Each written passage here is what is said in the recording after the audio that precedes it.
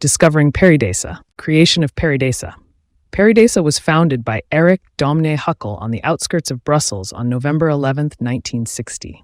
His father is a surgeon and his mother is an art historian. Pairi Daiza is located in a place of high historical value, situated in Cambron. It was the abbot of Clairvaux, the future Saint Bernard of the Cistercian order, who founded the Abbey of Cambron 9 centuries ago.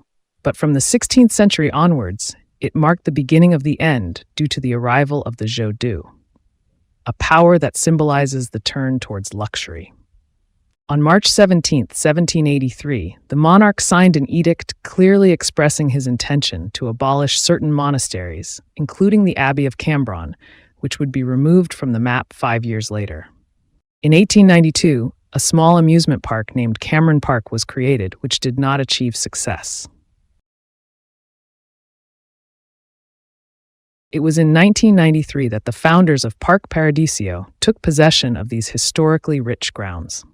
In 2003, the renovation of the crypt will win the Caius Prize for the founders of Paradisio for their contribution to the conservation of Walloon heritage.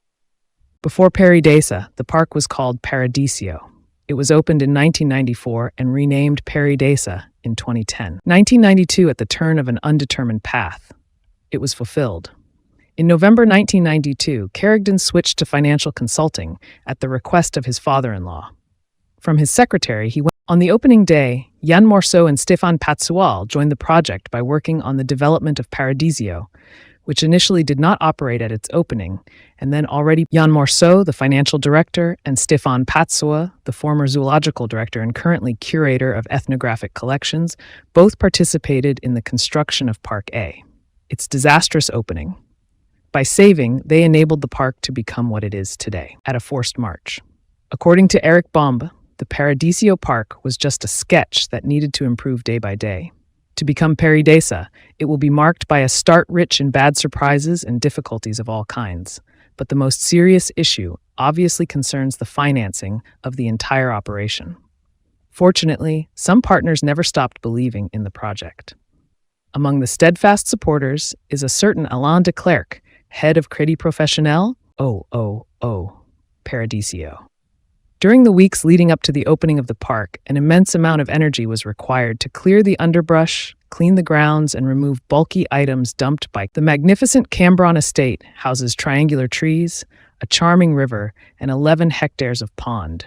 It also offers visitors the chance to discover the remnants of the Cistercian Abbey, a testament to a prestigious past, as well as the facade of a neoclassical castle, along with a farm. On May 11, 1994, the doors opened to the Paradisio Park.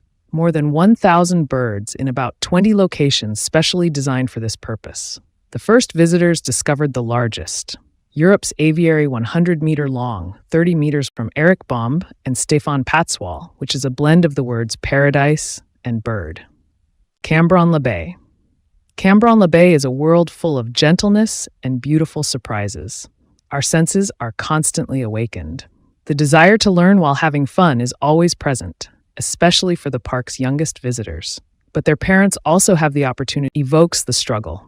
Crises of confidence, crises of growth, financial crises, nervous breakdowns. The whole range will be relevant in the early years of the genesis and the youth of Park Paradisio. In 2015, Paradisio, which in the meantime became Pairi Desa, will be awarded the prize for Company of the Year against High Level. A double mission.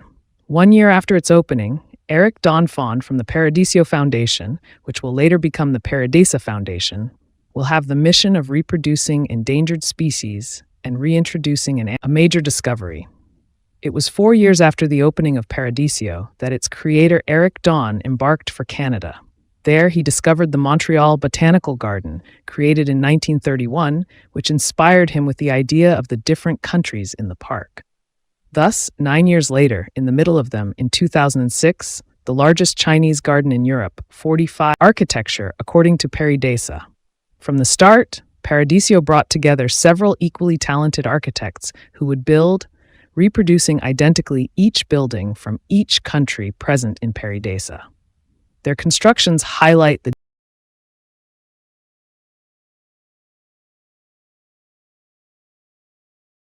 One day in January 1999, Paradisio went public. Eric Dawn and Yvonne Morceau once again managed to overcome all obstacles. It was just a few hours before the end of the operations. Set by the Banking Commission, Paradisio obtained at the last moment its entry ticket to the Brussels Stock Exchange. From the oasis to the orangery, a flamboyant diversity. Planned long ago, a gigantic tropical greenhouse is presented to the public for the first time. From Paradisio Park in 2000, it will be called the Oasis and the Nautilus. Perry Desa also has its reference to Jules Verne with the Nautilus. Located in the Cambron Castle, it invites visitors to travel into the underwater universe since 2001. For 17 years, Julia Dumaine, an aquologist and also responsible for certain marine mammals, has managed the vast and fascinating space dedicated to the creatures that inhabit the seas and oceans. Initially, the aquarium was based on the principle of a fish collection.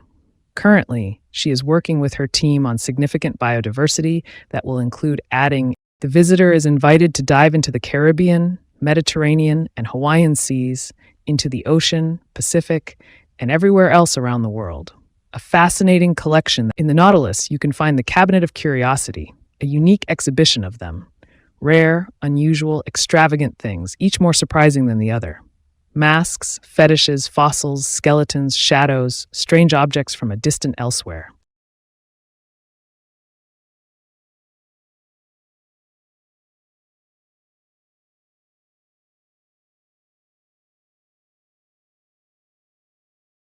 The world of silence comes to the castle. In the Nautilus, you can find creatures from the depths such as jellyfish, sharks, and many others. The coral and reef area holds other surprises for you. Black-tip sharks, white-tip sharks, nurse sharks, and remoras surround you with a fixed, swift, and determined gaze. Who is who? If the black-tip reef shark, the small PLTJS, continuously swims on the surface, the white-tip shark swims in open water, and the nurse shark rests on the bottom or on the glass of the tunnel. These three types of sharks, harmless to humans, roam near coral reefs where they hunt fish. The remora, on the other hand, is of the clingy type, since it attaches itself to larger fish, turtles, and marine mammals, using its adhesive disc. Silvery like a moonbeam on the surface of the waters, the trevally lives among the tentacles. Anemones. The largest trevallies accompany sharks. Discover the piranhas in the aquarium.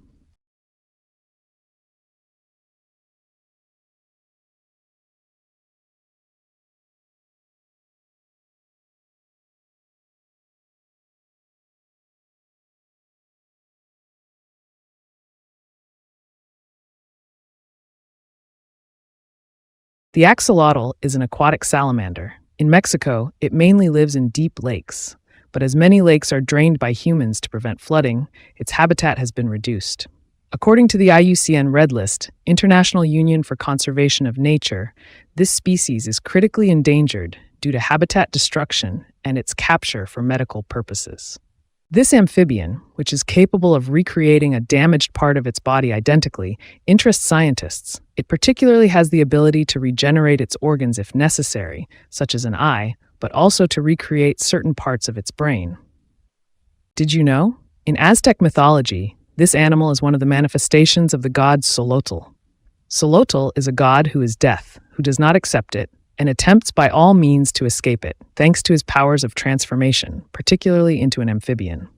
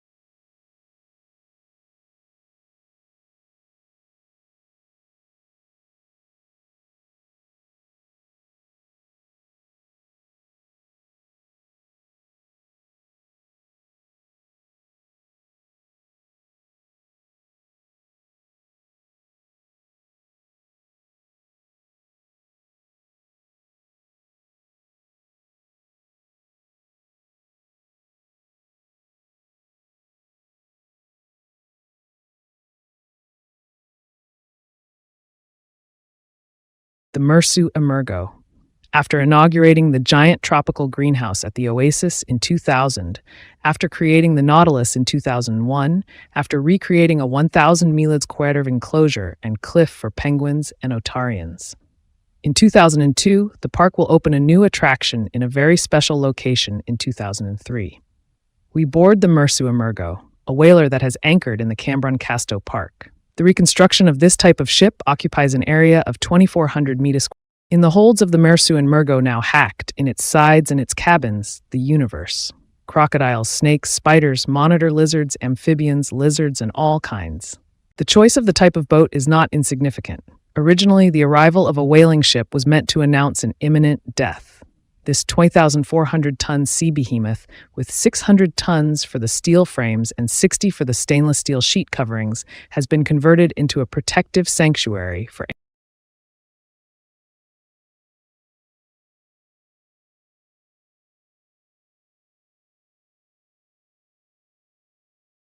takes on water. It was necessary for the firefighters to perish.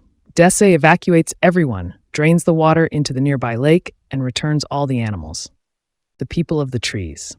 In 1992, when Eric Dawn discovered the Cambron estate, its charm could be found everywhere, embodied in Perry Desa in the most beautiful way. That is why, in Perry Desa, you will find olive trees, beeches, linden trees, ash trees, bald cypresses, oriental plane trees, over 300 years old, which are its legitimate pride. To these undisputed stars of the foresters' rankings are added white-leaf horse chestnuts, hornbeams that suit their name so well, and China is not left out with the Sichuan metasequoia, the thorny oracharia with scale-like forms, and flowers at the four corners of the park. While the trees and shrubs of Perry Desa Park form the main element of the plant decor, the flowers like the characters, crocuses, daffodils, tulips, water lilies, lavenders, poppies, forget-me-nots are not left out. There is a rose in Perry Desa named Perry Desa, the Middle Kingdom.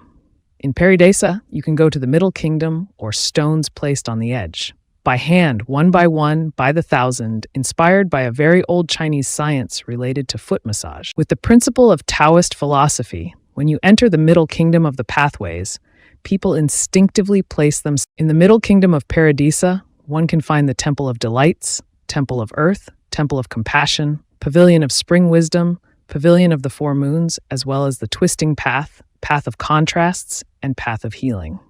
In the Kingdom of the Middle of Paradisio, you can encounter, in addition to Chinese culture, animals such as the Asian black bear, the Himalayan red panda, the white-cheeked gibbon, the mandarin duck, and the magnificent clouded leopard. In 2014, two giant pandas named Ao Ao, Gentle, and Xingui, twinkling stars, joined the animals of the park.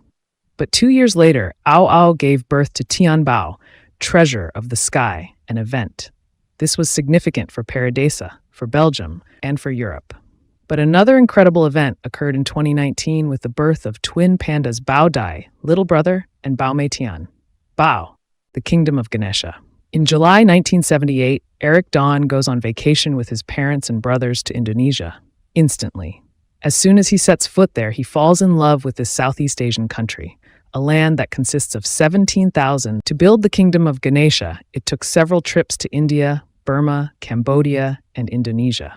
But the construction was not easy, as it was then necessary to mix the decorations of Indonesia and the animals. It was in 2006 that Eric Dawn had the idea of building an Indonesian temple. In the Indonesian temple of Pairi Desa, we can celebrate Balinese festivals, which is also a place of worship called Pura. In the Indonesian temple, you can find a small wooden turret that houses the kulkul, a split cylindrical bell that calls the faithful to prayer, a courtyard, or the egg orchestra.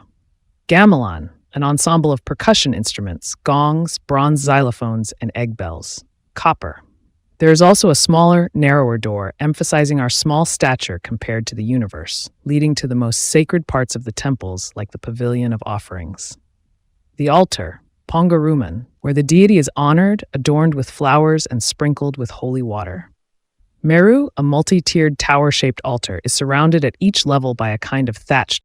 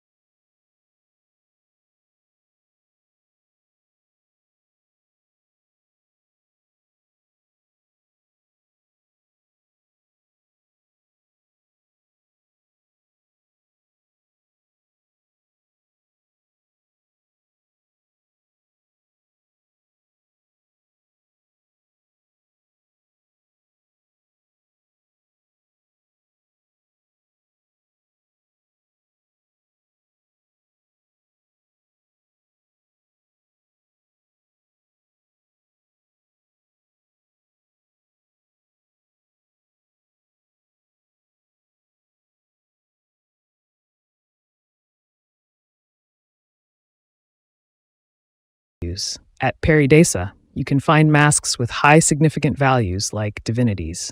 By offering a barren mask, this tutelary creature that is part of one of the most fundamental myths, as well as 3 masks of the witch Rengda, looking for a tana toraja.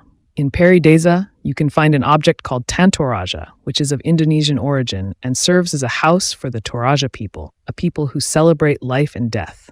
A tana toraja also serves as a granary. It was found by Southeast Asia as if you were there. In the park, you can be in Southeast Asia as if you were there, thanks to the temples. Abode of the Gods, a large Balinese temple in the Kingdom of Ganesha, the Pura Agung Santi. Buwana, a true place of worship, dedicated to great Hindu priests and built in absolute respect for architectural traditions, constructed with dark lava blocks from Bali's sacred volcano, and the Guna Agung, which pays tribute to the Balinese. In the Kingdom of Ganesha, you can observe animals such as the Komodo dragon, the largest species of lizard in the world, and its presence in Pairi Desa is a boon for visitors. It is quite rare to see it outside its natural habitat, alongside the Bengal white tiger. Very thorough research. For Pascal de Bec, architect, the Tiger Temple must represent an attractive ensemble to offer a real interest for visitors. The elephant, we love it enormously. In Pairi Desa, the elephant has an important place since the creation of the kingdom too. Ganesha in 2009. The elephants have a world just for them, and they also have the right to a palace, a royal residence that they will share with several companions. The park has more than 22 elephant specimens, which makes it the European record holder for elephant herds. Nothing is too good for these representatives of a species threatened by a great extinction, as only 40,000. The elephants of Pairi Desa are sometimes rescued from a circus or some zoo. An adult elephant needs 200 kilograms of fresh vegetation each day. Serap Konashiki takes care of the elephants of Pairi Desa. Bye, Paradisio. Long live Perry Desa. In 2010, Eric Dawn made the decision to change the name from Paradisio to Perry Desa. The name was changed because it was increasingly associated with all sorts of places with activities far removed from them. Those in the domain of Cambron beauty salon, toy store. The name Perry Desa comes from the word desa, which is otherwise the oldest word that means paradise. In our civilization, desa evokes what is most beautiful and pure. In Paradisio, man was at the heart of nature. In Perry Desa, nature's at the heart of man, as in the garden, a royal gift for the planet. Since the park's opening, nature has always been at the heart of Eric's concerns, and it will be even more so each year with the expansion of spaces dedicated to the creation of new worlds. Several gardeners have succeeded each other until Guy Vendersand, leading a team of 17 collaborators. He will be responsible for growing 4. Good blood cannot lie. The love of gardens, it is passed down, testifies Rigdon. He talks about his mother who loved gardens, English, and nurtured a true passion for colored camellias. Several gardens inspired Perry Desa, such as the one not far from the house in Bouval and the Garden of Sophie in the Mott Woods, located in the heart of Southern Cape, at the Antipodes between mystery and fascination. In its distant lands, at the origins of the world, strange melodies and dice emerge. Its annals are unlike any others. In the Southern Cape, you can visit Ayr Rock, Alice Springs, the states of Queensland, Victoria, Tasmania. Let us also admire the work of Maori artisans of New Zealand. Let us discover the culture of the Aborigines, with roots dating back over. In the Southern Cape, you can encounter Australian animals such as the Kazohara. Cassowary, one of the largest birds in the world, weighing 70 kilograms and can reach 1.80 centimeters. The large red kangaroo, the Australian water dragon, a very large lizard. Sand-colored, and it measures between 80 and 100 centimeters. Koalas, delicate marsupials that feed mainly on eucalyptus leaves. Tasmanian devils, emus, a large bird that is unable to fly, the wallaby, a small cousin of the kangaroo, the land of origins. To create the land of origins, the process was not the same as for other countries. From Perry Desa to design the land of origins, Eric Dawn asked an acquaintance to provide him with information for an African universe. This acquaintance is named Jacques van Gelder.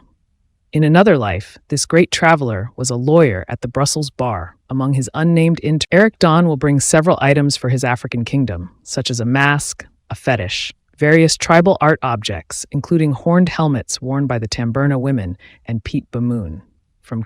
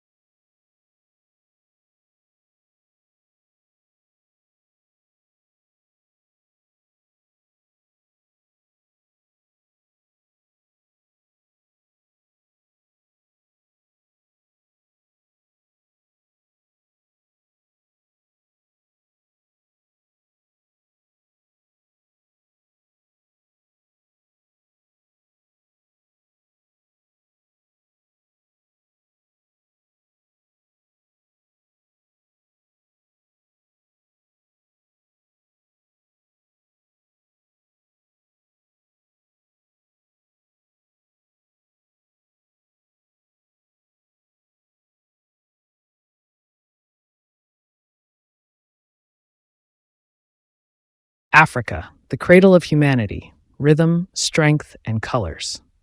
The land of origins offers its visitors an authentic discovery of the lives of the people and animals of this founding continent. To achieve such goals, they will need to rebuild the village of Tamberna and its houses of the builder people. In the north of Togo, you can also discover the lakeside village of Pairi Daiza, directly inspired by their famous city of. In the land of origins, you can find tools intended for religious practices and ceremonies, such as ornaments, prints, jewelry, masks, fetishes, other artifacts from various regions. In the land of origins, you can find animals such as lions, the spotted hyena predator, heavyweight animals like African elephants, the white rhinoceros, the hippopotamus, giraffe, gorilla, zebra, and on the bird side, you can find the shoebill, crowned crane, African marabou, and white pelican. In the land of origins, visitors can experience African culture such as music, gastronomy, hairstyles, billboards, naive painting, local grocery, magic, and voodoo.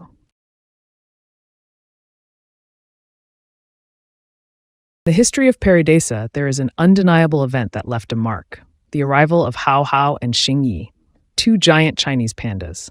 It's thanks to Evia Tang, who unknowingly will establish herself as the ideal person to forge a special bond between China and Perry Desa Park. Sunday, February 23, 2014, Brussels Airport. It's a little past noon when the plane carrying the two giant pandas, lent for 15 years to the Perry Desa Park, lands at Zaventem Airport. Upon the plane's arrival, firefighters sprayed it with their hose, a gesture that is rare and reserved for special occasions. It's important to note that only 1,600 specimens remain in existence worldwide. A veterinarian will be present 24/7 with the two pandas during the transport. It is in 2016 the Perry Desa Foundation. On February 24, 2015, the Constitutive Act was signed establishing the statutes of the Perry Desa Foundation. All signals are then opened with a new attendance record at Park 1, 767,000 visitors. With the success of the park, the Perry Desa Foundation can set more ambitious goals, such as the protection, care, and acclimatization of animals and plants, natural recolonization, and/or the reintroduction of animal and plant species in their original environments. The attractive dissemination to the general community, artists, and educational and/or research institutions of natural history and all philosophical, artistic, spiritual, and indigenous culture, the protection, restoration, and maintenance of classified heritage and natural reserves, supporting any other association or foundation. Let's add to this a great advantage to the Perry Desa Foundation, which will allow the public to see the animals cared for in the park and the foundation to have very concrete actions in Belgium and elsewhere in the world. Since 2015, the Foundation's movement has gained momentum by managing several major projects, often in collaboration with external partners. These projects involve both scientific research and actions related to the protection, preservation. In Belgium, for example, we can mention the yellow-bellied toad, a small frog that is endangered. The goal is to reintroduce it into its original habitat. The same objective applies to the capercaillie, the endangered grouse.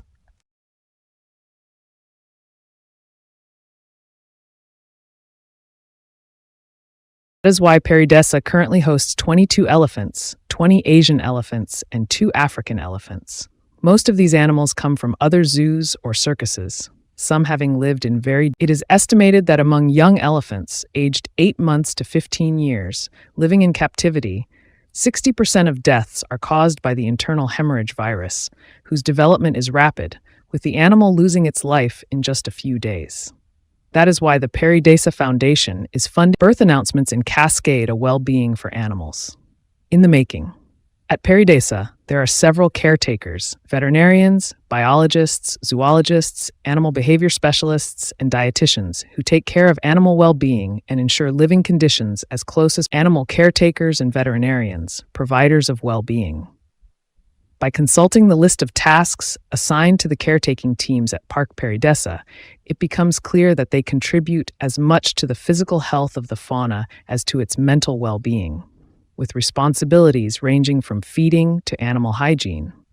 They ensure everyone's safety, although the safety measures differ depending on the species, such as a hippopotamus, a Siberian tiger, But the caretaker is not the only one working in the interest of the animals. He works closely in collaboration with the park's team of veterinarians. A conjunction of skills is very useful during births, groupings of certain species, or even the relocation of certain species to other environments. But that's not all. Their mission also involves creating games, swings, and skillfully braided ropes. The animals do not remain inactive. They maintain. One of the caretakers is named Valérie d'Aubiul. She is a primate caretaker. Inexhaustible, she has experience with exotic birds, reptiles, otters, meerkats, tamarins, squirrel monkeys, and sea lions. He also has one of the caretakers named David Bataille, who is present in the domain of environments. In the early 2000s, he successively transitioned from the tropical sphere to the mini farm, completely reformulating the concept to make it a popular attraction for families. In 2013, he was responsible for the caretakers in charge of the bird world and small mammals, and he was also given a second team responsible for large mammals such as rhinos, hippos, and giraffes. He is now in charge of large birds, coordinating the work between the caretakers and the zoological management. He also manages numerous logistics. In Pairi Desa, there is a mini farm where you can find barnyard animals such as chickens, geese, goats, sheep, deer, rabbits, and pigs living in a small area that visitors can freely explore. Visitors are also allowed to feed the animals. Flavors of the worlds. With the help of specialized nutritionists and dietitians, the more than 700 animals at Park Perry already benefit from all possible attention in terms of diet. But what about the incredible team dedicated to delighting the taste buds and pleasing the palates of visitors, thanks to a menu that reflects both the cultures and peoples present in the Garden of the Worlds? Leading this sector is a certain Eric Bigonville. A former student of the Lausanne Hotel School, he has worked in several establishments in Switzerland and Belgium before joining the Pairi Daiza Park. He offers a wide range of dining options, from gourmet cuisine to high-quality traditional cuisine, including the land of the cold.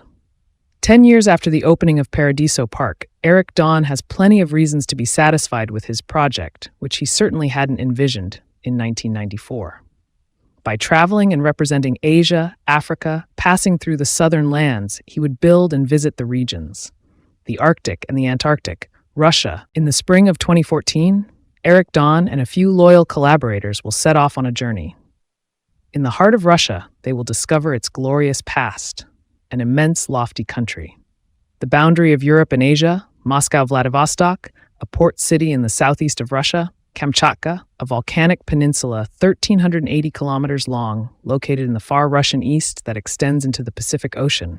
Petrozavodsk, a city situated on the shores of Lake Onega, the second largest lake in Europe. Part of the city is located on the shores of the central part of Lake Onega. Lake Onega, steam is the rail of honor. In Pairi Desa, you will travel through space and time thanks to an authentic train. Steam on a real old-fashioned railway with a rail gauge of 60 centimeters, narrower than normal. A small locomotive that moves at a speed of 7 kilometers per hour. Passengers travel a distance of more than 2 kilometers across the entire southern part of the park, passing ponds, the Australian world, Lemur Island, high volcanoes, gorillas, hippopotamus pools, old abbey walls, and along the savannah. To the elephants, the Great American Bison Plain, the Russia's Bar Restaurant, Ravio Island. From the park, the warehouse, the train maintenance workshop. At the train station, you can find authentic objects that were used.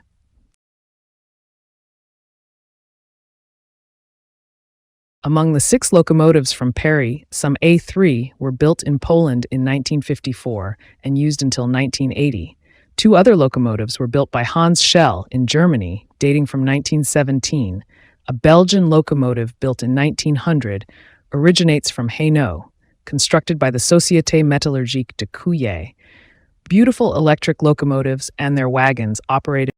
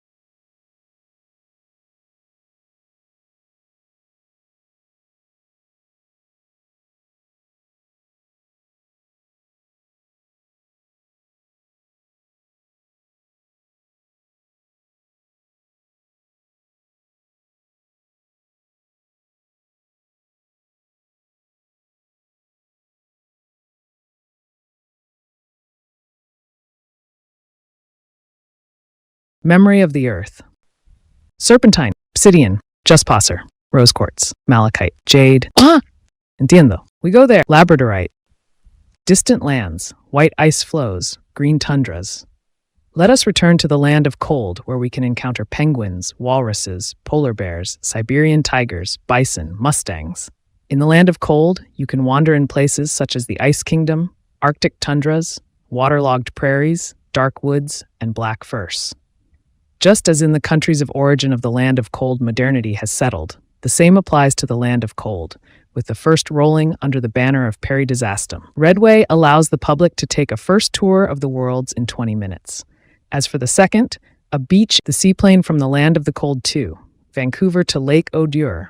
On Tuesday, July 7th, after a 9,500 kilometers journey across the Atlantic, a seaplane and a land plane. In some places, the seaplane is the only means of contact for land of cold and the last frontier amidst grandiose nature. It is a place where one sleeps and dreams. In Perry Desa, you can stay in hotels with animal-carved totems, such as brown bears, black bears, cougars, moose, wolves, beavers, or sea lions. Everything, just like in British Columbia, southern Alaska, or the Great North. It was on June 22, 2019, that the Pairi Daiza hotels opened right in the heart of the park in the Garden of Worlds. Various types of constructions, largely inspired by traditional buildings.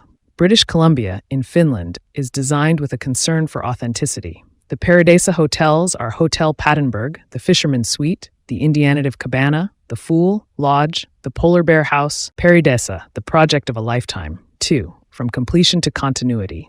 From Paradisio to Pairi Desa, more than a quarter of a century, over 25 years of traveling the planet. 1.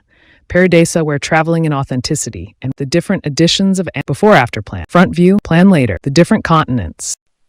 The lagoon, Cambron Plage, the gate of the depths. Cambron Abbey, Isilwan Sanctuary, the land of origins. Toraja and Ganesha, the Kingdom of Ganesha. Zhongyuan, Chinese garden, the city of immortals. Frontier, the land of cold. The animations, the crypt, description. Even though it has lost its dome, the tower of the Abbey Church, built in the 18th century, dominates the entire estate from a height of 54 meters. At its base, there is a beautiful crypt with 12 ribbed vaults, with a black curtain guarding its entrance. Its visit will surprise you.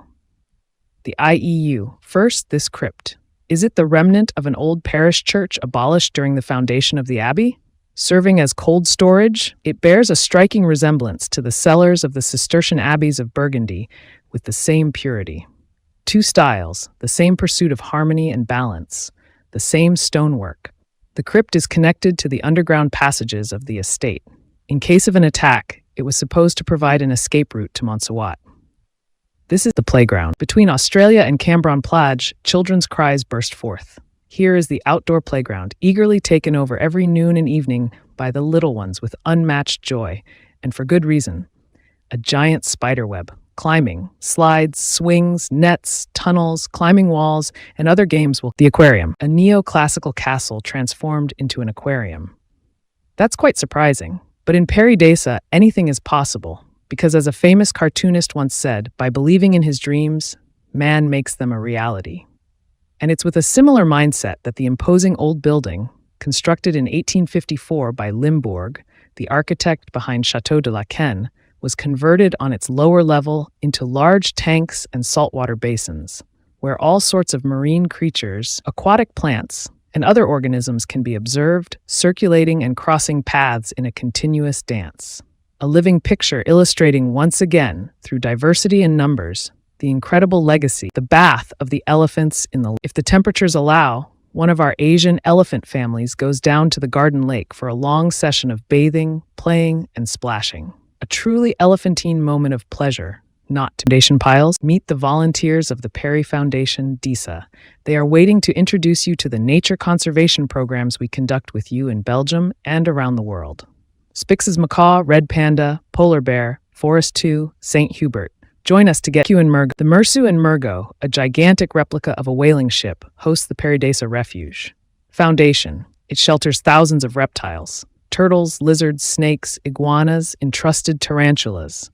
At the Pairi Desa Foundation, they take care of collecting them, treating them, housing them, and restoring them to health. Abandoned or rescued from uncertain fate. by police or customs services sometimes. Given by their owner, you can learn about the dramatic experiences of some. Protect. The purchase of a new pet. Exotic pets is an important decision. Awareness is an essential element to modify behaviors. Perry Desa and its foundation work on this daily. Dr. Y's office. Here you will find more than 15,000 small pedicure fish. These have been used for thousands of years in the Near East. The Dead Sea is in Turkey for their treatment. Skin issues. You dip your feet in their basin, and they rush to gently clean the skin of dead cells and collect them. The treatment lasts 15 minutes in relatively cool water, between 23 degrees and 24 degrees. They leave the skin very soft and silky. A very refined experience in an equally refined setting. The Chinese, in particular, are fond of it. By the way, did you know yu in Mandarin means fish? Note that this foot care is done in compliance with the strictest hygiene standards. Open each weekend until January 8th from 11 a.m. to 5 p.m. The steam train. Embark on an authentic steam train on a real old-fashioned railway, with a rail gauge of 60 centimeters narrower than the normal, to run a real small steam locomotive pulling at a speed of 7 kilometers per hour. 2 beautiful open first-class carriages. You will travel a circuit of over 2 kilometers that crosses the entire south of Perry Desa. The train departs every 30 minutes from the station in front of the mill. All aboard. Departure is imminent. The train runs from 12 pollinators make the BUZZZ. This is the name of the permanent exhibition nestled in the Olive Garden at Perry Desa, the Perry Desa Foundation, and the SPW Agriculture Natural Resources. The environment partners to raise awareness among visitors about the role of pollinators and biodiversity through various activities and events. Giant photographs, educational beehives, and several varieties of honey plants attract attention. Pollinating insects are to be discovered on the site. Our sculptor Kamal has also contributed. Touch with 2 pieces, a totem box in carved wood. The Arcto exhibition. In the land of the cold, specifically in the cave, the Arcto audiovisual exhibition was not missing. In this exhibition, accessible from a young age, polar bears explain the dangers they face in nature and how we can take concrete action against climate change. The title of the 111 ambassadors of the Arctic was awarded to the Perry Desa Foundation by the largest international organization for the protection of polar bears and their environment, Polar Bears International.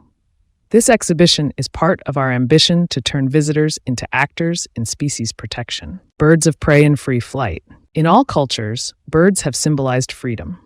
As for birds of prey, also called raptors, they perfectly embody values such as strength, courage, and the natural authority that derives from them. It's no wonder that eagles or falcons are heraldic emblems stamped on seals and coins.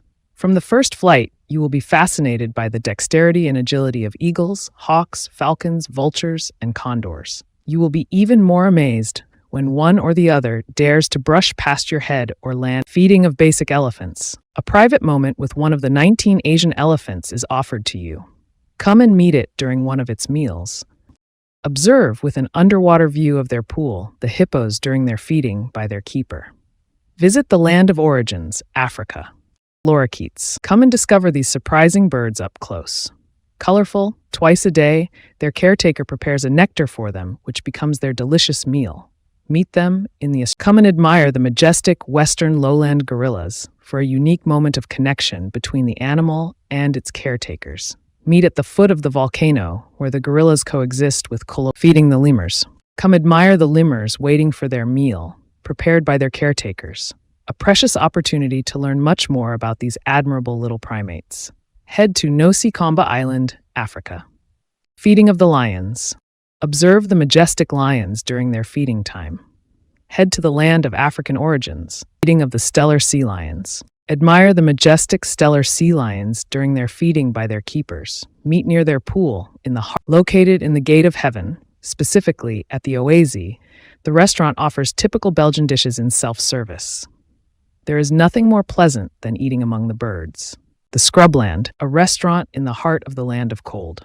We are pleased to present the MCI, located in the land of cold.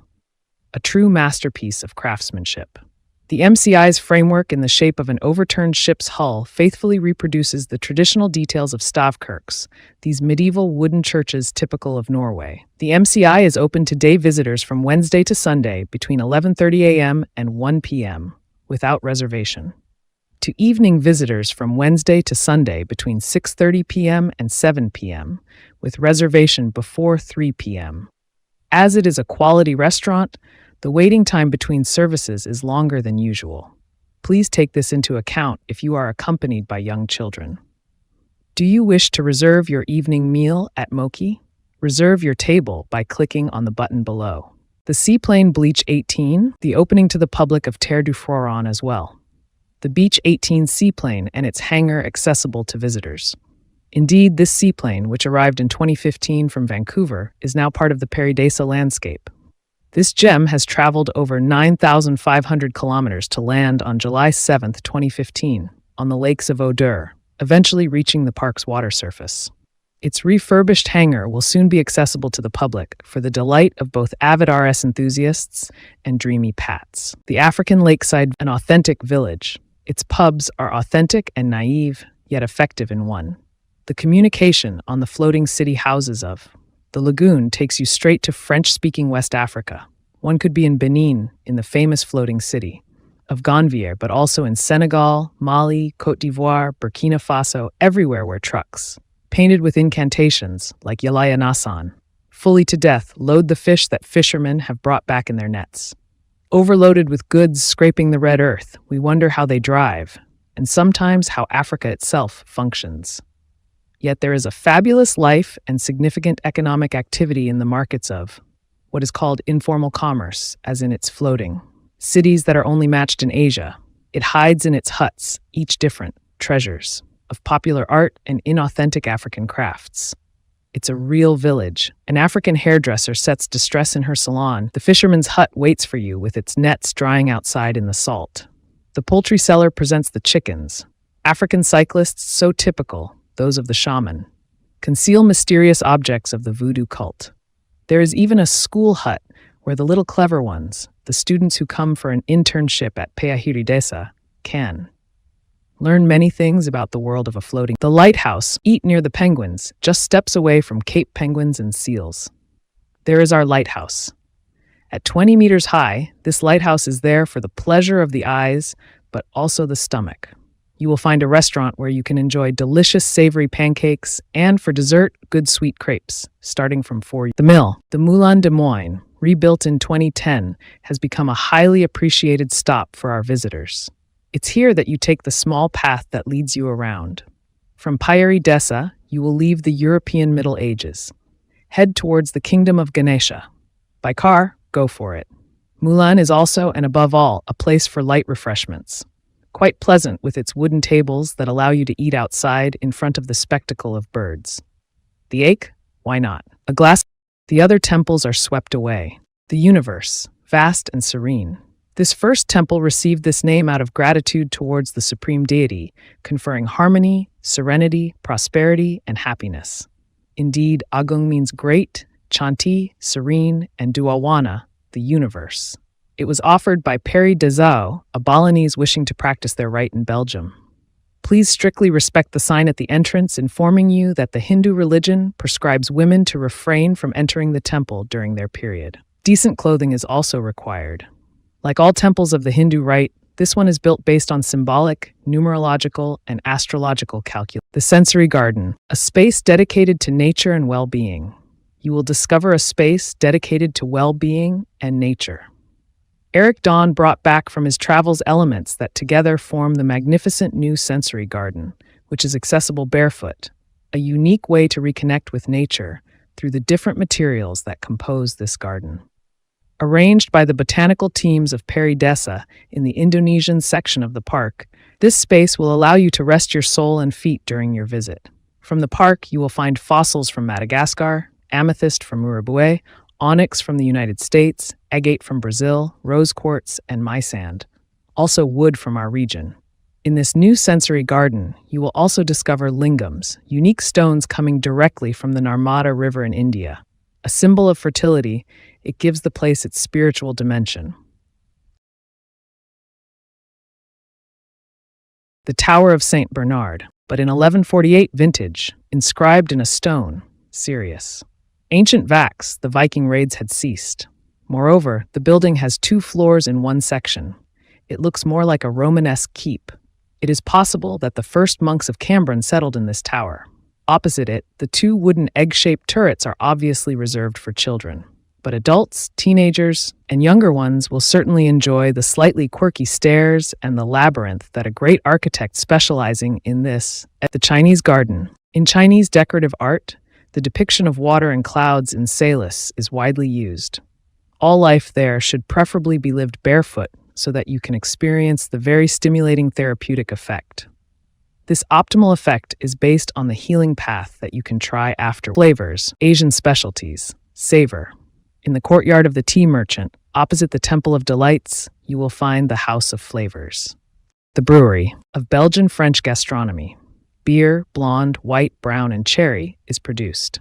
On site, following the ancestral recipe, brewing is under. The guidance of the brewery specialists is Nuers, Dubuisson, which is recognized worldwide. The craftsman's house description, a full-sized house made entirely of wood near the abbey's enclosing wall, housing a true sanctuary dedicated to the elephant, an actual full-sized house, all in wood, with an elegant tiered roof, whose columns on which it rests are salvaged from an old building destroyed by fire. Numerous carvings on various wooden materials can be admired there, mostly inspired by the elephant, an animal sacred in Asia. There is a peaceful atmosphere in this place, away from the crowd, conducive to a bit of meditation. It is good to admire without haste the house of the artisan in its details, its decoration, and, with a little imagination or dreaming, one should not be surprised to see the saffron, the path of healing. Here it is finally, this path. To fan yourself. After the begonia flower gate, framed by 2 windows decorated on the right with a 3rd panel and on the left. With a tree panel, you enter a 500-meter-long corridor lined with a wall adorned with multiple motifs of windows, mosaics, paintings, and calligraphic poems. The first terracotta window is stretched, resting on this butterfly that pays homage to the sage's dream. Chuangtse, let your imagination go from windows to windows. There are 22 in total, all handcrafted. The tea merchant's courtyard. Curious round steps. The curious round steps that allow to step across. Lessons from ancient Maulery. You will see some everywhere in our city. Near the curtain of water flowing down. In front of the cave hides a very rare bamboo. It is a Kiong Zui Atumidissimoda, whose export from China was impossible, as the country wanted to keep it exclusive. It is with this perfectly straight stick that bamboo canes were made, like the ones Charlie Chaplin made famous, only in 1984. The Irishman Peter Eddington managed to bring one back. The sprout from which our bamboo originates. See how there. Cascades of curious stones covered, with inscriptions in Sanskrit. These, which have not yet been deciphered, come from treasures discovered by a farmer. One year he had the good idea to keep them, to fill a drain from his barn, an antique dealer. From Hong Kong, the Tower of Cambron, even though it lost its dome. The Tower of the Hale building, constructed in the 18th century, overlooks the entire estate from its height of 54 meters. It is the cemetery of the monks, a serene calm. There is a serene calm. The world stops for a moment. The visitor is immersed in an unreal atmosphere of peace. Infinite, that was the basic idea behind Foundation 2, the abbey of yesteryear. Upon the death of a monk, he was buried, anonymously, so as to respect his vow of humility. In the 17th century, however, it became customary to mark the graves with wooden crosses on which the monk's name and year of death were inscribed. It was not like in churches and cathedrals where the graves, often located under the aisle slabs, indicated the name, first name, and functions of the deceased. In large monasteries, there were several. Some birds of prey and free. In all cultures, birds have symbolized freedom. As for birds of prey, also called raptors, they perfectly embody values such as strength, courage, and the natural authority that derives from them. It's no wonder that eagles or falcons are heraldic emblems, stamped on seals and coins. From the first flight, you will be fascinated by the dexterity and agility of eagles, hawks, falcons, vultures, and condors. You will be even more amazed when one or the other dares to brush past your head or land at your feet. Have no fear. They are much more interested in their food than in you. This show, in the majestic setting of the Abbey Tower ruins, has for years been one of the most popular attractions in Perry Desa. Take a seat on the amphitheater bleachers located in the ruins of the old abbey and let yourself be carried away by the spectacle.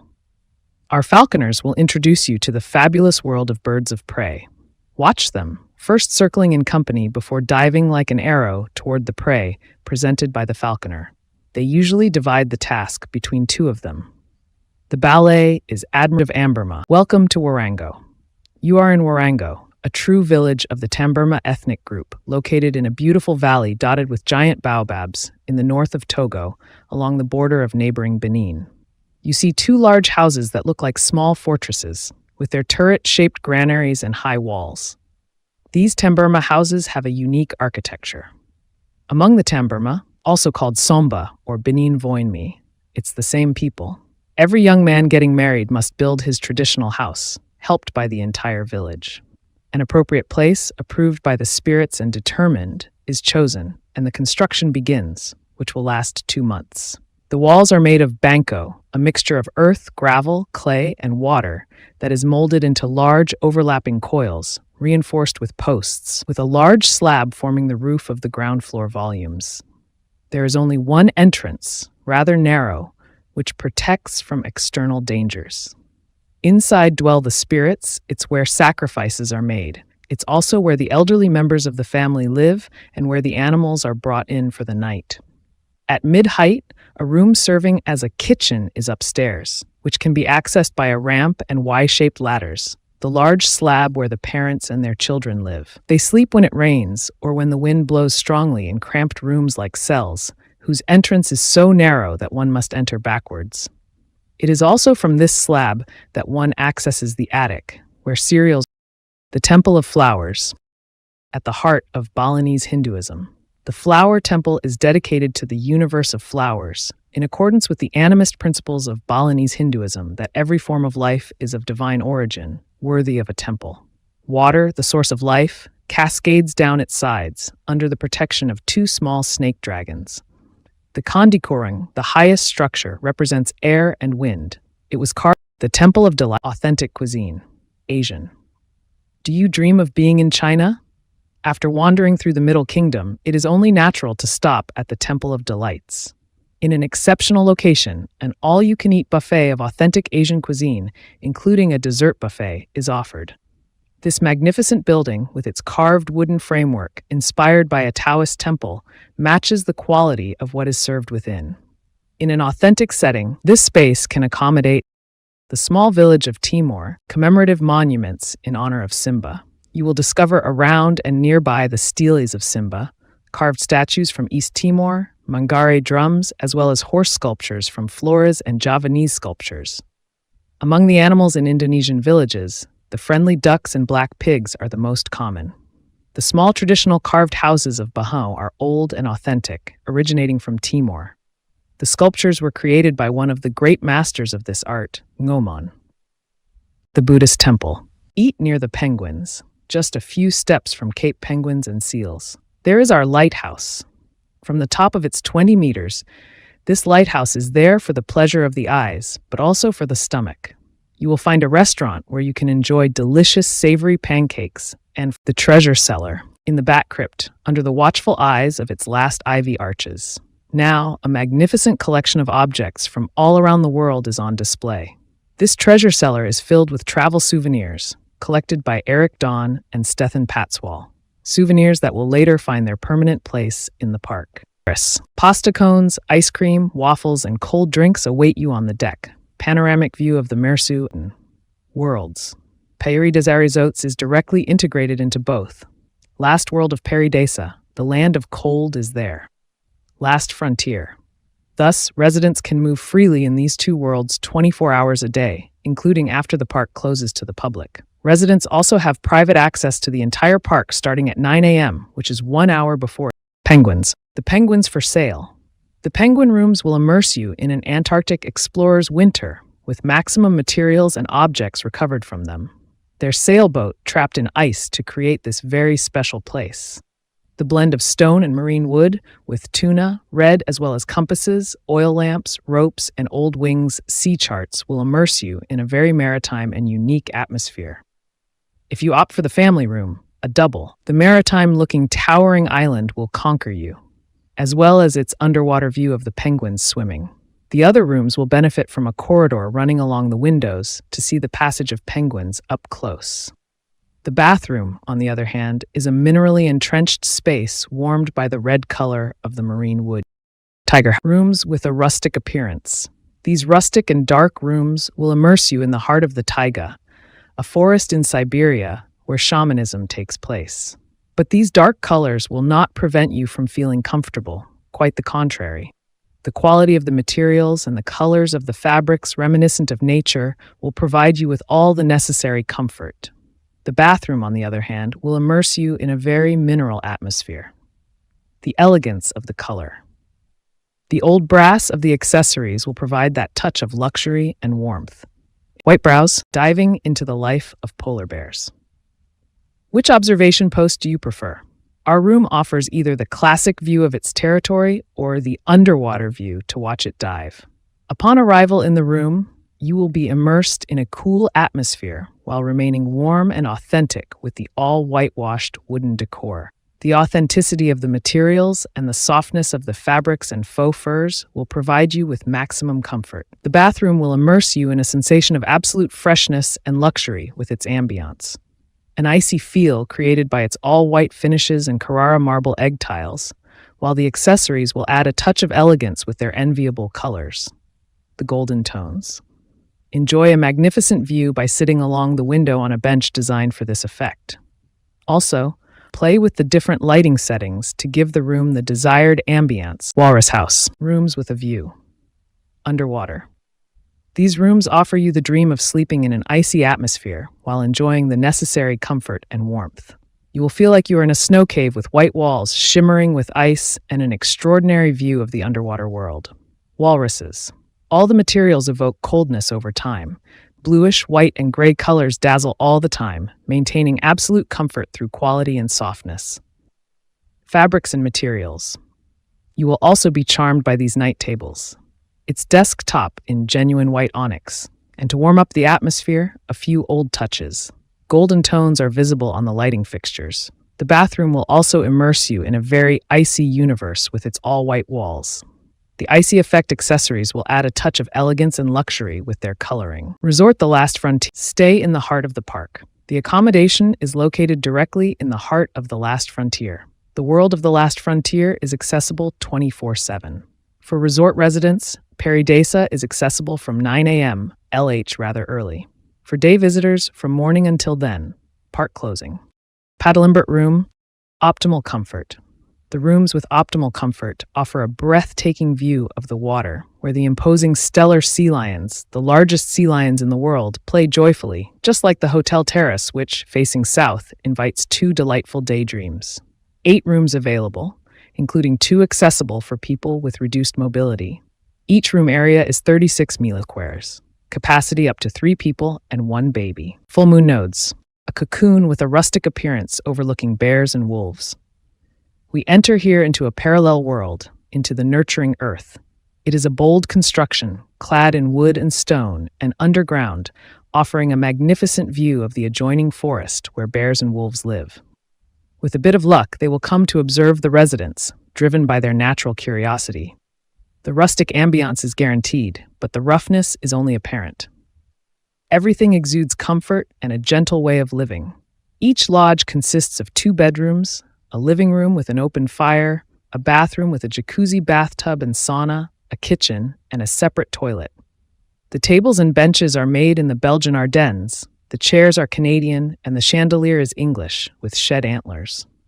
Naturally, privileged viewers of wildlife, the residents will enjoy a decor that highlights the picturesque. Are they in the refuge of a trapper or that of a gold prospector? Native village. On one side, Bear 2. The other offering 2 spacious rooms overlooking the territory of 1 and a living room facing the territory of the bears, C. Houses with terraces offer a unique experience conducive to rejuvenation, special listening to others and oneself, as well as peaceful observation. Animals. The extra soul is palpable in these constructions. Traditional in wood, straight out of our teenage readings, crossed through and through by huge trunks of red cedars. Wood stove for cozy evenings. Private sauna, jacuzzi, bathroom with a natural light well. Everything has been designed for everyone's pleasure. Paddling Bear Lodge, an intimate cocoon. Delicate charm, an intimate universe, a cocoon with delicate charm, equipped with all the amenities the most demanding guest expects to find. Wood reigns as a benevolent master high. Floor and on the walls and in the furniture designed by a craftsman. From the Belgian Ardennes, the living room with open fire, the charming kitchenette there, bedroom with open bathroom, private sauna. Everything is designed to seduce in these spacious lodges. Built on elevation, they come with a large, welcoming terrace that offers a magnificent view. On the last frontier, allowing you the animals of Pairi Daiza, Cambron-L'Abbaye.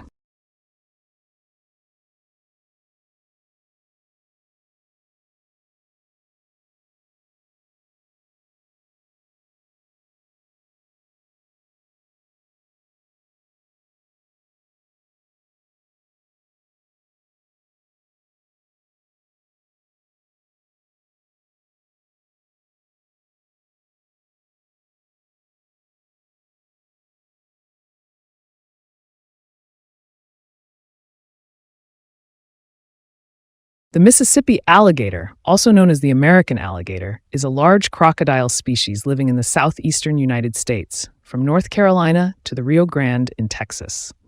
It frequents freshwater areas such as rivers, lakes, and wetlands. It can tolerate salt water, but briefly because it does not have salt glands. The American alligator is extremely beneficial to the ecosystem in which it lives. Indeed, the animal digs holes in the bank using its mouth and front legs to clear vegetation and roots to create shelter. These holes fill with water during the rainy season and retain it during the dry season. During the latter, its alligator holes provide vital shelters and resources for countless animal species. Did you know? The American alligator is larger than the only other species of alligator in the world, the Chinese alligator. Bluish, white, and light gray colors with absolute comfort thanks to quality and softness. Fabrics and materials. You will also be charmed by its bedside tables and desk tablet in genuine white onyx. And to warm the ambiance, a few touches of old golden brass are visible on the lighting fixtures. The bathroom will also immerse you in a very icy universe with its white-clad partitions. The accessories will add a touch of elegance and luxury with their coloring. The binturong is a mammal that lives in the trees of the large forests of Indian Assam, Indochina, and into the Indonesian archipelago. Its diet is omnivorous.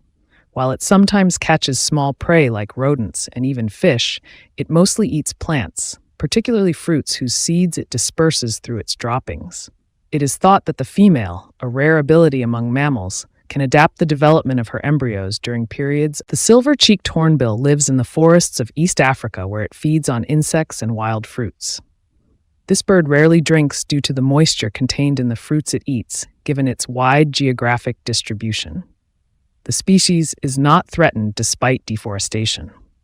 As with most hornbills, when the nesting period arrives, the female is enclosed in a tree hole whose entrance is sealed, leaving only a small opening with a kind of paste made from droppings and bits.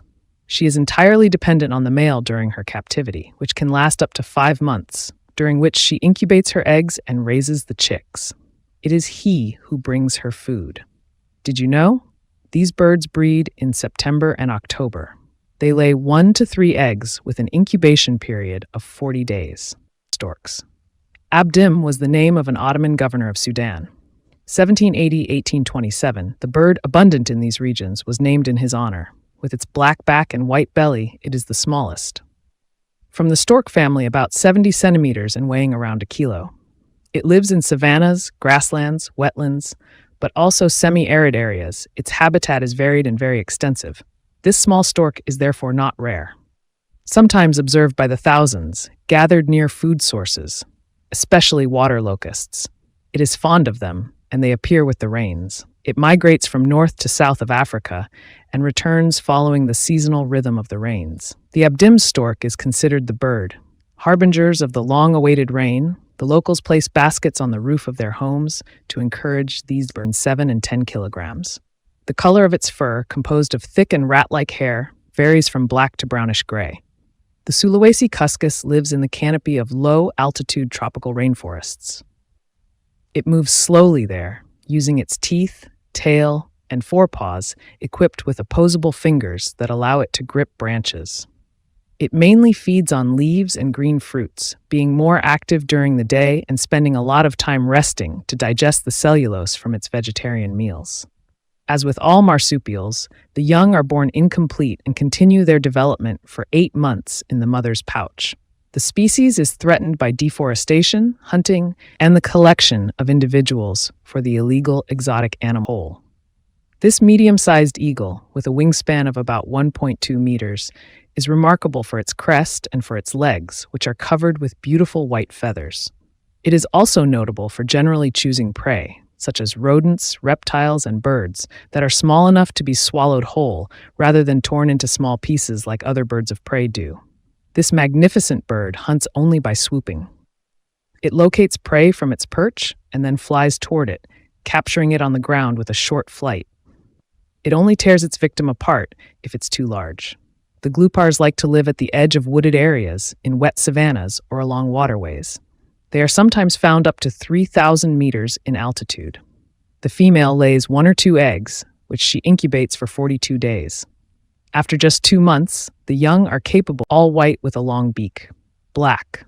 This beautiful wading bird is all white with a long black beak, slightly bluish-gray at the base and large yellowish toes, tips of its long, thin legs. Therefore, it is easily recognizable. The little egret almost disappeared from its Mediterranean habitat due to the fashion for its beautiful feathers. Hats. The fashion passed and effective protection measures have allowed its revival, and it even recently nested in Ireland. But it doesn't like the cold and migrates. Winters in Africa. It is a bird that needs an aquatic environment as it feeds on small animals living in water, but they also eat insects. Thus, it favors wetlands, and since these are the subject of major habitat protection measures worldwide, the little egret is no longer threatened. It nests like the other 3 species of South American camelids, the llama, the vicuna, and the guanaco. The alpaca is a species domesticated by humans for centuries, as evidenced by its representation in pre-Columbian art. Hence, there is no wild alpaca. Too small, 1 meter at the shoulder, to be used for pulling or other hard labor. Alpacas are primarily bred for the remarkable quality of their wool, which is fine and soft, and occasionally for their meat. They live in small herds led by a dominant male, accompanied by a few females and their offspring, grazing on the grasses and plants of the high mountains.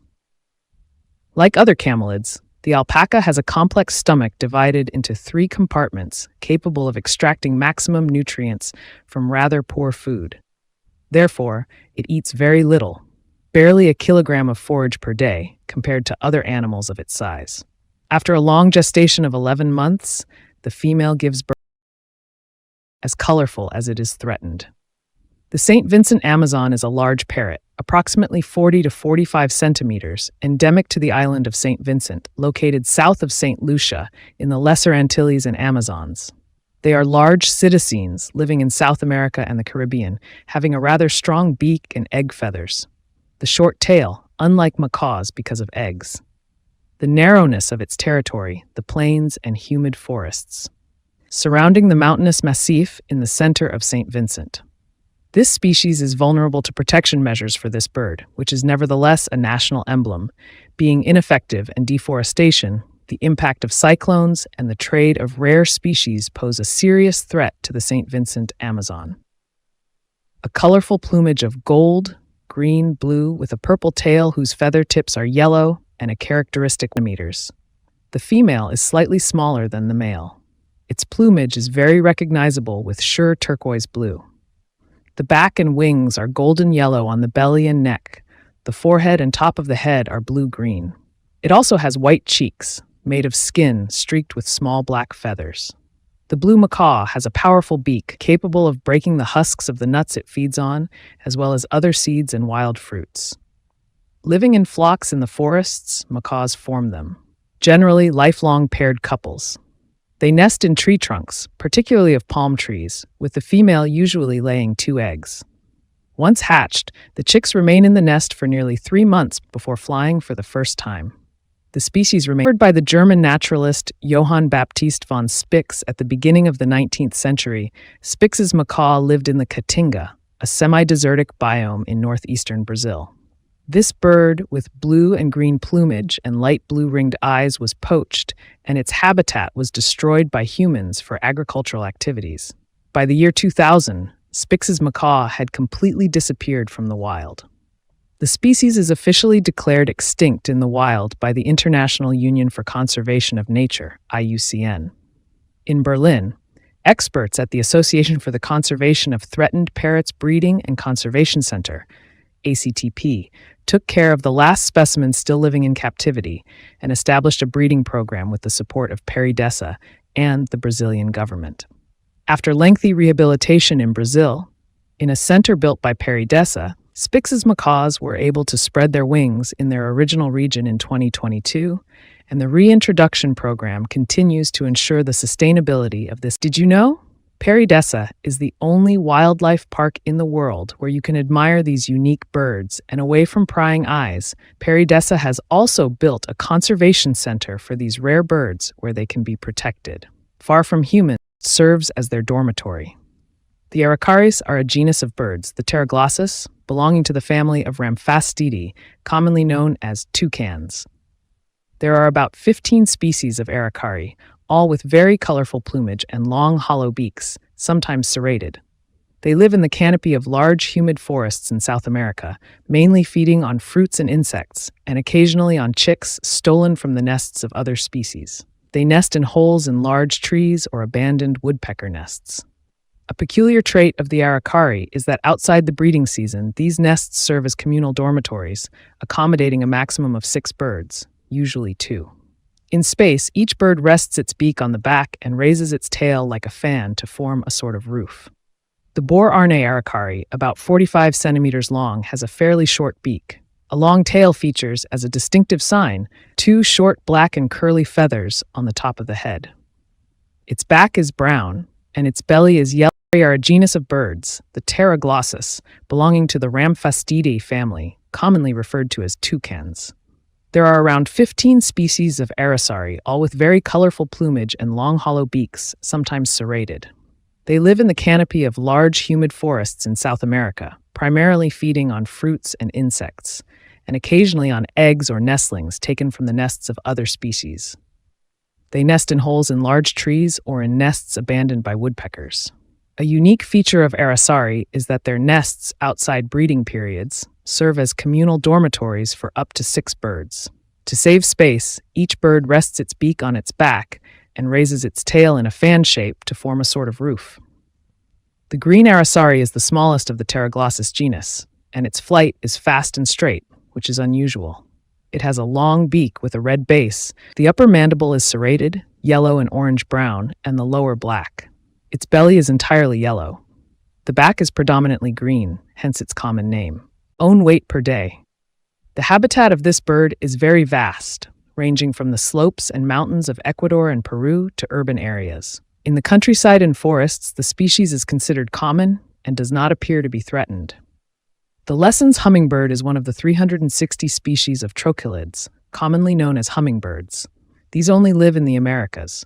They are often very small, from 5 to 22 centimeters, but relatively tall. Their size and weight give them the largest heart of all birds and a very large brain. Their flying ability, in reverse and on the spot, is astonishing, with a heart rate of several hundred beats per minute. Their blood exceptionally adapted to oxygenate the muscles, and an extremely high metabolism, which is why they need to eat their own weight per day. He curls up into a ball to protect himself. After fertilization and a gestation of 21 to 28 days, the female lays an egg with a leathery shell, which she places in a ventral pouch. After 10 days, the egg hatches, and the newborn, measuring 1.5 centimeters and weighing a few grams, attaches itself to an opening of the pouch that secretes a pinkish milk, rich in iron. After 3 months, the young must leave the pouch due to the spines that are growing and still lives with its mother for a few months in a burrow. The short-beaked echidna feeds exclusively on ants and termites that it digs up by breaking into their colonies. With its powerful claws, it catches young ones at a time. This species of squirrel, described in the 18th century by the German zoologist Peter Pila, is native to China, India, and Southeast Asia. This rodent, active during the day, inhabits mountain and hill forests where it finds abundant vegetation. It occasionally supplements its diet with insects and even bird eggs. It sometimes ventures into clearings and adjacent agricultural areas to nibble on other plants. It usually raises 2 or up to 4 young ones at a time, in nests made of leaves constructed in the canopy, safe from predators. When an arboreal snake or a bird of prey approaches, the red-bellied squirrel emits alarm calls to warn its fellows. The species is common and therefore not threatened.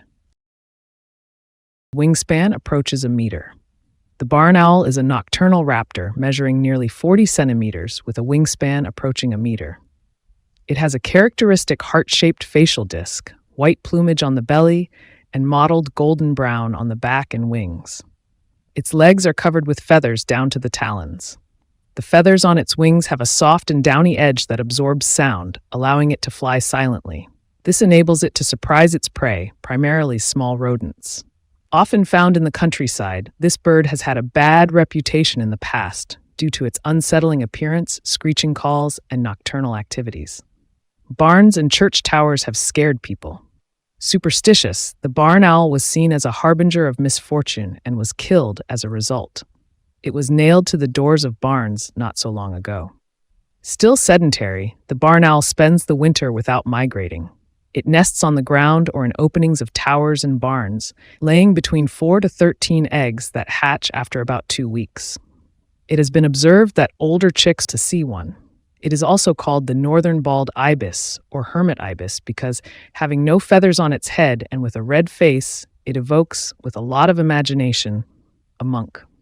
The northern bald ibis is one of the top 100 animals. Danger of extinction. It only survives in the wild in Morocco, where there is a population of about 500 birds. There may still be a few individuals in the Middle East. In any case, it has completely disappeared from Europe for 300 years. Thanks to breeding programs, there is hope to reintroduce it in the Alps and Spain. Perry Desa participates in these conservation efforts. Therefore, it is a critically endangered species and exceptional to see. Nesting on cliffs, the female lays 2 to 3 eggs. A nest of twigs. Its plumage is blackish-blue, and its red beak is curved. It feeds on small animals, insects, lizards, collects porcelain shards, caps, and buttons. Living in the mountains of South Africa, 7 birds feed on insects, frogs, and snails. Occasionally, even on carrion he finds while walking. Banding in high-altitude grasslands between 1,200 and 1,800 meters, and turning over stones, branches, and leaves to uncover his prey. He gathers in a colony to nest in rocky wings. Ravine where the female lays 1 to 3 eggs. The Cape ibis chick has feathers on its head during its first year, unlike its parents, who are bald and have a red head and beak. This bird was very threatened, but conservation programs have helped prevent its extinction. It is therefore no longer truly endangered, though it remains vulnerable. Only between 5,000 and 8,000 individuals are thought to remain in the wild. A bit like some emptied bodies, it collects porcelain shards, caps, and buttons that they find in their nest. It collaborates with larger vultures. This bird of prey is primarily a vulture. In Central and South America, it mainly feeds on carrion, which it detects by flying low but mostly fat. It has a well-developed sense of smell, which is rare among birds, thus detecting the gases from decomposing carcasses. As it is quite small and its beak is not strong enough to pierce the tough skin of large carcasses, it collaborates with larger vultures that have a less developed sense of smell. Like all vultures, its stomach neutralizes toxins from carrion, but it does not eat carcasses that are too far decomposed.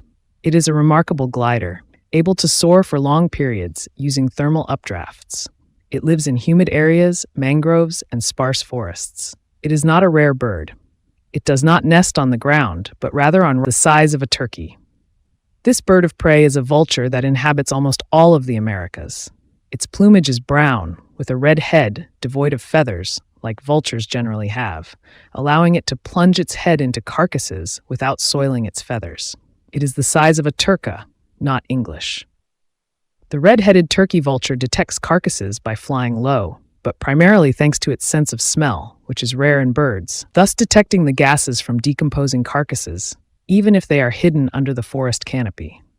Like all vultures, its stomach neutralizes the toxins in carcasses, but it does not eat carcasses that are too far decomposed.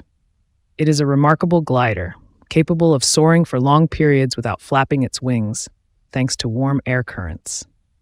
Ascending, the red-headed turkey vulture does not build a nest with branches, but lays eggs on the ground, on rocky areas, or in tree hollows. Originally from China.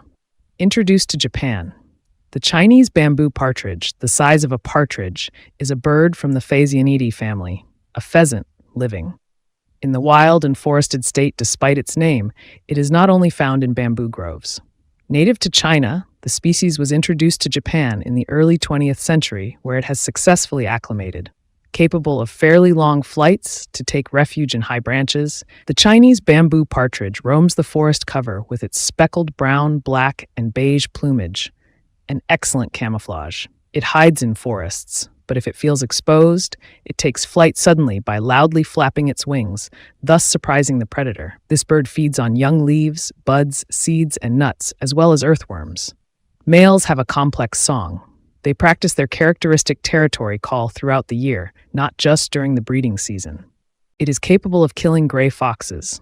It is also called the Chilean blue eagle or blue buzzard. Like eagles, this buzzard enjoys the mountains. Despite its average size, a wingspan of 2 meters and a weight of 2 kilograms, this bird of prey is capable of killing during hunting. Gray foxes that weigh 2 to 3 times more than it does are not defenseless when faced with it. Jaw of a carnivore. But in general, its prey are smaller rabbits. Another small mammal, however, is the aguilla buzzard. It has been associated with birds, even birds of prey, like the burrowing owl. It nests in the cliffs of the South American Cordilleras. It feeds on small rodents. This brown-feathered raptor lives in arid areas, bushy deserts, nesting in cacti, candelabras, or lizards. The Harris hawk feeds on small rodents, insects, and birds. It has been noted that it never eats eggs. Snakes, which are quite abundant prey in its habitat, are avoided, whereas it doesn't disdain lizards. These birds hunt in groups, with some hovering to scare the prey while another is tasked with catching them. Harris's hawks, named after an American ornithologist from the 19th century, also nest as a family, comprised of an alpha pair, a secondary male with a role, assistants, and juveniles who are particularly responsible for hunting and protecting the nest, silently flying there. Night, the Ural owl is a beautiful bird with a size similar to that of a buzzard, around 60 centimeters. It lives in boreal and mixed forests throughout northern Eurasia. Its plumage is light gray-white, mottled and streaked with black, with a white facial disc surrounding black eyes and relatively small and a small yellow beak. The Ural owl mainly feeds on small rodents, but also on other small mammals, rabbits, and hares, which it surprises by flying silently at night. It also eats birds, generally small, but has been observed attacking grouse-like birds. It is the size of a turkey. The Ural owl nests in old tree holes, sometimes occupying old raptor nests or hollowed-out trunks or even squirrel nests when a suitable tree is lacking. It can also nest on cliffs and sometimes even on grasses, highlighting their magnificent yellow eyes. The spectacled owl is a beautiful bird about 50 centimeters in size. It lives in the thick tropical and equatorial forests of Central and South America, among the tall trees, but also near clearings and sometimes even in plantations. In Costa Rica, it is also observed in the mountains, up to 1,500 meters. Its plumage is dark brown with a beige fawn belly. But what gives it its common name is the egg-colored plumage, its dark brown face with large yellow eyes, surrounded by eyebrows with white feathers extending below the eyes, which can resemble eyeglass frames. The young have a different plumage, with white feathers, fluffy on the body and black glasses highlighting their magnificent yellow eyes. The spectacled owl feeds on small rodents and other small mammals, which it surprises by flying silently between the trees, thanks to feathers adapted to reduce the noise of air friction. The spectacled owl, it is the bleeding heart dove. Its common name is derived from the blood-red spot on its plumage. It has this marking on its chest, while the rest of its body is in gray, blue-gray, and white. It truly looks as if the bird has been stabbed, because at the center of this red spot there is a darker slit, resembling the trace of a blade. Males and females wear the same attire, and during courtship displays, males puff out their chest to present a larger and thus more impressive or attractive red spot. The bleeding heart dove exhibits primarily terrestrial behavior, only taking short flights when in immediate danger. On the ground, it forages for seeds and fallen fruits in the leaf litter of the underbrush where it nests. Hunted for its meat, but also for the Luzon bleeding heart dove. It owes its common name to the blood-red stain on its plumage, located on the chest, while the rest of the body is gray, blue-gray, and white. It truly looks like the bird has been stabbed because in the center of this red stain, there is a darker slit resembling a blade mark. Males and females wear the same outfit when competing and also during courtship displays. The males puff up their chest to show a larger and thus more impressive or attractive red stain. The Luzon bleeding heart dove has primarily terrestrial behavior, flying only short distances in case of nearby danger. On the ground, it pecks at seeds and fruits scattered in the leaf litter of the underbrush where it roosts. It is hunted for its meat, but also for trade. As an exotic bird, the Luzon bleeding heart dove is classified as near threat. It plays an essential role in the reproduction of fruit trees. Like all flying mammals, the Egyptian fruit bat is very light, barely 160 grams for a size of 15 centimeters and a wingspan of up to 60 centimeters. It lives in North Africa and the Nile Valley. This small bat has an elongated snout, pointed ears, and black eyes, with very soft fur and a diet consisting of fruits and flower nectar. This bat has nothing to do with a vampire. By plunging its snout deep into the flowers, the fruit bat covers itself with pollen and ensures its dissemination by flying from tree to tree, thus playing an essential role in the reproduction of fruit trees and therefore in the preservation of their ecosystem. To sleep, the fruit bats gather by the hundreds, hanging from branches, head down. This way, they protect themselves from predators. This bird is predatory, 70 centimeters tall and with a wingspan of 2 meters. It is very recognizable by its deep pink color, except for its head, which is grayish, and its neck, golden. White belly. It also has a very distinctive long, flat, and spatula-like beak. It ends in a widened shape like a spatula, which it uses to capture its prey in shallow water. Coastal region. To fish, it shakes its head from left to right, scaring away fish and frogs. Additionally, since the water is often muddy and cloudy, its beak has a secret. It is tactile, so the bird can particularly well sense its prey. It also likes mollusks, small shrimp, in short, everything found in brackish water. The roseate spoonbill nests particularly in the mangrove. This forest of mangroves borders certain coasts of Central and South America, which is the females gather to lay eggs. This very beautiful bird, about the size of a small hen, is part of the Herale family, well adapted to life. Near lakes and rivers, the purple swampin swims well, though its feet are not webbed, but it has long toes which enable it to walk on the light leaves of aquatic plants. Its diet is varied, consisting mainly of plants but also fish and mollusks. Its dark blue plumage is turquoise, and its legs, beak, and a bright red frontal plate make it a renowned bird, already so in antiquity, but not only for its beauty.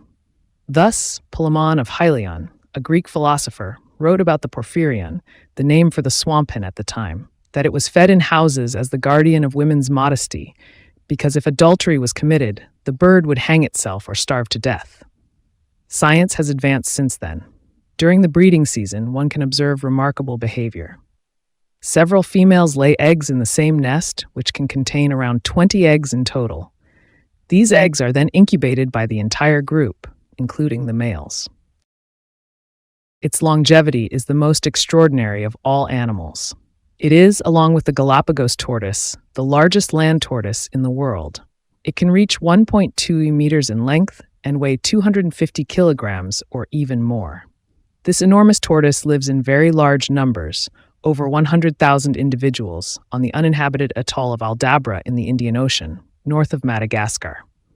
Its longevity is arguably the most extraordinary among all animals, with a tortoise living in the waters of Calcutta that died at 255 years old.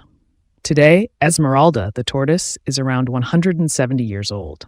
Primarily herbivorous, these tortoises have a very long neck to reach branches at higher levels, sometimes lazily. They straighten their frontage, It is estimated that the 11 subspecies of the Canada goose account for over 3 million birds. Due to its beautiful plumage, it is an ornamental bird, appreciated. The Canada goose was thus introduced in England and New Zealand, where it easily adapted to the climate. Some specimens escaped captivity and adapted well to the new environment of Western Europe. Therefore, Canada geese can now be observed throughout the Benelux, as well as in Germany and Eastern Europe. The individuals present here at Pairi Desa almost disappeared completely from its distribution area. Endemic to the Hawaiian Islands, the nii goose was very abundant before the arrival of Captain Cook.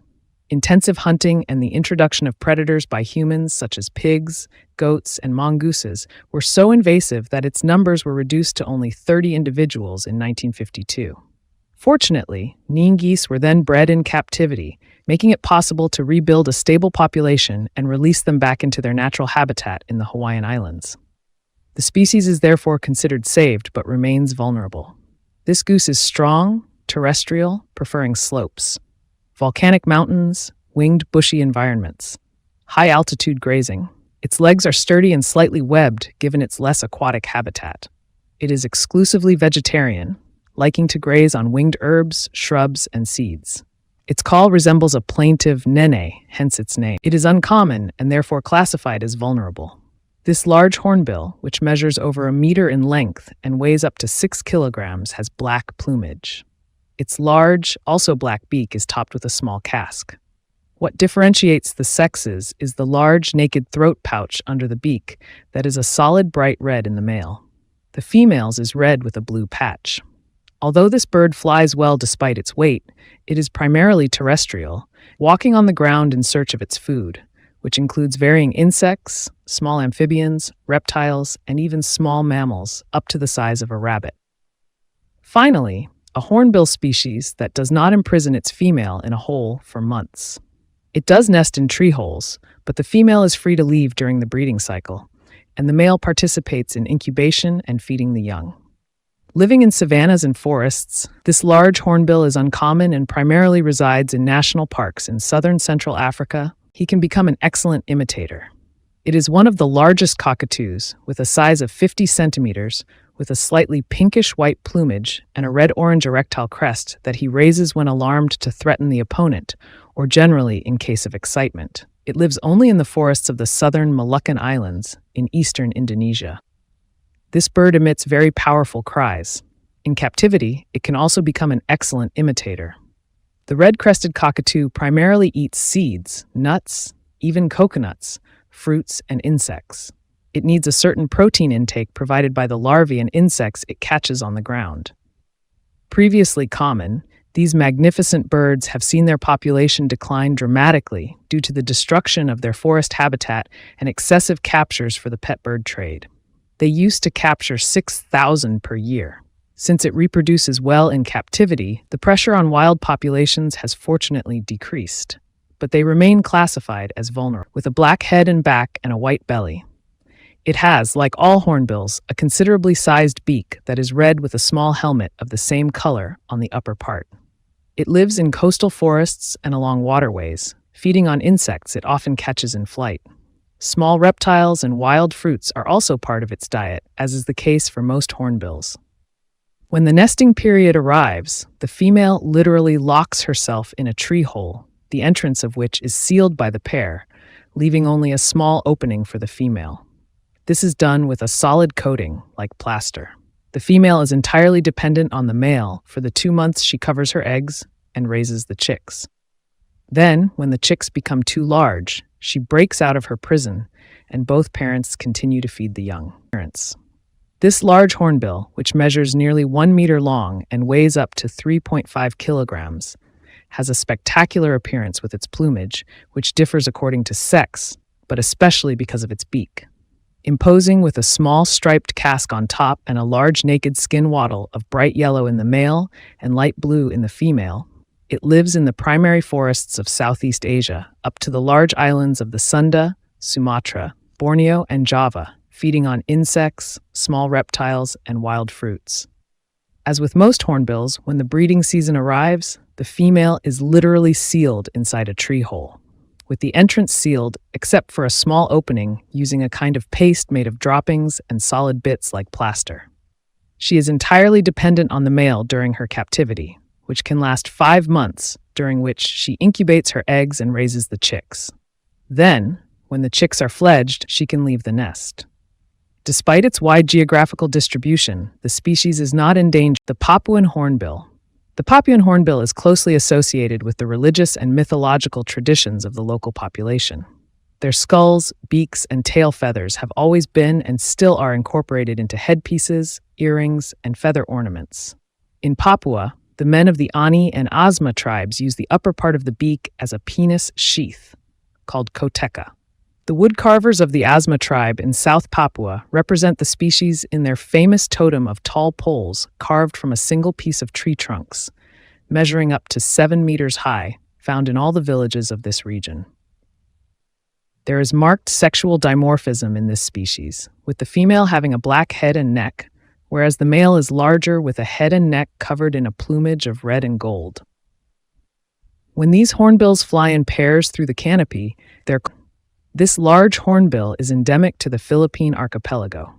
It has beautiful red, black, and brown plumage, but like all hornbills, it has a large red beak with an imposing casque of the same color, which covers part of its skull. It lives in the primary and secondary forests of about 10 islands in the archipelago, feeding on insects it often catches in flight, small vertebrates, as well as fruits. Like most hornbills, when the breeding season arrives, the female is literally enclosed in a tree hole that the couple seals off, except for a small opening or by means of a kind of solid, plaster-like coating. She is completely dependent on the male for her food during the 2 months of confinement, during which she covers her eggs and raises the chicks. Later, when the chicks have grown too large, she can exit, and both parents then work to feed the brood until the fledglings leave the nest. The species has declined dramatically in recent decades, a symbol of fidelity. This little duck is famous and appreciated as a bird, decorative due to its superb plumage.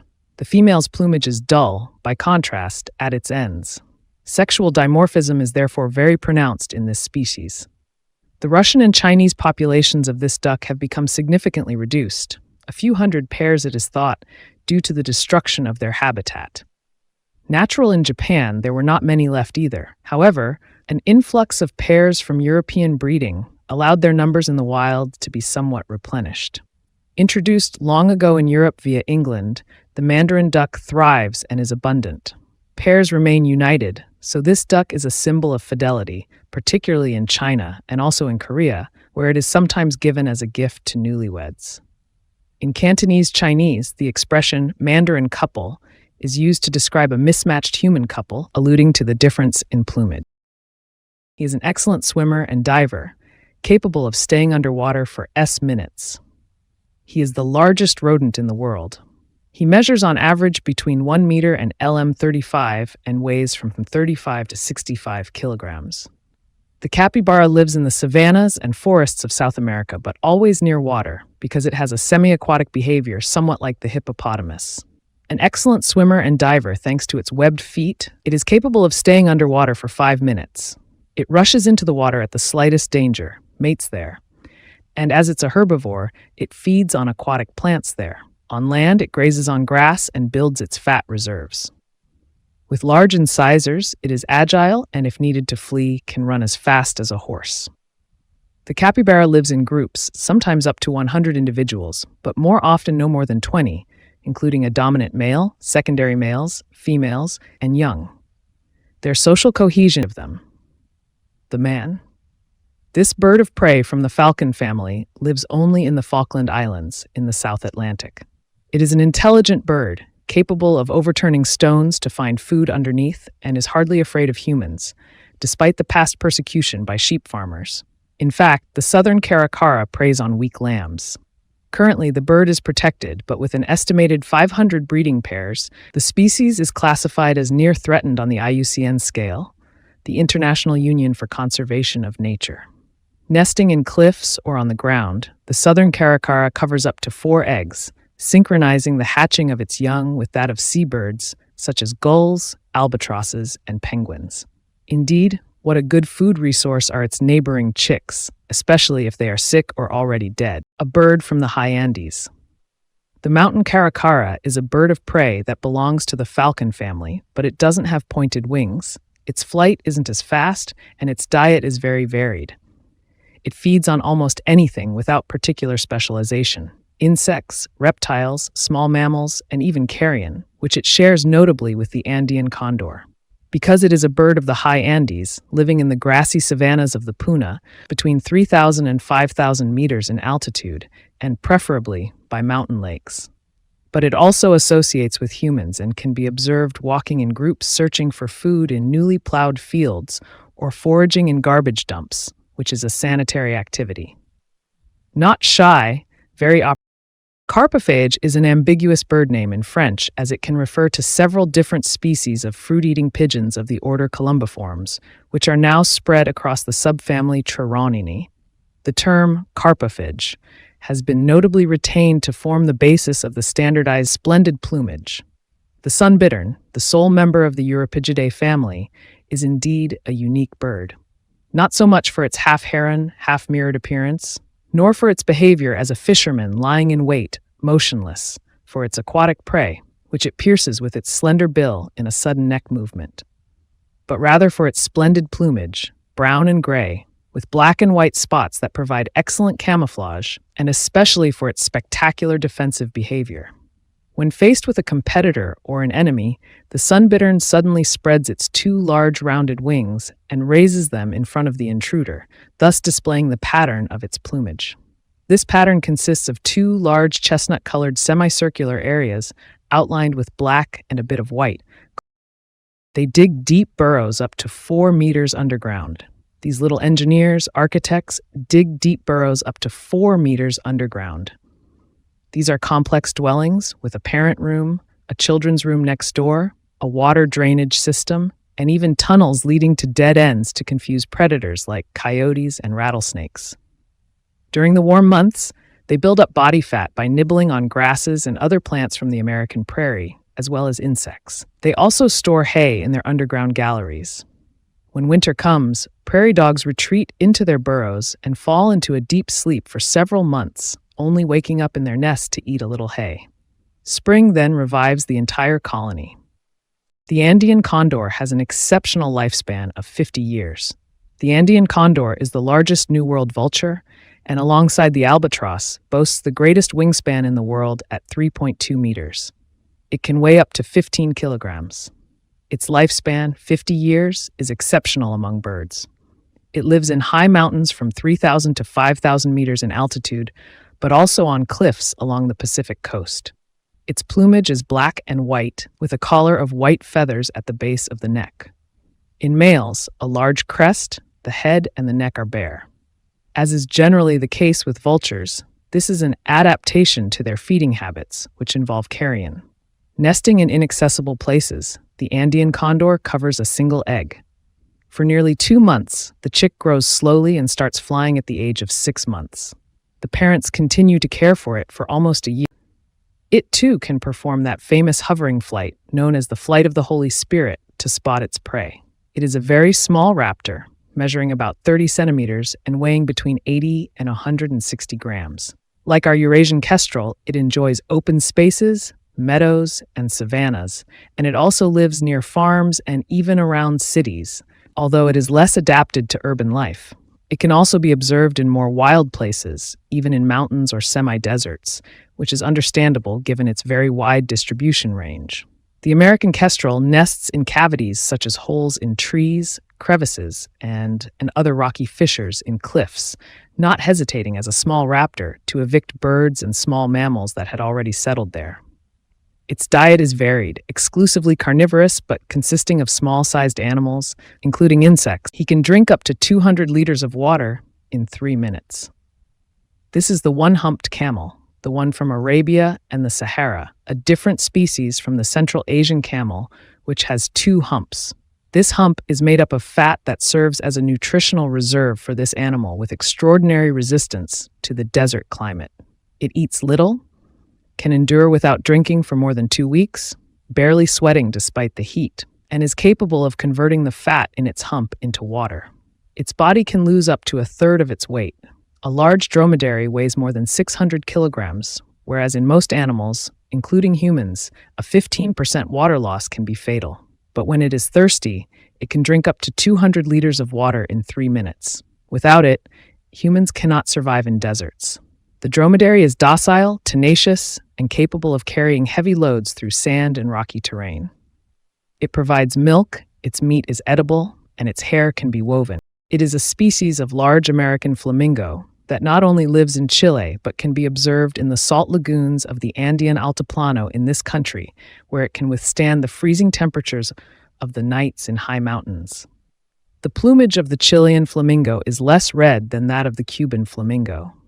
This color is due to its diet, which consists of algae and small shrimps rich in carotene. Inside its beak, as with all flamingos, there is a sort of filter that allows the bird to retain plankton and small crustaceans while raking the muddy bottoms of marshes, estuaries, and lagoons in its habitat. Did you know? This elegant bird builds a nest with the mud of the shores in the shape of a truncated cone about 40 centimeters, several million individuals. It is the smallest of the 5 flamingo species, but it is the most abundant, with several million individuals. It is notably observed in the alkaline lakes of East Africa and in Namibia, where a colony of more than 1 million birds was counted in the Etosha Basin. Its main breeding site is located at Lake Natron in Tanzania. The lesser flamingo primarily feeds on plankton, diatoms, and a cyanobacterium, spirulina, which lives in its alkaline waters. This diet gives it a pinkish plumage. Inside its beak, there is a filter composed of 10,000 microscopic lamella that allow the bird to retain its tiny food mixed with mud at the bottom of the lakes and lagoons of its habitat. Like all flamingos, it builds a nest with the mud from the shores, in the shape of a truncated cone, hollowed at the top to form a receptacle where a single egg is laid. Although a nocturnal animal, solitary. The morphology of this animal, which can exceed 2 meters in length and weigh around 40 kilograms, is remarkably specialized based on its diet, composed exclusively of ants and termites. It has very powerful forelimbs with long, sharp claws to break open nests and termite mounds, and a long 30-centimeter tube-shaped snout that it inserts into the holes thus made. It then rapidly darts, twice a second, a long and thin 60 centimeters tongue coated with sticky saliva to stick insects in their gallery and continuously swallow them. There's no need for gastric juices to digest them. The formic acid of its prey replaces that. No need for teeth either. The insects are first crushed on its palate and then ground by the contractions of its stomach. The giant anteater, also known as tamandua, is an asterisk nocturnal and solitary animal, extending to the far reaches of Siberia. It migrates to our regions and even to southern Europe when winter becomes harsh in its nesting areas. It can even be observed on urban water bodies. With its large webbed feet, it is an excellent diver, capable of staying underwater for about 20 seconds and diving up to 7 meters deep. Its diet mainly consists of freshwater animals, fish, amphibians, mollusks, freshwater mussels, insects, dragonfly larvae. It also grazes grass along the banks of water bodies. Its plumage, alternating white and black for the male and predominantly brown for the female, serves as excellent camouflage against potential predators. Males and females both have an elegant plume crest that falls to the back of the head, black for the male, brown for the female, harmonizing with the rest of their plumage. It is one of the largest pigeons in the world. The crowned pigeon of Sclater is a columbid. It is one of the largest pigeons in the world, measuring 70 centimeters and weighing up to 2.5 kilograms. Living exclusively in the mountain rainforests of New Guinea, this bird has an essentially terrestrial behavior, as evidenced by its robust legs, rounded wings, and short tail. It roams the undergrowth in search of food consisting of seeds and fruits, as well as small animals that have fallen from trees or are hidden in piles of leaves. Its plumage, blue, white, and brown, is magnificent, but what especially distinguishes streaked beige-brown plumage is an excellent camouflage. The greater roadrunner is a bird that became popular thanks to cartoons where we see Beep Beep running at full speed along the roads of the American Southwest. It is a fairly large bird, about 60 centimeters in size, with streaked beige-brown plumage, which is excellent camouflage, with a crest of feathers and a long beak. Its legs are long and powerful, allowing it to run at 30 kilometers per hour over long distances, with its head, body, and tail horizontal, parallel to the ground, preferably on terrains with dense vegetation. It is a poor glider and prefers to flee on the ground. It can be said to be omnivorous. It eats practically everything it finds in the semi-arid areas of its habitat. It kills its prey by catching them with its beak and striking them vigorously on the ground. A greater roadrunner has even been observed killing a rattlesnake. It builds its nest in bushes or small trees. It's a magnificent owl that can weigh 2.5 kilograms and has a wingspan reaching up to 1.6 meters. This nocturnal raptor has a very impressive appearance because of its size, but also because of its large yellow eyes and long tufts that resemble ears, giving it a stern look. Its reddish facial disc provides it with excellent night vision and very keen hearing. It is capable of living in very different habitats, from the tundra in the north to the desert and plains in the south. Hunting at dusk and dawn, its diet is varied but exclusively carnivorous, including small rodents, birds, reptiles, amphibians, fish, and insects, all detected while hunting from a perch and caught in its powerful talons after a silent glide. It nests in tree hollows or on cliff ledges. As its habitat decreases and the use of pesticides poisons its prey, thanks to reintroduction programs, it can once again be admired. The Eurasian eagle owl is one of the largest owls in the world, approximately 75 centimeters in length, with a wingspan that can reach 1.85 meters and a weight of 2 to 4.5 kilograms. Its beige-brown streaked plumage provides excellent camouflage. Its facial disc is divided in two up to the beak, highlighting large orange eyes. When it raises its long ear tufts that resemble ears, it has a very imposing appearance. It hunts at night, like owls and other owls in general, flying silently thanks to plumage adapted to reduce the sound produced by air friction. It can thus surprise prey, which consists solely of meat, amphibians, birds, but also rats, hares, and even small fawns. The Eurasian eagle owl nests in cliffs and rocky escarpments in mountains, but also in large forests, sometimes using nests of other large birds like crows or eagles. Optional physiological feature. The African harrier hawk is a medium-sized bird of prey, about 60 centimeters, with gray plumage, a small and slender head, and a bare-skinned face of yellow or red color. It has an exceptional physiological characteristic. Its tarsi, elevated above the joint corresponding to our ankle and the lower part of the foot, allow its legs and claws to rotate vertically by 7 degrees and laterally by 30 degrees, so that this bird can easily climb along vertical tree trunks or rocky walls, also using its wings. Thus, it can probe into inaccessible places, cracks, and holes to uncover its prey. It mainly eats insects, small mammals, birds, and reptiles, which it manages to find thanks to its climbing skills.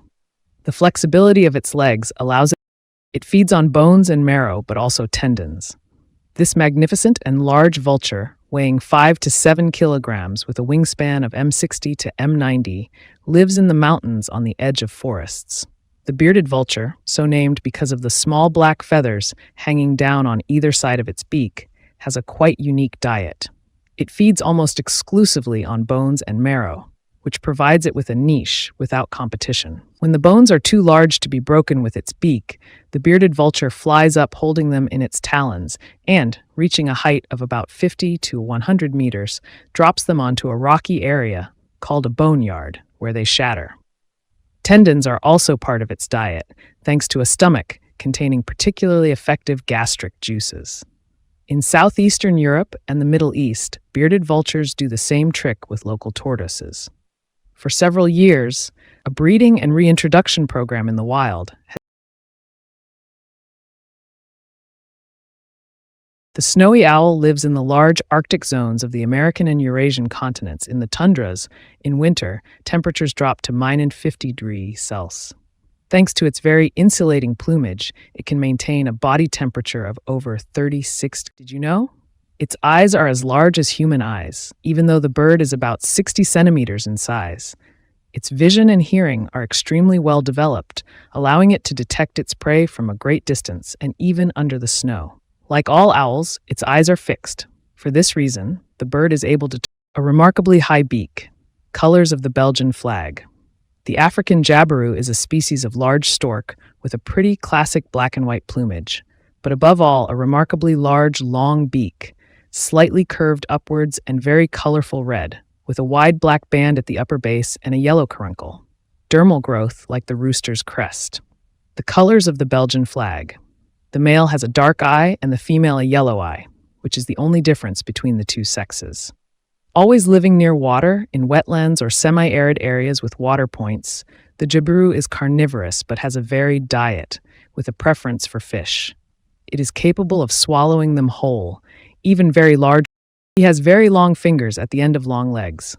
Like all jacanas, the golden-breasted jacana has very long fingers at the end of long legs, allowing it to easily walk on floating aquatic plants, mainly water lilies, that cover the water bodies in its habitat. It can also swim if necessary, but it seeks food while walking.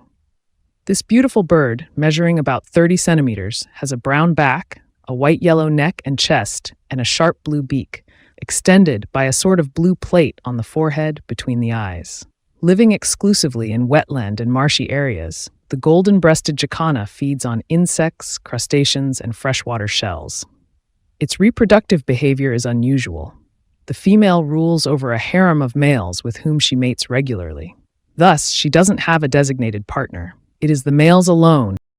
He searches for his prey up high, ground. This magnificent bird of prey is remarkable for its size, up to 1.5 meters, its very long legs, and its black crest of feathers that fall in a fan shape at the back of its head. It is nicknamed secretary bird, which comes from an Arabic word meaning hunting bird, and it is also known as the serpent eagle due to its ability to hunt snakes. It is a walking and running bird, but it also flies and glides quite well. Striding over kilometers of the African savanna with a somewhat mechanical gait, as if moving on stilts, the secretary bird searches for its prey on the ground. It eats insects, small rodents, and also lizards and snakes, which it immobilizes with its talons, seizes with its hooked beak, and strikes forcefully against the ground to kill. It is well adapted for this type of hunting. One of the smallest lemurs in the world, endemic to the large island of Madagascar, the mouse lemur is one of the smallest lemurs in the world. Its body measures barely 12 centimeters, with an additional 15 centimeters for the tail, and it weighs less than 80 grams. Living in Malagasy forests, mouse lemurs primarily feed on insects, leaves, and eggs. Fruits, but also flower nectar, thus contributing to plant pollination. During the day, in small groups, they remain hidden in tree holes and become active at night to search for their food, each on its own. They have enormous eyes with an extremely sensitive retina and excellent hearing. Their predators are mainly birds of prey and snakes. Arboreal. 1 in 4 mouse lemurs falls prey. However, the species compensates for this predation with a high reproduction rate. Mouse lemurs have a rare ability among primates: the ability to reduce their metabolism by entering a plumage more brown than black. This bird of prey has a plumage more brown than black. Its natural habitat is vast and it occupies nearly all of it: the Old World, Europe, Asia, Africa, and even Australia. However, it needs grass to nest as well as them, wetlands, lakes, and rivers. The black kite is an opportunistic bird that has understood the advantages of living near humans. It has therefore also colonized large urban areas where it finds that food in sealed garbage dumps, slaughterhouses. There, it plays the same role as vultures in cleaning up carcasses and other perishable remains, thus limiting the spread of epidemic diseases. It is therefore very useful. From a health standpoint, although it mainly eats fish sick or dead, it has part elsewhere, a varied ground diet including insects, crustaceans, mollusks, small mammals limited to Europe. A relative of the black kite, this small bird of prey has a lighter plumage, reddish-brown on the body and streaked gray-white on the head. Its natural habitat is limited to Europe. It needs trees to nest and thus favors open forest areas, not far from grassy plains and wetlands where it finds a varied diet. The red kite is an opportunistic bird that has understood the food benefits of living near humans. Therefore, it has also colonized large urban areas where it finds food in garbage dumps. Due to increasingly strict sanitary regulations in Europe concerning the management of public dumps, red kite populations have decreased, and they are seen less frequently soaring in the sky. Besides refuse and carrion, it eats insects, crustaceans, mollusks, reptiles, and small mammals. It is not very picky. For prey running on the ground, it spots them while gliding and then dives at them, gripping them with a swift strike of its talons and kills them in flight. In some regions of Europe, the use of pesticides has exceptional plumage for a pigeon. This large bird from the Columbidae family, pigeon, is considered the closest relative of the dodo from Mauritius. Extinct since the 15th century, it has exceptional plumage for a very colorful pigeon. Iridescent, in shades of green, turquoise blue, with long feathers on the neck that form a kind of ruff. Inhabiting dense and humid forests, scrubby areas, and mangroves, the Nicobar pigeon has only one offspring. Mainly fed on seeds and fruits, as well as small insects it pecks from the ground. Rather gregarious, these birds live in colonies but form stable pairs. The chicks are born naked and are fed crop milk, pigeon milk, for about 10 days. Unlike mammalian milk, crop milk, which is very nutritious, is produced by cells lining the bird's throat and contains lipids and proteins but no carbohydrates, sugar. Many bird species have sexual dimorphism in birds of paradise. The greater emerald bird of paradise is the largest, measuring about 43 centimeters, including the tail feather. It inhabits primary rainforests, covering lowland wet areas and hills. As with all birds of paradise, there is a significant sexual dimorphism in the males. The male has a bluish beak, a violet-brown body, a green iridescent chest, a yellow-white head, and on the sides, long-lasting, light and filamentous yellow and white feathers. Females and immatures. The courtship display of the greater emerald bird of paradise takes place at the top of a tree in a clear area of branches called leks. The males, often in small groups, perform a ritualized dance to attract females. They first make calls to entice the female, then turning their back to her, they lean forward, spreading their wings spasmodically and displaying their feathers. They create a quivering bouquet display, and finally, if the female remains attentive and interested, the chosen male turns around to face her. His spread over a vast territory in an environment of primary rainforests covering the humid lowlands and hills. The male, about 30 centimeters in length, including tail feathers, has a brown plumage, a green throat, an emerald head, yellow nape, and on the sides, 2 long, light, filamentous feathers, yellow at the base and white for the rest. The courtship display of the lesser emerald bird of paradise takes place at the top of a tree in a clear space without obstructions. All leaves as males strut to woo the females by making calls, hopping, and vigorously flapping their open wings while fluttering their fine yellowish, whitish lateral plumes that open in bouquets. The female compares the suitors based on their appearance and ultimately accepts a mating pair. Nests have been rarely observed. They are large cups made of eggs, twigs, bark, and branches wedged between 2 hosts. In a tree fork, the female lays 1 or 2 pinkish eggs, which she covers for about 25 centimeters. Do you think it looks like a giraffe? Yet it is its close cousin, while it measures only 25 centimeters, not bigger than a small rabbit.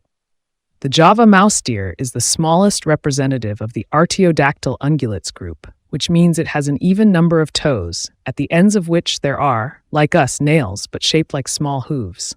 It is very shy and therefore difficult to observe in its natural habitat, the forests of Java and Bali in Indonesia. Since it is not very strong or armed against its enemies, it has to use cunning. Do you know how? It glides from tree to tree for nourishment and protection. The sugar glider is a small marsupial measuring about 30 centimeters from snout to tail and weighing between 100 and 150 grams.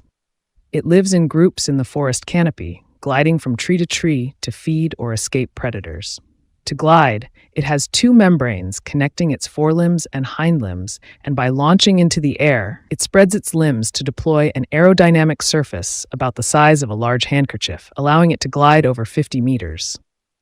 The sugar glider is omnivorous, feeding on insects, fruits, seeds, and they particularly love nectar and other sugary fluids, hence its nickname, the sugar glider. It is a nocturnal animal with 2 large, widely spaced black eyes providing excellent depth perception, useful for judging distances. As a marsupial, the female has a pouch where the young continue to develop. Quite uniquely, The males also contribute to the protection and education of a bird from South America. It is a curious little heron bearing a rather exotic name in French. Its crest of black feathers towards the back gives it an elegant appearance, along with its large black eyes, which indicate a bird of rather nocturnal habits. Indeed, fond of the humid forest habitats of Central and South America, it feeds mainly at dawn or dusk on small mammals and amusing, standing like sentinels always on the lookout. They inhabit the semi-desert areas of southern Africa. They belong to the mongoose family, are diurnal, and live in groups of 3 to 30 individuals maximum.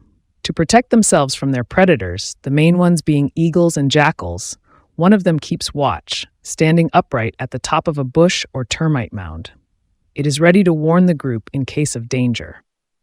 Only the dominant female will mate and raise. It is also called northern bald ibis or hermits, because without feathers on its head and with a red face, it somewhat resembles a monk with a lot of imagination.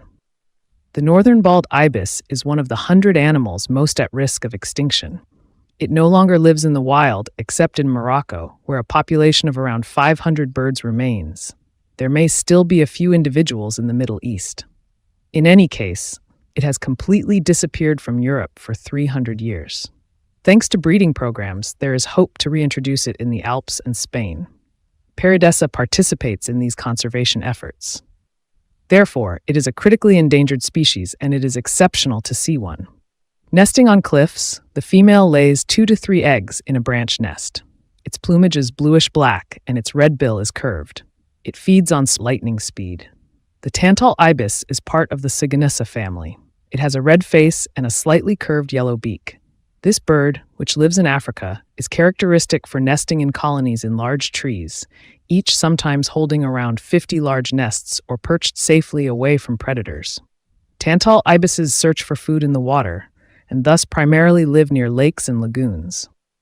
Carnivorous, they eat amphibians and fish, hunting in groups or stirring the mud with their feet to uncover their prey. However, they are not very social birds.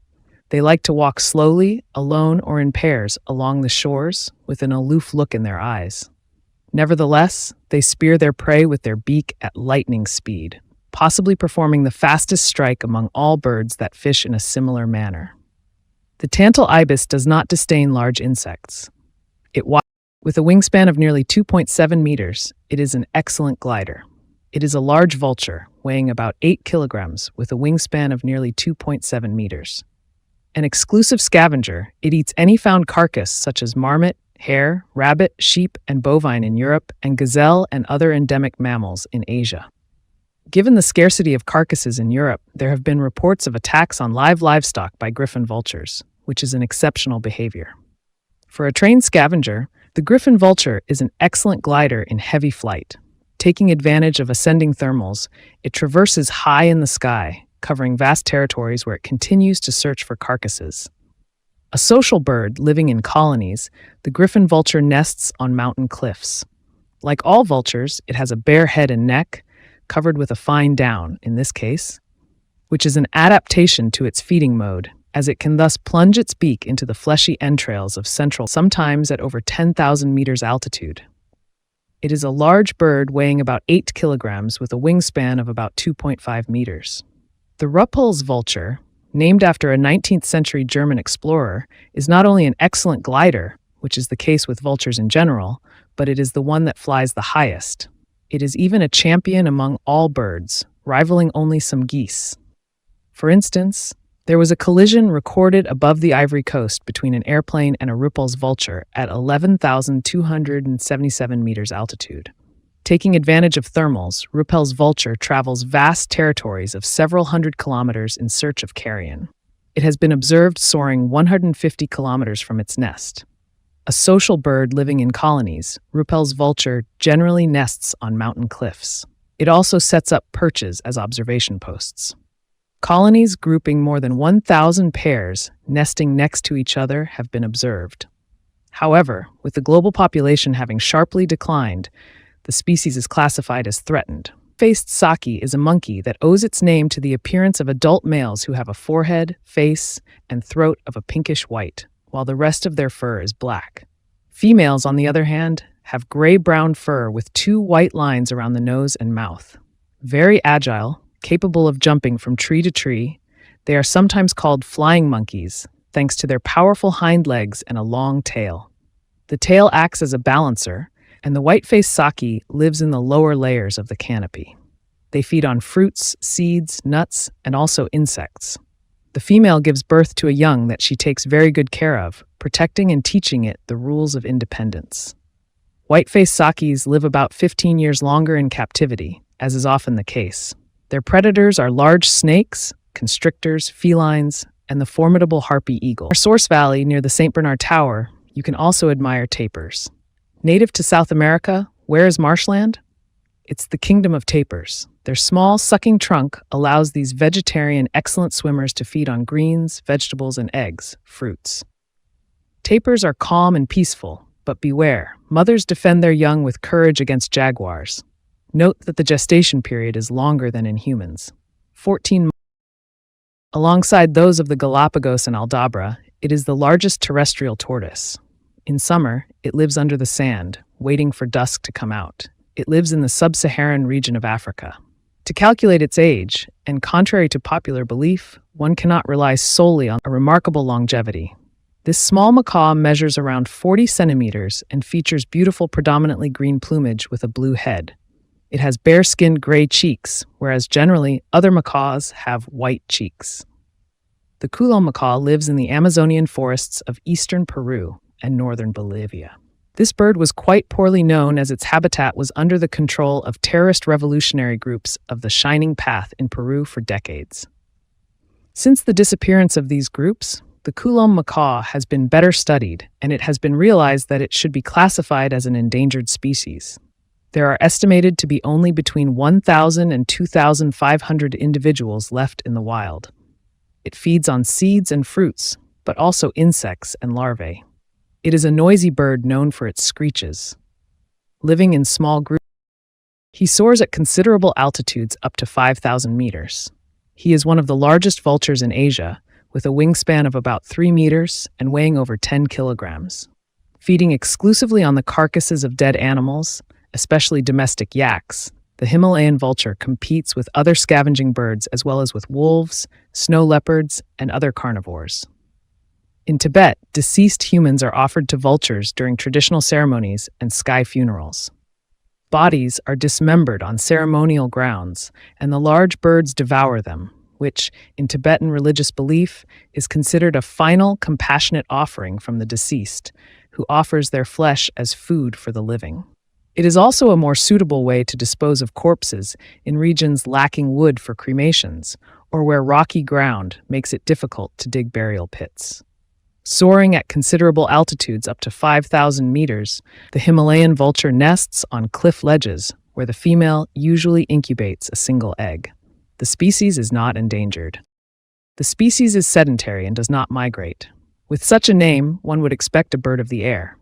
However, one of them lives on the Australian continent, wading in the shallow waters of marshes, coasts, lagoons, and mangroves, the Raja shelduck.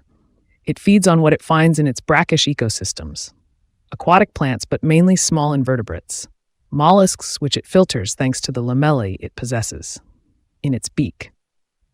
Given its geographical area, it does not experience cold periods. Hence, the species is sedentary and does not migrate. These birds live in pairs or small groups, but not in large colonies. The nests are often placed in tree holes near shores without the use of grass or other plants to make them more comfortable, only a few down feathers. Or 6 to 12, they are incubated for a month. Without being very abundant, between 160,000 and 200,000, he is insensitive to pain. This rodent is truly exceptional. Living in large colonies underground, in a vast network of tunnels, he hardly needs to see, and thus his eyes are atrophied.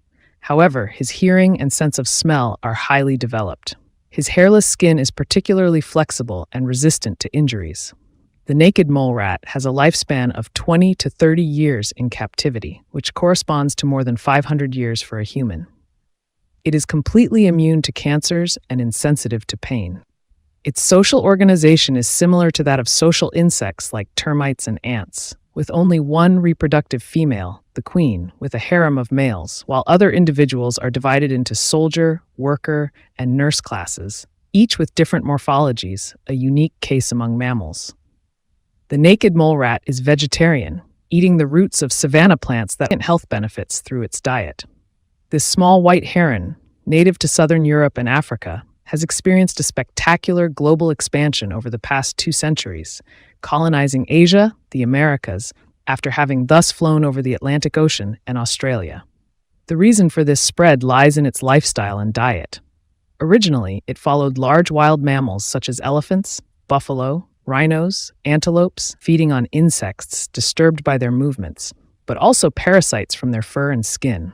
It then adapted to animals domesticated by humans, such as horses and bovines, and given the development of livestock farming, it followed suit, providing significant health benefits by ridding livestock of ticks and flies. It is highly appreciated by farmers worldwide, hence its name, although it doesn't actually guard either cattle or donkeys.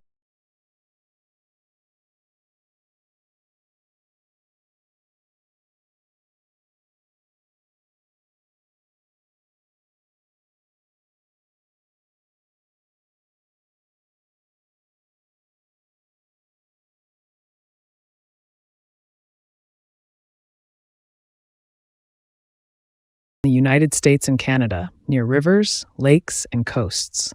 As the national emblem of the United States, this eagle was a sacred bird in several Native American cultures. A few centuries ago, this symbol of strength and freedom almost disappeared from the globe. This was primarily due to its habitat being degraded by human activities. Thanks to several effective breeding and conservation programs, the species has been able to reclaim its territory and is no longer threatened in North America. These eagles do not like to live in groups, but when an abundant food source is made available to them, they are willing to make an exception. For example, they often gather in large numbers during salmon migrations. Did you know? Most eagles have feathered legs up to their talons, but the bald eagle does. Its wingspan is impressive. What differentiates bald eagles from other eagles are the legs. They are feathered up to the tarsus. The habitat of the African fish eagle consists of wetlands, rivers, and ponds rich in small fish, which mainly make up its diet. The wingspan of the female is especially impressive. Generally larger than the male among birds of prey, it can reach up to 2.4 meters. With a white body, brown wings, yellow staring eyes, and a powerful beak, they are formidable birds of prey. Their diet is varied, consisting mainly of fish, but also small mammals, birds, waterfowl, herons, ducks, small reptiles like baby crocodiles, and even carrion if necessary. When the fish is not too big, it will eat it on its perch. Otherwise, it drags it onto the shore by flying at the surface. It has even been observed pulling a very large fish under the water, swimming with its wings. The eyelet is a large species of bat that lives in the forests of Thailand, Cambodia, Vietnam, and southern China. These animals live in colonies of several hundred individuals. During the day, they hang from the high branches of trees, head down. At night, they search for fruits to eat. Its role in maintaining forest vegetation, and therefore biodiversity, is very important. All the fruits these animals eat contain seeds. The bats spread these seeds by spitting them out when they don't want to eat them, or the seeds are dispersed through their droppings. Given the destruction of its habitat and hunting by farmers who fear the destruction of their fruit crops, the species is in sharp decline and is classified as vulnerable. Did you know? With its small triangular head, pointed ears, and reddish-brown fur color around its neck, it resembles a small fox, hence its common name, as is popular in South American folklore. This magnificent and large vulture, which can reach a wingspan of nearly 2 meters, is very recognizable by its beautiful plumage, its bare head with multicolored skin, its powerful beak topped with a yellow-orange caruncle. In America, it is surpassed in size only by the condor. The cold sarcaron inhabits primary tropical and equatorial forests, as well as the plains adjacent to them, in marshy areas. An excellent glider, it can stay in the air for an extended period without flapping its wings. The cold sarcaron identifies carrion, its almost exclusive food source, not only by sight but also by smell, which is an exceptional ability in birds. Undoubtedly, this is because, living in forests, its sense of smell allows it to detect carcasses lying on the ground, not visible under the tree cover. A sacred bird for the Mayas is popular in South American folklore.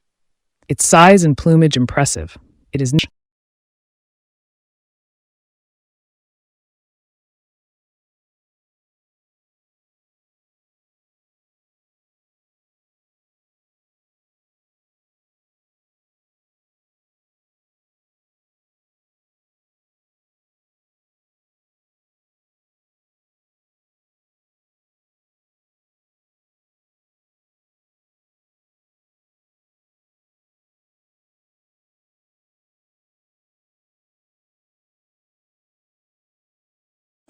Les canards. Alors, Ça, c'est une poule d'eau, hein. Ça, là. avec les grandes pattes. T'as vu les grandes pattes que ça a?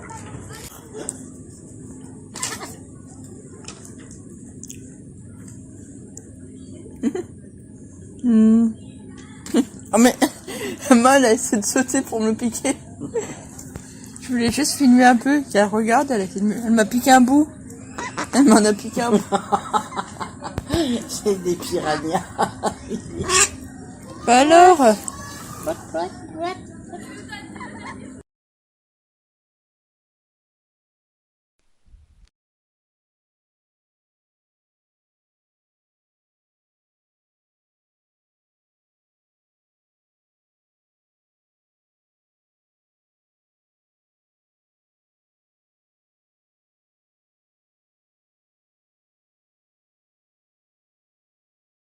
The male is a very modern dad. It is the second largest flightless bird in the world after the ostrich, standing up to 2 meters tall and weighing nearly 50 kilograms. It has powerful legs with 3 toes, whereas the ostrich has only 2, and it can run very fast and for a long time. The male is a very modern dad. He is the one who builds. The nest is at ground level, and he alone covers the eggs. For 56 days, without eating or drinking, he takes care of them alone. From the chicks, protecting and educating them until they are 18 months old. The female limits herself to laying in the same nest up to 20 eggs. The dark egg weighs between 700 and 900 grams. Each egg is therefore equivalent to about 10 chicken eggs. The emu is not rare, and it lives in a very large part of Australia. It is also raised for its meat, which is low in cholesterol, and for its fat, which is used in the manufacture of sought after by visitors, is back at Pairi Daiza, a male koala. The koala, an emblematic animal of the Australian continent, joins the park, reaching an average size of about 85 centimeters and can weigh up to 14 kilograms. The animal lives in eucalyptus forests, which it primarily consumes. At night, once ubiquitous in Australia, the koala is increasingly struggling to survive in the wild. In 2014, the International Union for Conservation of Nature, IUCN, estimated the number of individuals to be between 100,000 and 500,000 in the wild. But the devastating forest fires of 2019 and 2020 are said to have decimated about 1/3 of this population. The koala house is open every day until 5 p.m. It spears its prey, like herons do. This small heron, also known as the white-faced heron, stands 60 to 70 centimeters tall. Its plumage is light blue-gray, except for the face and upper neck, which are white. During the breeding season, nuptial plumes, which are longer, grow on its neck and back. White-faced herons prefer flooded areas. They favor shallow waters, whether fresh or salt, where they find their food consisting of all kinds of aquatic animals: fish, amphibians, insects, small reptiles. Remaining still in the water, this wader watches its prey, which it spears with a sudden striking movement, like herons generally do. The couple builds their nest from twigs high up in trees, and then both parents incubate the eggs and raise the chicks together. The young ones fledge roughly after 40 days. Present throughout the Australian continent, the Australian ibis is a fairly large bird measuring 60 to 75 centimeters. Its back is black with dark feathers. It has an iridescent green-blue sheen on the wings and a smooth white belly. It has a long neck adorned with white feathers, hanging, and possesses a long, slim, curved black beak.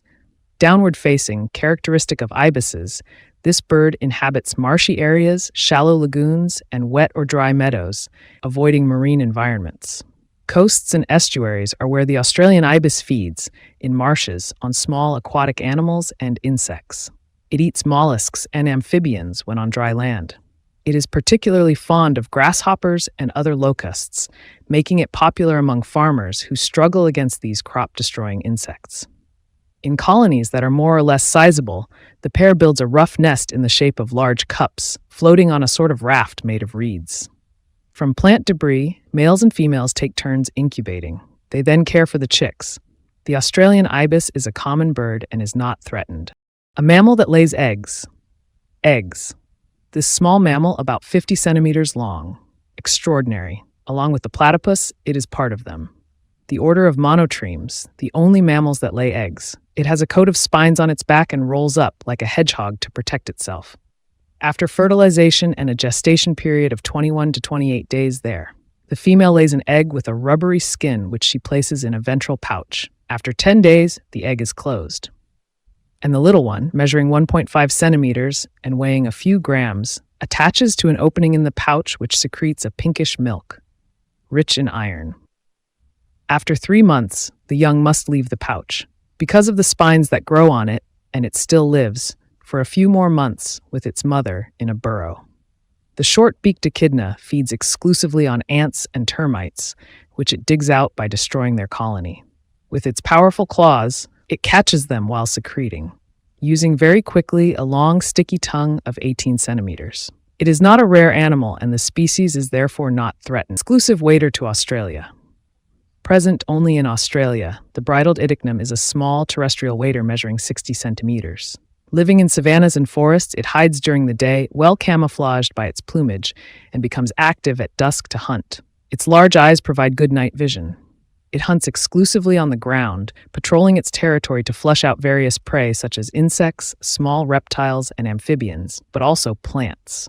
Once widespread, this bird suffered greatly from the introduction of cats and foxes by the early settlers from Europe. The populations also declined due to habitat destruction for livestock and cultivation, as well as bushfires. It disappeared from Tasmania since 1900 and other Australian states since then. Fortunately, the bridled idiocnum has benefited from protection thanks to the rigorous management of the country's natural areas. Currently, its numbers are estimated at 15,000 individuals, and the species, having stabilized, is no longer threatened.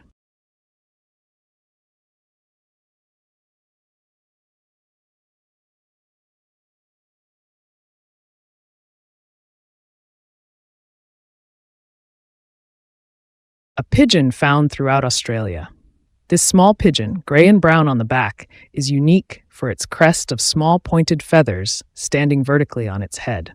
This crest remains in this position when the bird moves on the ground. Similarly, at the end of flight, when the crested pigeon lands, its crest and tail lift, giving it a unique appearance. These birds are gregarious and live in large groups across the Australian continent. The crested pigeon primarily feeds on seeds. Given the agricultural development in Australia, this pigeon has conquered new territories and is now a very common bird. Pairs are formed after a highly elaborate courtship dance by the male. When the bird takes flight, its wings produce a distinctive whistling sound, likely a way to alert other birds to the approach of danger. It is the most popular pet bird in the world, after the canary. In captivity, you can observe individuals with blue plumage, which is not the case in the wild, where all individuals have green plumage. The natural green color is the result of the combined effect of a yellow pigment, cytosine, present in the feathers, and blue obtained by light diffraction. Blue plus yellow equals green. Due to mutations, some individuals do not synthesize the yellow pigment, so their plumage remains blue. This parrot lives in the semi-arid areas of central Australia, where there are shrub savannas and water. It forms large groups that migrate to find a new living site once the food resources of the old one are exhausted. It eats all kinds of seeds, wild fruits, and grasses. It is an intelligent bird that, in captivity, is very sociable and capable of singing and mimicking certain sounds. Its English name, budgerigar, is thought to come from one of its Aboriginal names, Betcheriga, which means good to eat.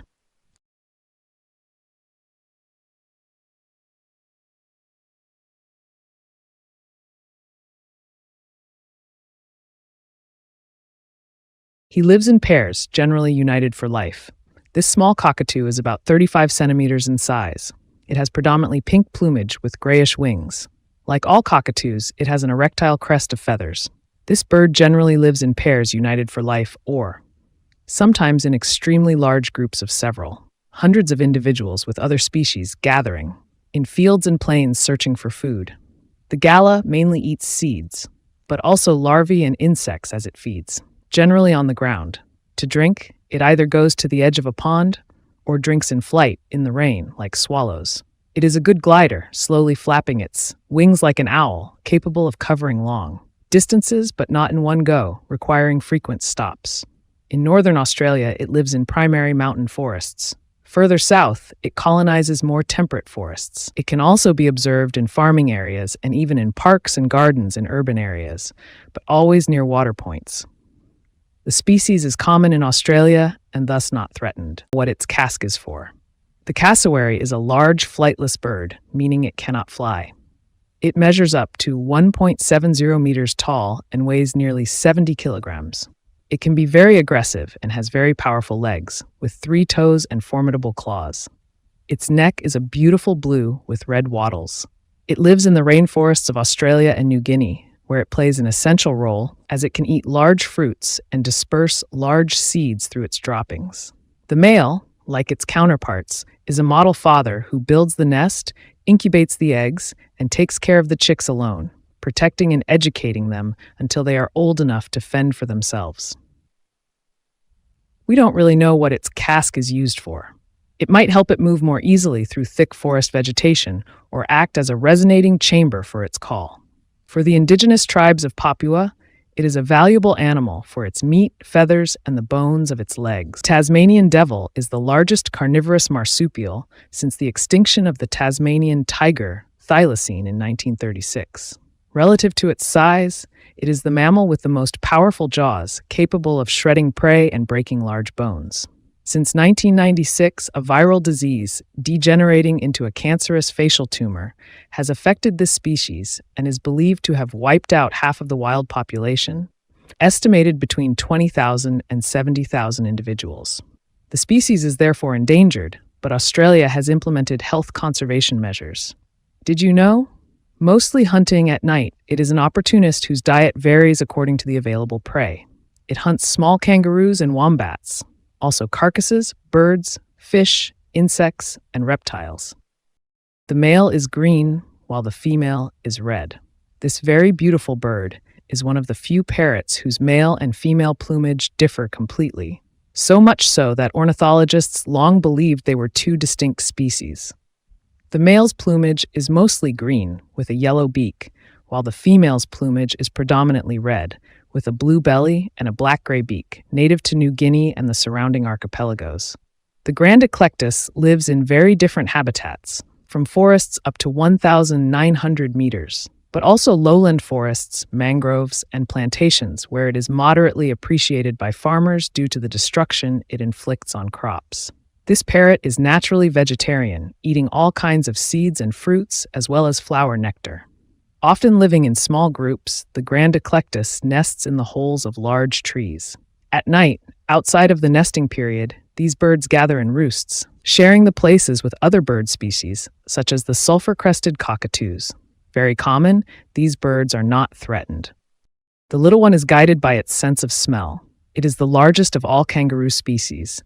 It can reach up to 1.80 meters and weigh 85 kilograms, like an adult man. It is a mammal, so it feeds its young with milk, but it is also a marsupial, meaning its young is born in an embryonic, immature form that continues to develop in a pouch rather than inside its mother's belly. After just 33 days, the baby embryo is born. Tiny, blind, and weighing only 1 gram, it is undoubtedly guided by its sense of smell, as it clings on its own to its mother's fur and climbs up to the ventral pouch where it can suckle maternal milk and grow for 8 months. Then, like a second birth, it comes out, hops for the first time, and begins to graze on grass. However, it still regularly returns to this pouch where it finds safety. This bird hunts rather than fishes. This bird, with a robust appearance, a large pointed beak, and beautiful metallic blue wings, lives in humid forests where it occupies large hunting territories to feed its family. The blue-winged kingfisher is sedentary yet rather shy, making it difficult to observe, similar to the Australian kookaburra, the giant kingfisher.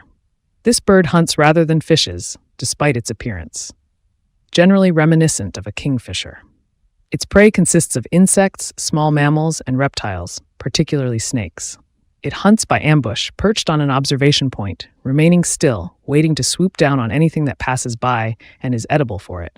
The species is not endangered. He lives in a forest habitat.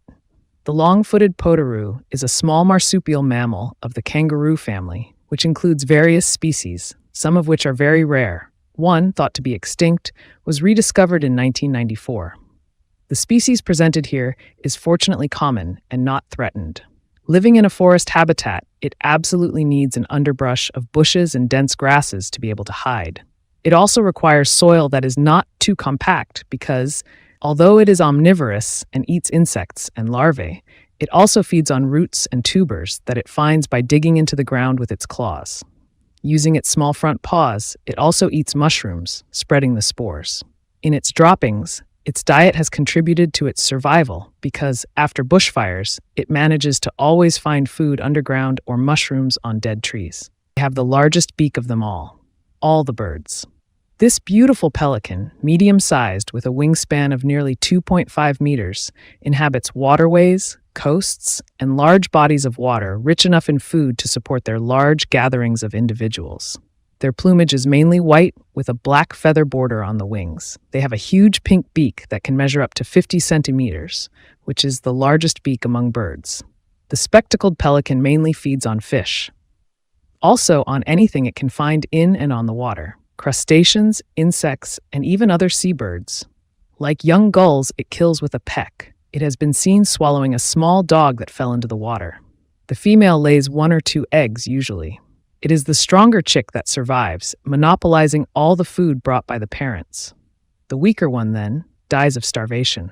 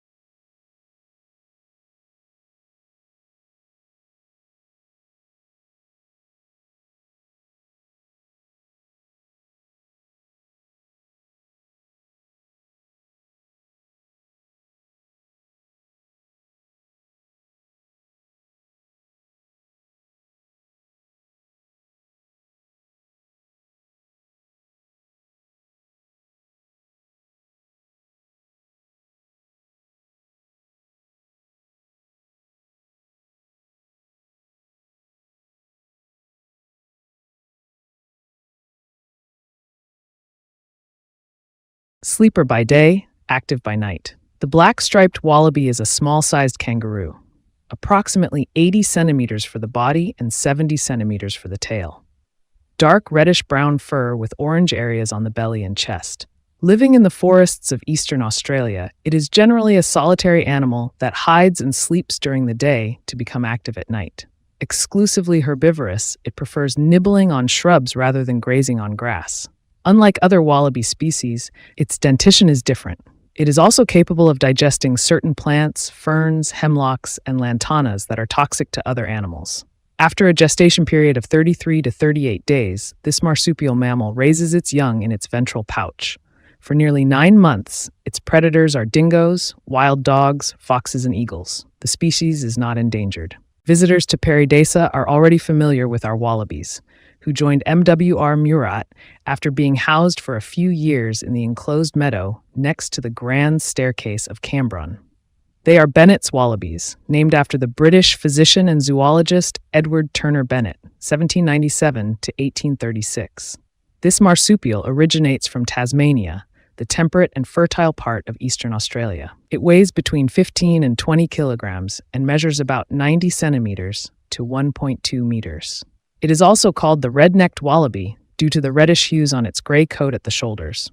It is a very lively animal, capable of jumping 1.5 meters high and 6 meters in length. It runs at 30 kilometers per hour with peaks of up to 50 kilometers per hour. It lives in a temperate to cool climate, feeds on tender hay, vegetables, and foliage, and is well adapted to Belgium. At Murat Murat, our wallabies live in open space, though it's a bit chilly at night. They can be found on the ground floor of the deer enclosure, where they have rooms reserved for them, and in the giant opal mine. This wasn't planned, but they feel at home after all. This marsupial is the largest mammal in the world. It digs burrows, measures on average 1 meter, and weighs more than 25 kilograms. There are 3 subspecies. The one presented here, Pairi Daiza, is endemic to the island of Tasmania in the south of Australia. Like all marsupials, it has a ventral pouch that contains only 1 pair of teats. Wombats show great aggression towards their predators. Dingoes and birds of prey are not hesitant to attack violently if necessary.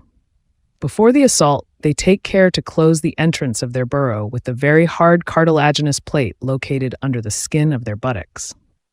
Herbivores, they feed on grasses, mushrooms, roots, and tree bark. Surprisingly, wombats have the particularity of producing cube-shaped dropping, regar, or a cockatoo. It is a medium-sized cockatoo with gray plumage. The anthracite makes the tops of the wings white, a yellow head with red spots on the cheeks, and a crest of feathers. Erect feathers at the back of the head. The question arises whether it is a budgerigar, parakeet family, long tail, or a cockatoo, with a short tail, like other parrots except for macaws. This question has caused debate for many years. Besides the fact that this bird has an erectile crest, another element leans the balance towards cockatoos. Both parents incubate the eggs. Finally, supported by morphological and genetic studies, the cockatiel is classified among the cockatoos. It lives in semi-arid areas of Australia, but also in more humid coastal areas. In the wild, it gathers in colonies numbering up to 50 individuals. This beautiful little bird mainly eats seeds. Wild or cultivated, if it doesn't really have the gift of speech, the elegant cockatiel can, however, whistle very well and is capable of imitating them. Short melodies are inspired by, for example, television clips for subjects in captivity.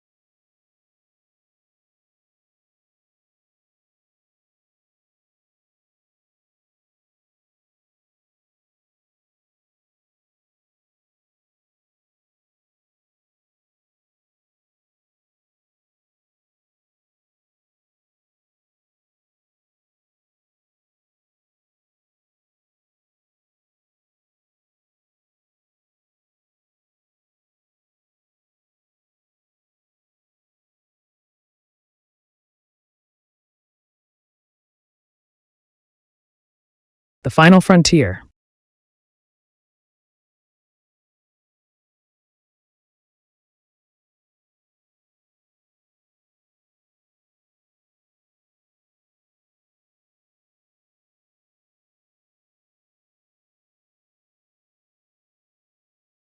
The sea lion, sometimes also called the stellar sea lion, lives along the rocky coasts of the North Pacific from California to northern Japan, through Canada, Alaska, the Bering Strait, and Kamchatka. It is the largest species of sea lion. Adult males measure 3 meters and sometimes weigh a ton. Females are always smaller and especially much less heavy. They feed on all species of fish as well as invertebrates such as squid, octopus, and cuttlefish. Their main predator is the orca. After a 1-year gestation, a young one is born weighing nearly 20 kilograms, which the mother nurses and protects for at least 1 year. The brown bear occupies vast forest and mountainous territories in the northern hemisphere. The color of its fur ranges from all shades of brown to black. It is a very powerful animal, larger and more massive than the black bear. And unlike the latter, it has a muscle hump above the shoulders, which increases the strength of its forelimbs. The animal is solitary except during breeding periods or when seasonal food areas concentrate, like the salmon run in the rivers. Despite its size and weight, up to 700 kilograms, the brown bear can run at more than 50 kilometers per hour. It is omnivorous but adapts its diet to local resources, primarily vegetarians, grasses, seeds, berries. It also occasionally eats insects, fish, and small mammals. Its sense of smell and hearing are very developed. As the cold approaches, the brown bear enters a lethargic state without truly hibernating, taking refuge in a protected location. It lives at a slow pace, using its fat reserves. Smaller than the brown bear and the polar bear, the black bear, also known as gorilla, occupies vast territories across the North American continent, from Alaska to Florida. While it prefers forests and mountains, it also lives in the tundras of the north and the swampy areas of the southeastern USA. Its coat color varies from black to cream white, including all shades of brown. It is very agile, able to stand upright and walk a few meters on its hind legs, climb trees using powerful claws, swim across a lake, and run at over 50 km per hour. The black bear is omnivorous, but its diet mainly consists of plants, grass, seeds, fruits, and other plant materials. While its eyesight is mediocre, its sense of smell and hearing are very well developed, originating from the eastern Mediterranean basin, Turkey, the Middle East, Greece. The din was then introduced throughout Europe as a pet. It is indeed a beautiful deer of medium size, with the ermel bearing large flat antlers. The din lives in mixed deciduous forests, in wooded meadows, in plains and low mountains of Europe. It lives between 15 and 25 years, depending on the harshness of its habitat's climate. The males live in small bachelor groups, joining the females during the rutting season, whom they share after battles. After an 8-month gestation, the dena gives birth to 1, sometimes 2, fang. Did you know? It is a herbivore capable, in winter, when food is scarcer, of eating more toxic plants, such as ivy and mistletoe, as well as bark. Gray wolf, or common wolf, is the most widespread species of canid, with various subspecies. Wolves exhibit a great variability in fur colors, including gray, black, red, and white. Equipped with an excellent sense of smell, keen hearing, night vision, good swimming skills, and endurance running ability to cover up to 60 kilometers with refined efficiency, the wolf lives in a family unit composed of a junior alpha breeding pair, their offspring, and young adults. In boreal regions, the group can reach up to 30 individuals. It is a formidable carnivore, hunting in packs for deer, small rodents, birds, fish, and also eating insects in times of scarcity. The she-wolf gives birth to a litter of up to 7 pups. Exterminated in Western Europe, except in Italy and Spain, the wolf has been making a quiet return to our regions since the 1990s. The mountain lion. Also known as the mountain lion or cougar, the puma is a large feline inhabiting the Americas from Canada to Patagonia, in forests, which it shares with the jaguar, and in mountains, pampas, and semi-desert areas. Its coat is uniformly colored, ranging from brown to yellow-gray, with a pink nose and green-yellow eyes. It is a very powerful animal, averaging over 2 meters in length, with a long tail when it moves. Its hindquarters are higher than its head, with broad and muscular hind legs, allowing it to run very fast in the snow, leap over 10 meters, and jump over 4 meters without a run-up. It is therefore a very agile carnivorous predator, ambushing large deer or smaller prey, if necessary, even fish, insects, or lizards. The puma is solitary except during the breeding season. A litter can include up to 6 cubs with a spotted coat, suitable for camouflage, which they retain for a year and a half.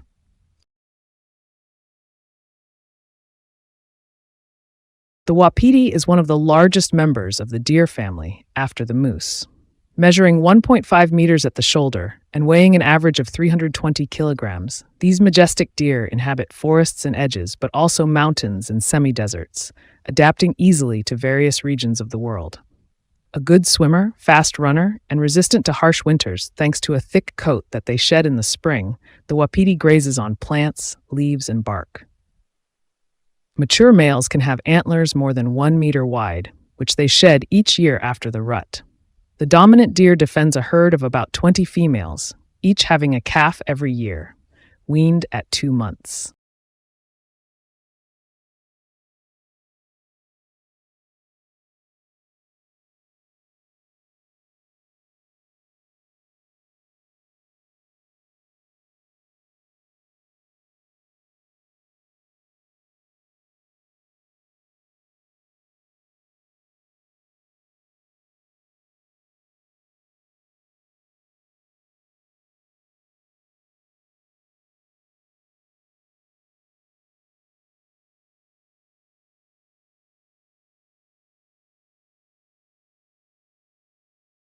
It is the tallest animal in the world, with large males reaching nearly 6 meters. Its name comes from the Arabic zarafa, meaning the delightful.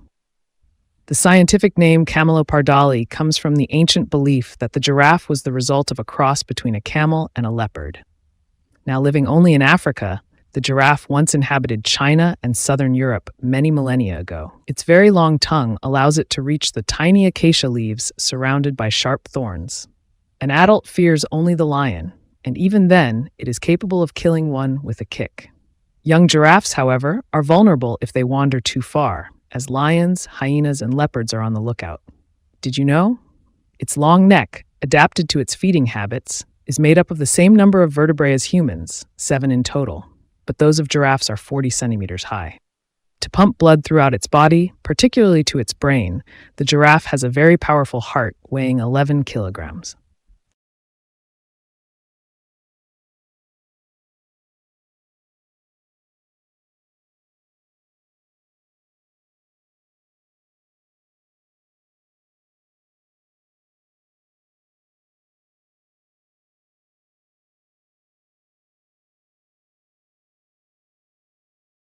The greater kudu lives in the dry wooded and shrub savannas and the hilly forests of southern and eastern Africa.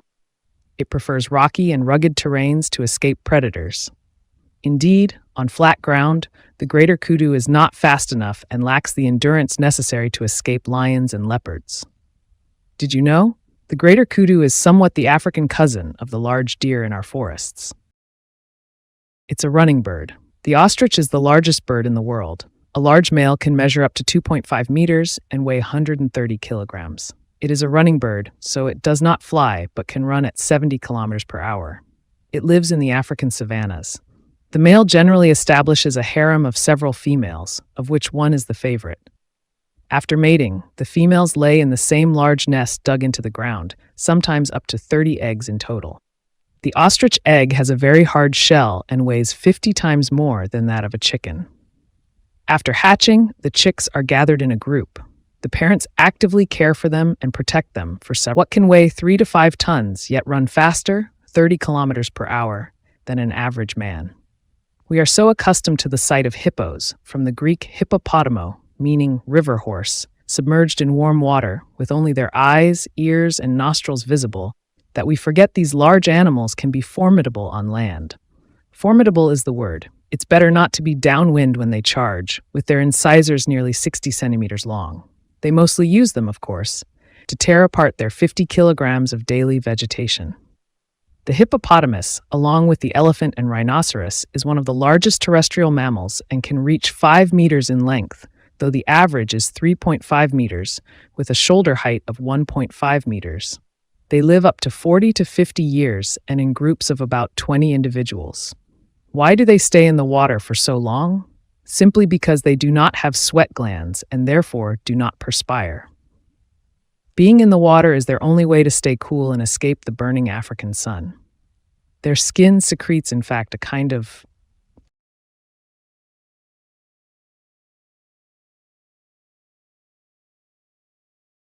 natural sunscreen product, a reddish secretion once mistaken for blood. Found in the rivers of Uganda, Sudan, northern Congo, western Gambia, or Botswana. In Zimbabwe, Zambia, and South Africa, hippos have a very territorial organization. Each male stubbornly defends his riverbank and his harem of females against intruders, therefore making them potentially dangerous to tourists and farmers.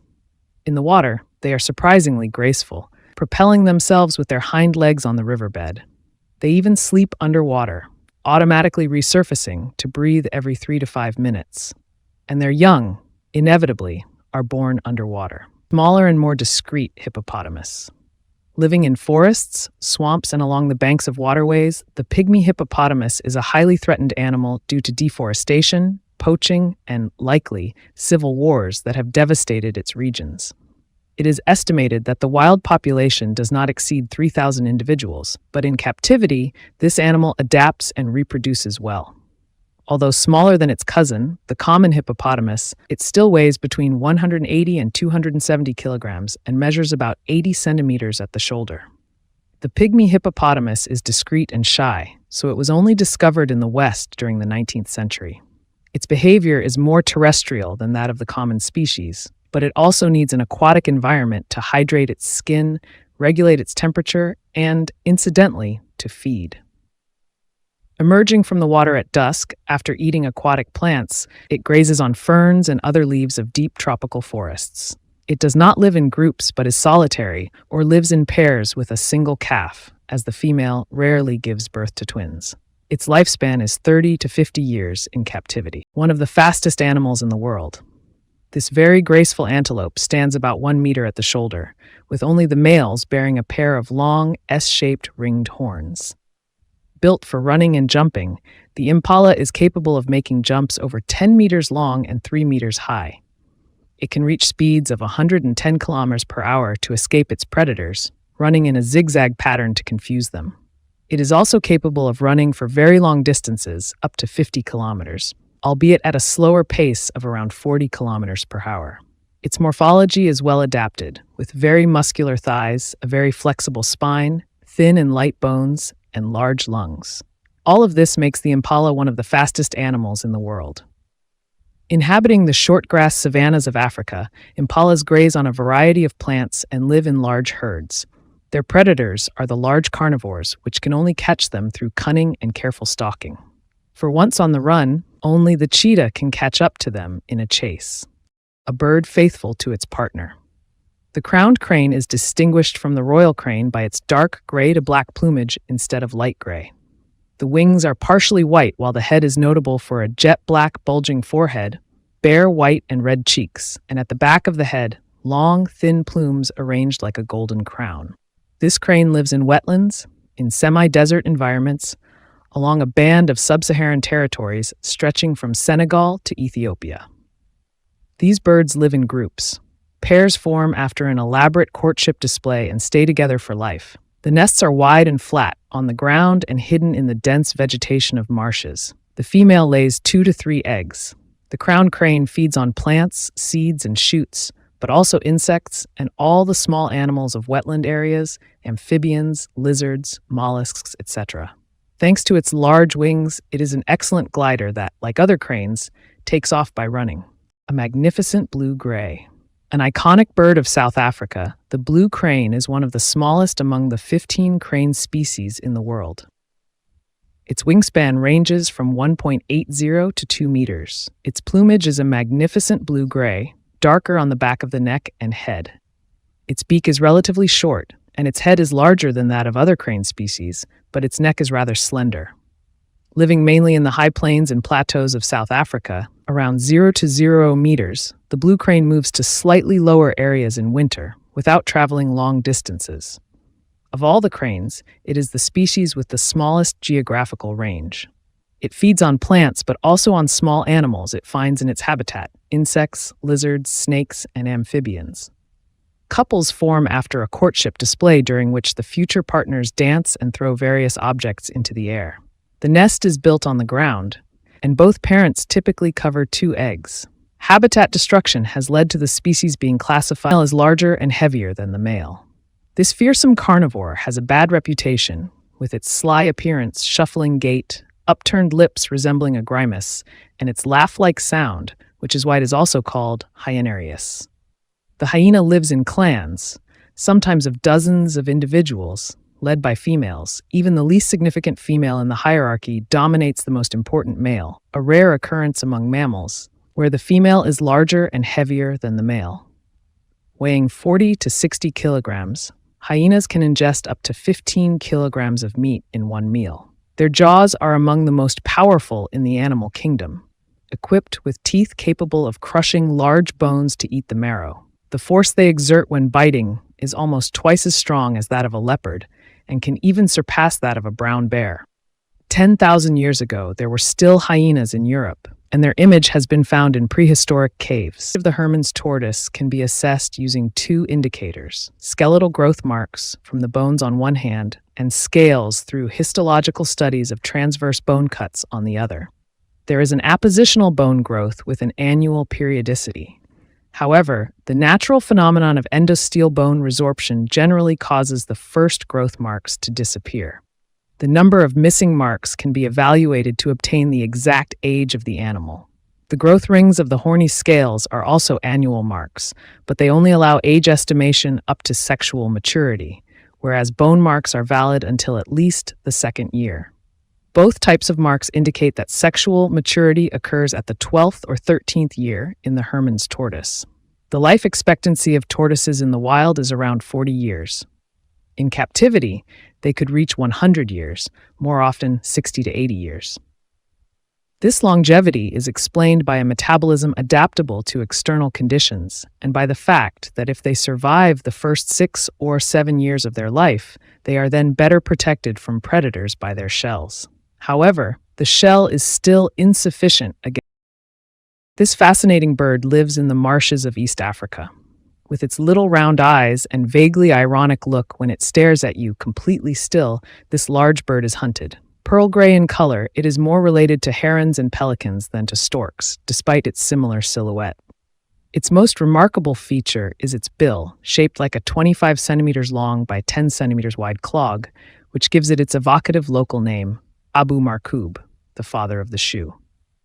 It is so elusive that European scientists did not discover it until 1850, during expeditions into the vast marshy areas of Africa, at the sources of an island. Did you know? Did you know that Perry Desa was the very first wildlife park where eggs of this species hatched? It was in 2008. It is the result of evolutionary adaptation to its feeding habits. The open-billed stork is a small stork of 80 centimeters, but it has a very particular beak, gapped in the middle even when closed, hence its name. This is the result of evolutionary adaptation to its very specialized feeding habits.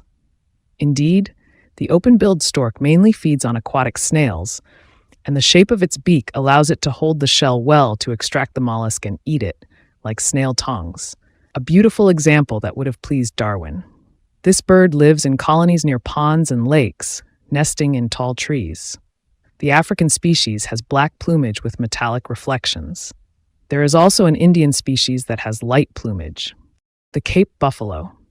Very common in the southern and eastern parts of Africa, with nearly 300,000 individuals, this species is not endangered. The largest buffalo specimens can weigh up to a ton and are known for their fiery temperament.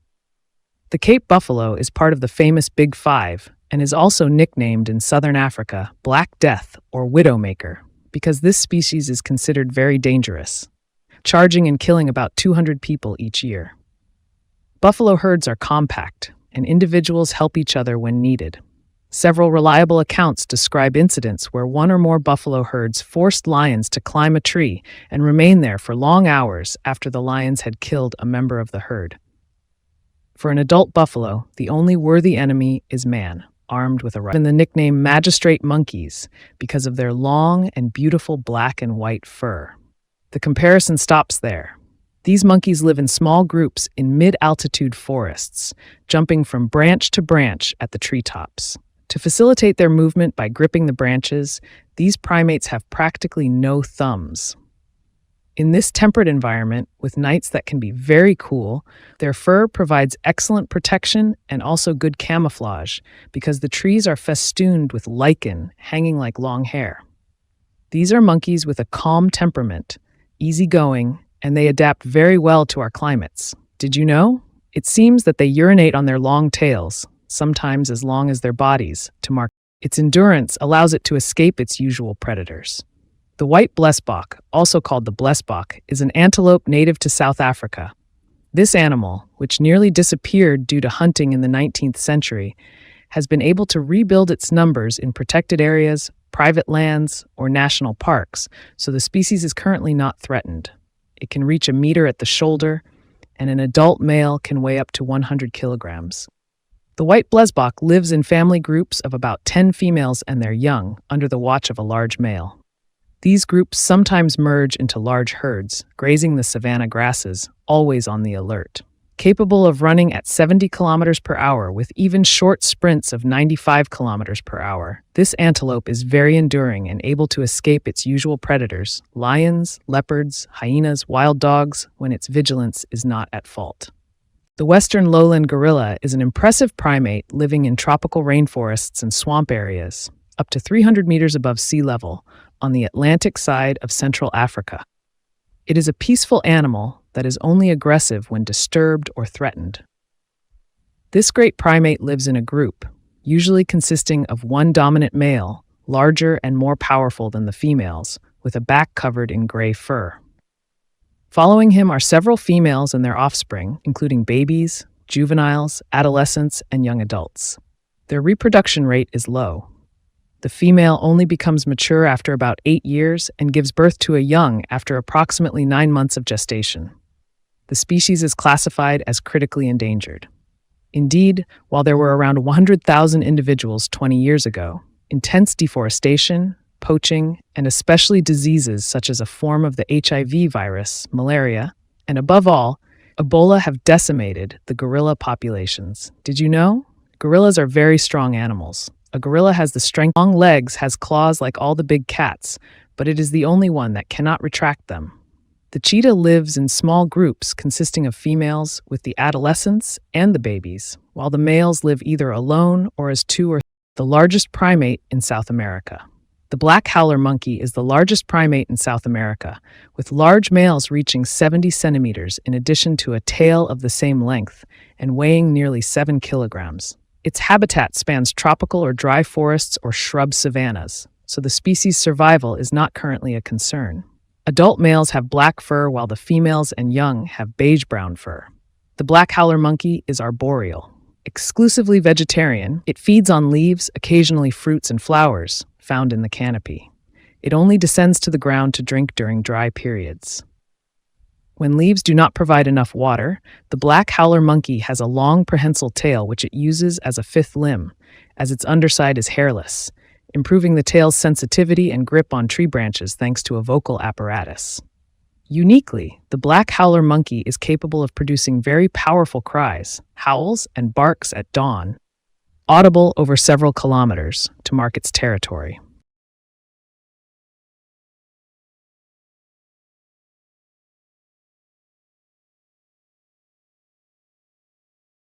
Both on the ground and in the trees. This lemur, weighing between 3 and 4 kilograms, has a long characteristic tail with 14 black rings, which not only helps it move through the trees, but also sends visual signals to other group members according to how it is moved. Very agile, the ring-tailed lemur can make very large leaps of several meters. It spends as much time on the ground as in the trees, feeding on fruits and leaves. Males engage in scent contests, producing odors from glands located under the forearms and near the genital areas. The male that emits the strongest odors wins the favor of the females, who dominate the males and remain in their birth group. Mothers carry their newborns on their backs, but despite the care they provide, only 40% of the young survive. He can swallow old shoes. His name comes from an Arabic word meaning calm or hermit.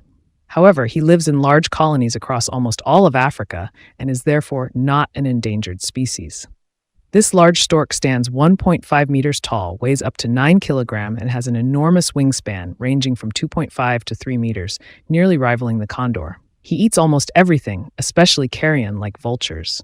He has a bare head and neck, which is more practical for sticking his head into carcasses without soiling his feathers. He also colonizes dumps near cities, eating garbage and thus providing a very useful sanitary function. His stomach is so strong that he has been seen swallowing old shoes, metal pieces, even a butcher's knife. And surviving, he lives in wet or semi-desert areas and builds large nests. A master of imitation. This bird is capable of distinctly saying, "Jocko is happy," and many other phrases and various sounds, making it one of the most popular parrots as a pet. Very intelligent, on the same level as dolphins, chimpanzees, and human babies. Nevertheless, the African gray parrot has been studied intensively. Some specimens had a vocabulary of 950 words, and moreover were able to associate them logically with meaning. Also capable of coordinating in pairs, actions by pulling strings to trigger a mechanism to obtain food. It is a master of imitation, capable not only of repeating words, but also all kinds of noises and melodies that have amazed humans for centuries. Thus, the Romans valued a talking African gray more than a pair of slaves. The wild population of African gray parrots has suffered greatly from capture and trade. Born from their talent, the species has become vulnerable. Fortunately, the bird is now abundantly bred in Europe and the USA, reducing pressure on the wild population, who graze near the rhinoceros and share with it the trait of having rather poor eyesight, but an excellent sense of smell and very sharp hearing. This strange mix of pig and wild boar only has hair on its head, which forces it to roll in the mud to protect itself from the harsh African sun. It seems to really enjoy a magnificent bird. It is a very large pelican, 6 feet long and with a wingspan of 12 feet, flying slowly and majestically, living in the wetlands of Africa and Southeast Europe. There is a particularly large population in the Danube Delta. Flying with its neck folded in an S shape, like herons, they look like seaplanes when they land on water, breaking with their webbed feet. Their main diet is fish, which they catch in groups, forming semicircles and chasing their prey by advancing together. Below the beak, there is a highly stretchable skin pouch, the gular sac, characteristic of pelicans. In the white pelican, this pouch is a beautiful yellow color. Opening its beak just at the water's surface, the pelican skims the water using its pouch like a dip net. Woe to the duckling that crosses its path. It would be swallowed as well, but somewhat by accident. First, don't think that this rhinoceros is dirty. It's true that it is much more gray than white, but in fact, it's its name itself that is misleading. The Afrikaners of South Africa, of Dutch origin, called it a widelip or wide lip. It was the British who misinterpreted wide as white, and that's why day and night all white rhinos are gray. Among all the rhinos in the world, those from Asia, Java, Sumatra, India, etc., plus the Africans, both black and white, this one is the largest, with a size ranging from 3.7 to 4.2 meters. It can weigh up to 3,000 kilograms and live for about 50 years if left alone, as poachers hunt the rhinoceros for the supposed therapeutic and aphrodisiac virtues of its horn. Even in taxidermy trophies in museums, the species is not truly threatened, but its population is declining, and it is now down to about 17,500 individuals. A hierarchy of domination. The Peruvian squirrel monkey, also called the black-headed capuchin, is a small primate living in the vast rainforests of the Amazon, often along watercourses. It measures about 30 centimeters with an even longer tail, 36 centimeters, weighing in adulthood from 700 grams to 1 kilograms, depending on the sex, with males being larger. Their lifespan is about 15 years. Arboreal, the Peruvian squirrel monkeys are active during the day, eating insects, especially worms and caterpillars, but also fruits and seeds. They form groups of several dozen individuals, mixing males and females, with a more pronounced hierarchy of domination among males than among females. Juvenile males form small clans and try to integrate into existing groups to overthrow the power of the elders. However, within the group, it is the females who dominate. The siamangs are the largest of the gibbons. These magnificent apes are part of the gibbon family, those Asian primates with long limbs, particularly their arms, which are slim and flexible. However, they do not have tails.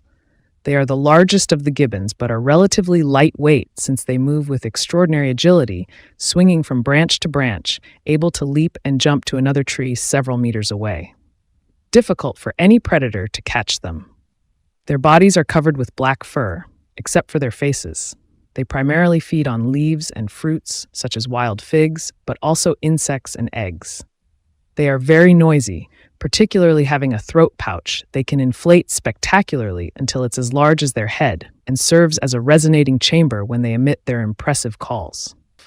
This small antelope with a brown coat, striped with a few fine white bands and a white crescent on its chest, lives in the large swampy forests of Central and East Africa.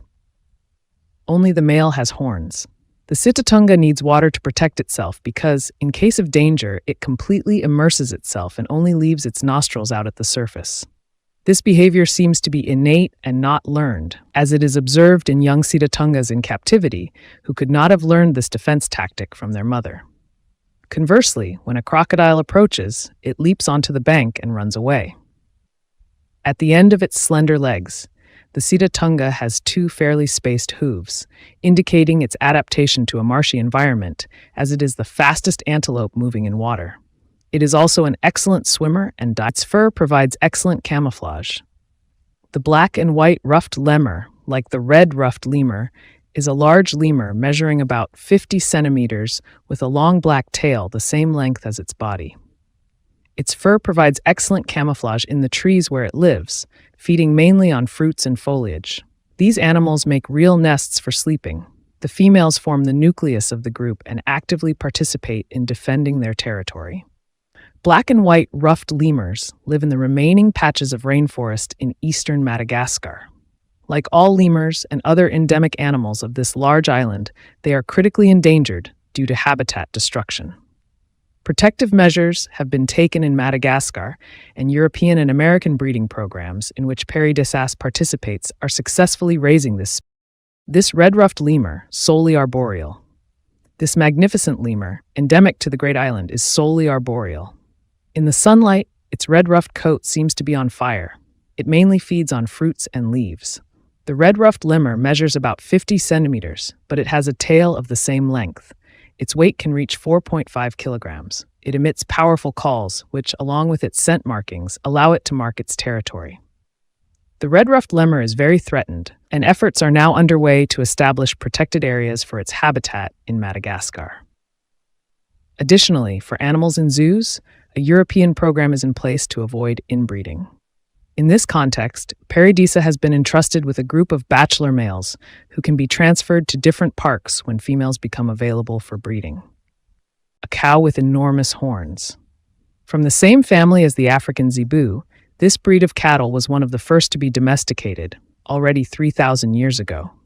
It does not have the hump of the zebu, but the Watusi cow is especially remarkable for its enormous horns, each of which can have a circumference of 50 centimeters at their base and a record length of 1.5 meters. This makes for a remarkable wingspan. It is a breed resistant to many livestock diseases and requires little food. It can survive drought and thus, along with related breeds like Borain and Guni, forms an essential subsistence element for many tribes in East Africa, in Rwanda, Burundi, Kenya, and Tanzania. Some tribes consume not only its milk for sustenance, but also its blood, taken from a small incision in a neck vein, posing no risk to the cow's life, which is the wealth and pride of its owner. You will see the high enclosure near the large African restaurant, but you will see them from afar. Watusi cattle are impressive with their large horns reaching up to 2.50 meters in span. They also weigh around 600 kilograms for a height at the withers of 1.70 meters. Originating from the African savannas of Uganda and Tanzania, they are the result of a cross between a zebu and an island beef, many thousands of years ago. Like zebus, they have a hump on top of their shoulders. The Maasai and Watusi have domesticated them and venerate them akin to the sacred Indian cows. Their large herds cause overgrazing, which is harmful to antelopes, zebras, or wild. Its teeth, which can be up to 6 centimeters long, are capable of biting with a pressure of more than 300 kilograms. Very useful when it comes to finding 7 kilograms of meat per day to feed its 250 kilograms mass of flesh and muscles. But the male lion, as we know, is a lazy king who hardly hunts and leaves this task to his females, which are smaller up to 140 kilograms per piece nonetheless and lack manes. Lions live in groups of 3 to about 30 individuals, counting up to 7 adult males and 1 to 18 females. Their hunting territory can cover up to 500 kilometers square. Their preferred prey are buffalo, wildebeest, zebras, antelopes, impalas, warthogs, giraffes, more rarely elephants, hippos, and rhinos. Lions are very aggressive towards hyenas, with whom they compete for food, as with cheetahs. They hunt only to replenish their food supplies, and if they are truly hungry, they can swallow up to 40 kilograms of meat at once, 30 kilograms in females. In Africa, there are still between 16,000 to 30,000 lions in an area stretching from Central Africa to South Africa. They are found mainly in large national parks, such as the Serengeti in Tanzania. Moreover, in India, there are still about 400 specimens. Finally, let us recall that in the Paleolithic, 35,000 BC, lions lived in Spain and France, as evidenced by the cave paintings in the Lascaux caves.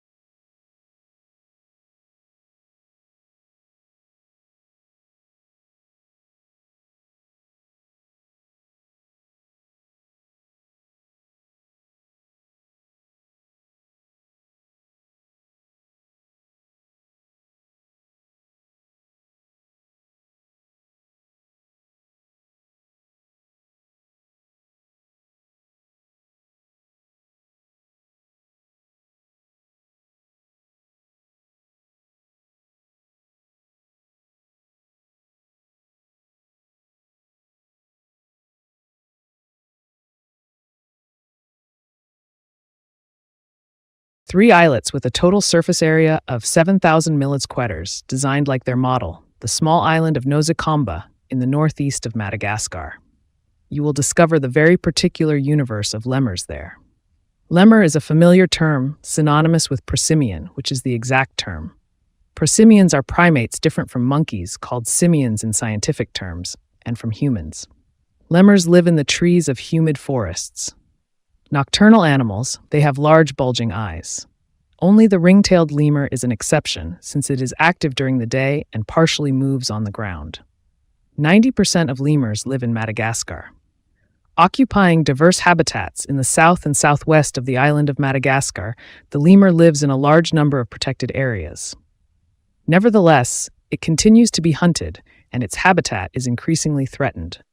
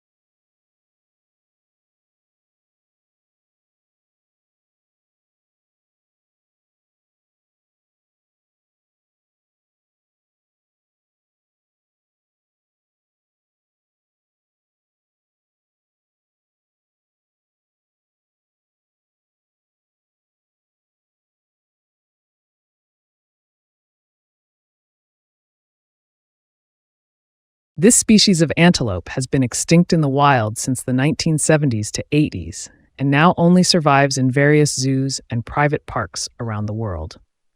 Reintroduction projects are underway in reserves located in its original habitat, particularly in Chad. The scimitar oryx stands about 1.2 meters at the shoulder and bears long, slender horns curving backward, reminiscent of its oriental swords called scimitars. Its coat is white but brownish-red on the chest. This beautiful animal lived in large herds in the arid steppes of the Sahel, south of the Sahara. Capable of raising its body temperature to limit sweating and reducing kidney function to decrease urine output and thus conserve water, the scimitar oryx is a frugal herbivore, able to survive without drinking for months. This makes it well adapted to its quasi-desert environment. The Javan leopard is a subspecies of the leopard, Panthera pardus, and it is endemic to the island of Java, where only 250 adult individuals remain, thus putting it in critical danger of extinction. It is distinguished by its significantly smaller size and the unusual frequency of individuals affected by melanism, meaning they have black fur. The leopard, in general, is a powerful feline with a coat that can vary in color according to its habitat. Usually spotted but on a pale yellow, golden, or almost brownish background. It lives in Africa, but there are subspecies of leopards in Asia, including the Javan leopard, and in a few pockets in the Middle East, such as Oman and Iran. An excellent climber and jumper, capable of leaping several meters in height and length, and also a good swimmer, the leopard has an essentially carnivorous diet but will also eat insects if necessary. As it lives in solitude, unlike lions and hyenas, it often protects its prey from competitors by hoisting it onto high tree branches. In doing so, it demonstrates extraordinary strength. Their speed and their means of defense. With its mane and long tail like a horse, its head and horns like those of a buffalo, but rather slender legs. How do we classify the wildebeest? It is actually an antelope. The wildebeest lives in massive herds in the grassy plains of Africa, moving every year by the millions to find new pastures. Hunted by predators, the young are particularly vulnerable. That is why, barely 3 minutes after birth, they are already capable of running alongside their mother. During their migration, these large antelopes, about 250 kilograms, face great dangers, especially when crossing rivers where enormous crocodiles await them, invisible in the muddy water. Their running speed, 30 to 40 kilometers per hour in cruising mode with peaks of 100 kilometers per hour, is their primary means of defense. But when being hunted, wildebeests can also stand their ground, attack vigorously, and charge a predator with their formidable, sharp horns. An animal found in Africa and Madagascar. It's also called the Red River hog and is indeed a member of the Suidae family, meaning pigs. It has a beautiful reddish coat and loves water, swimming very well. The Red River hog inhabits the forests and swamps of West and Central Africa and Madagascar, which is curious because it certainly didn't reach Madagascar by swimming. It sleeps during the day and becomes active at night, searching for its food, which it locates with a highly developed sense of smell, like many nocturnal animals. With its lower canines curving upward like a plowshare similar to a wild boar's, it digs up insects and roots, but actually eats almost everything from mushrooms, small amphibians, leaves, and fruits.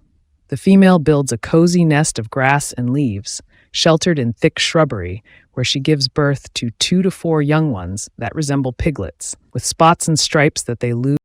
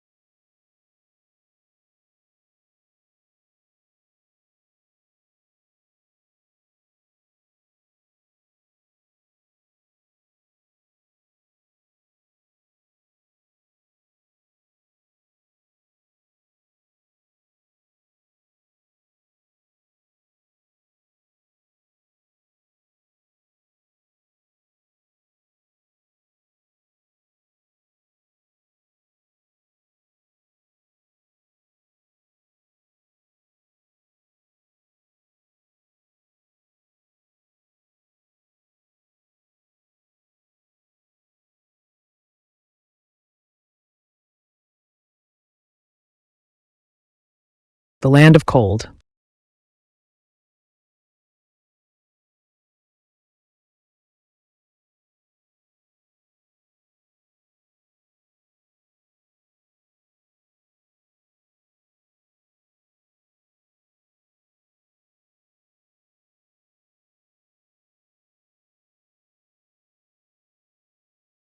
The American bison is primarily found in North America. Once, large herds of millions of these powerful animals lived on the Great American Prairie alongside the indigenous peoples. Starting in the 19th century, bison were hunted extensively, nearly to extinction, so that by the beginning of the 20th century, only a few hundred remained. Thanks to conservation measures and breeding programs, they were saved from extinction. The herds are once again thriving in national parks and nature reserves in America. Currently, it is estimated that around 5,000 live in Yellowstone National Park. Did you know? American bison are very good swimmers. They can cross a river by swimming without difficulty. After the elephant seal, the walrus is the largest marine mammal, measuring over 3.5 meters and weighing nearly 2 tons for the large males. It lives along the coasts bordering the Arctic Ocean, in herds sometimes numbering thousands of animals, under the supervision of a few dominant males.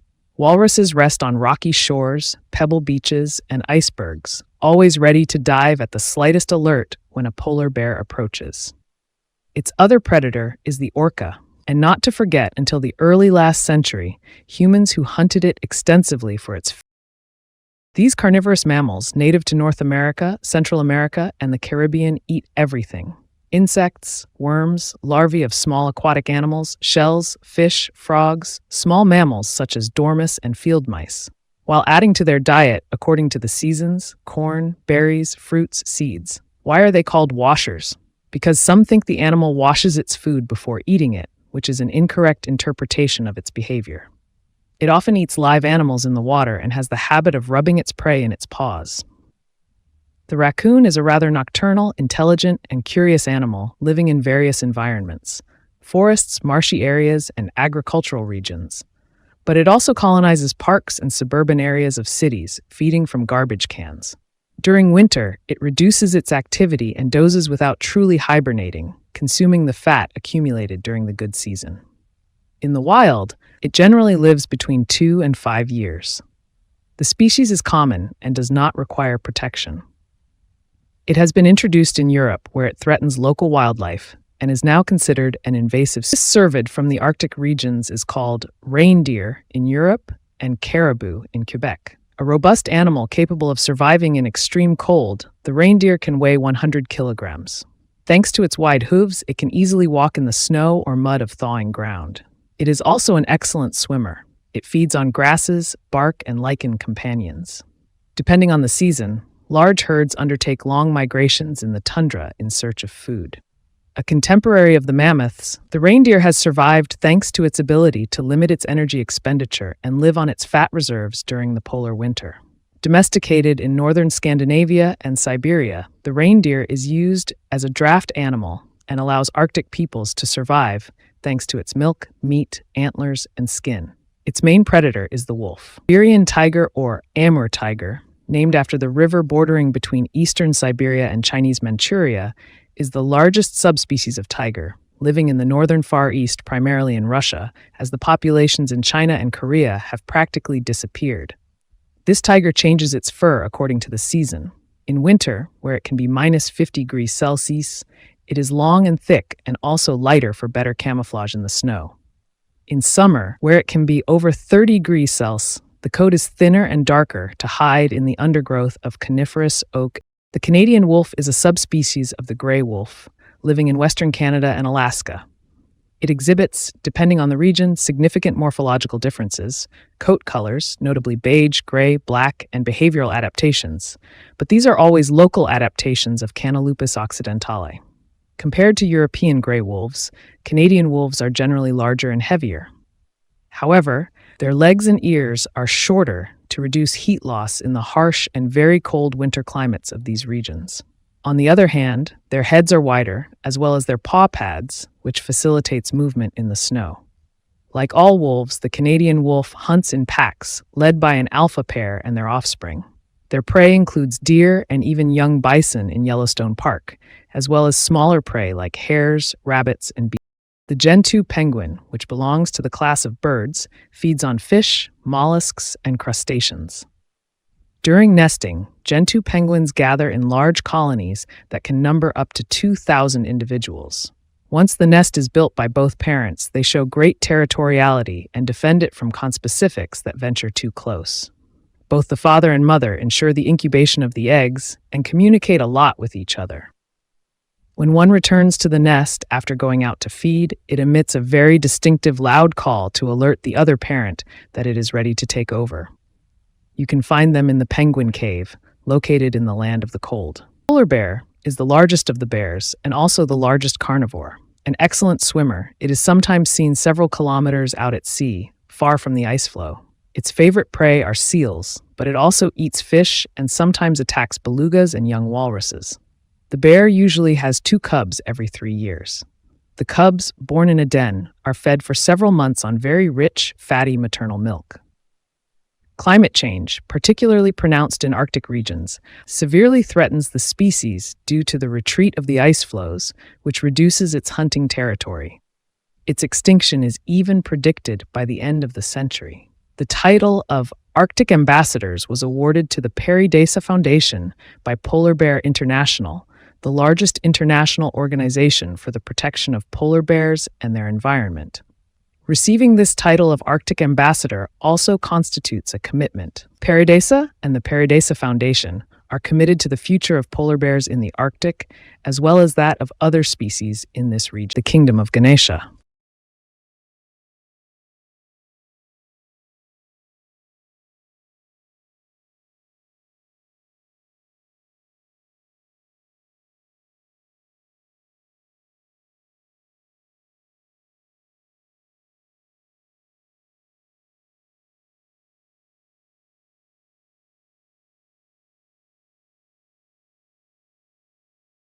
A speed champion.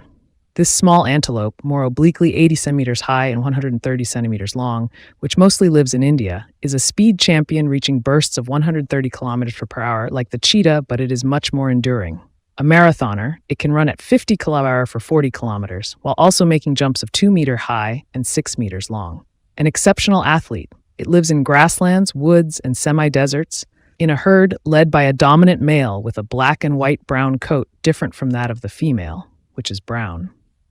The male sports beautiful and long-ringed and twisted horns and marks his territory with his droppings, but also with secretions from a gland near the eye called the preorbital gland. Very skittish, this Asian antelope flees, lightning fast, at the slightest hint of danger. Ancient Indian tales recount that only nobles could hunt this game, not with dogs, but with hunting hawks or cheetahs, which makes sense, since the latter are the only ones capable of hoping to catch up with them. The 2017 season, Perry Desa has been hosting magnificent orangutans of the species native to the north of the large Indonesian island of Sumatra. The other species is endemic to Borneo, less threatened than that of Sumatra, which is classified as critically endangered. It is estimated that barely 7,300 individuals remain in the wild and that 1,000 disappear each year, victims of poaching and the destruction of their forest habitats. Along with the African elephant, it is the largest and heaviest land mammal in the world. A male can measure 3.5 meters at the shoulder and weigh up to 5 tons. Besides being slightly smaller, the Asian elephant differs from its African cousin by its smaller ears, a trunk with only one finger instead of two, and 2 bumps on the top of the head. Only males have long visible tusks. The trunk is an extraordinary organ, resulting from a fusion between the nose and the flexible and very sensitive upper lip. It can weigh 100 kilograms and be animated by about 150,000 muscles, some allowing it to move in all directions, others to contract or relax the 2 channels that correspond to our nostrils. Living in family groups led by a matriarch, elephants roam the forests and savannas in search of their food, exclusively composed of plants. They can consume more than 200 kilograms per day. In the past, they lived throughout Asia, where they were greatly respected, but today, their natural habitat is more limited, and only a small population still survives in the wild.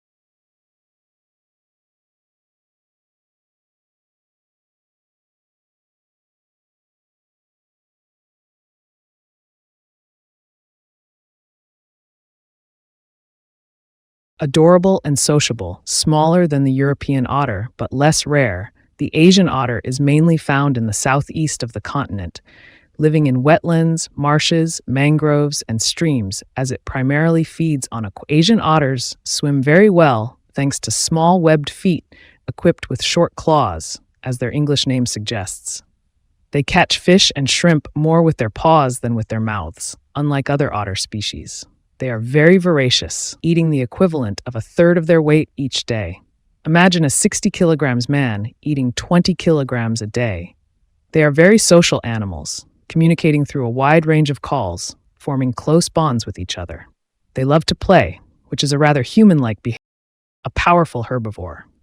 Despite its imposing horns, the Asian buffalo is a peaceful animal, chewing its forage with a sort of resignation. Domesticated for thousands of years, it plays a very important role in rural life because, thanks to it, the farmer can plow his rice field even in difficult terrain, something no modern tractor could do, or pull carts or carry loads. It also provides milk. It is both a cow and a horse. This powerful herbivore, which can weigh up to 900 kilograms and measure more than 3 meters, enjoys humid environments like marshes and riverbeds where it spends the hot hours. It is an excellent swimmer. Domesticated buffaloes are also found in southern Europe, for example in Italy, where buffalo milk mozzarella is produced. There is still a small population of wild Asian buffaloes in the marshes and forests of the Indian subcontinent and Southeast. The Komodo dragon is the largest species of lizard in the world, measuring up to 3.5 meters and weighing over 100 kilograms. It was only discovered by Western science at the beginning of the 20th century due to the relative isolation of its island habitat. Its fearsome appearance, long forked tongue, powerful claws, and prehistoric reptilian gait have earned it the nickname dragon. But it does not breathe fire. It is a carnivore, mostly a scavenger, but also feeds on live prey when it can catch them. Capable of short bursts of speed, it generally hunts by ambush, camouflaged in the thickets of dry savannas, surprising monkeys, wild boars, or deer, and even goats and buffaloes, either knocking them out on the spot or inflicting bites that become infected due to its saliva and killing the prey a few days later by septicemia. The female lays about 20 eggs, which she covers for several months. Young Komodo dragons then start a perilous life, taking refuge in trees to escape predators, especially adult dragons. Only about 4,000 to 5,000 individuals remain in the wild. It is a very rare monkey, critically endangered, that only lives on the famous Indonesian island of Sulawesi. The animals housed at Perry Desa are part of a European breeding program aimed at preserving a healthy and genetically diverse population within different zoos around the world, even though it is primarily vegetarian. The crested macaque sometimes eats aquatic animals such as crabs and snails. To communicate with its peers, this monkey uses, rather than a range of calls, a variety of expressions and facial gestures, for example, to greet, warn, intimidate, or humiliate the other. It is a very interesting behavior to observe when you are in front of him, behind the glass. He is essentially vegetarian. It is a very rare monkey, critically endangered, that only lives on the famous Indonesian island of Sulawesi. The animals housed at Pairi Desa are part of a European breeding program aimed at preserving a healthy and genetically diverse population within different zoos around the world. Even though it is essentially vegetarian, the crested macaque sometimes eats aquatic animals like crabs and snails. To communicate with its peers, this monkey has, rather than a range of cries, the Asian porcupine, recognizable by its brush-shaped tail. It is the animal with the largest quills in S. It is part of the Hystricidae branch of the porcupine family, which lives in Asia, Africa, and southern Europe. The other branch, the Orthizontidae, lives in the Americas. Porcupines are rodents that dislike light and move around at night. They are not very fast, with a top speed of 2 kilometers per hour, making it difficult for them to escape cars.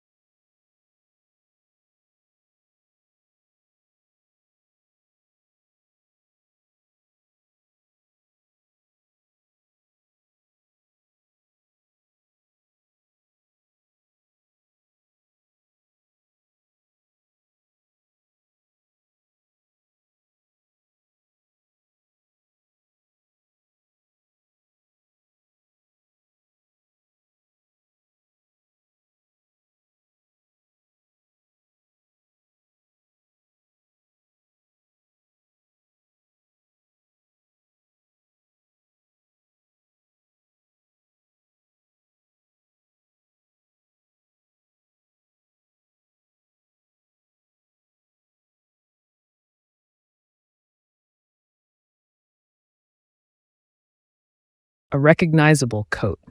The Visayan warty pig is a species of Suidae, a family of pigs endemic to a few islands in the Philippines where it is critically endangered. Only a few hundred are thought to remain in the wild. However, successful captive breeding programs have been established. The coat of this wild pig is gray-black with a white stripe on the snout. The male also has a tuft of stiff hair on its head.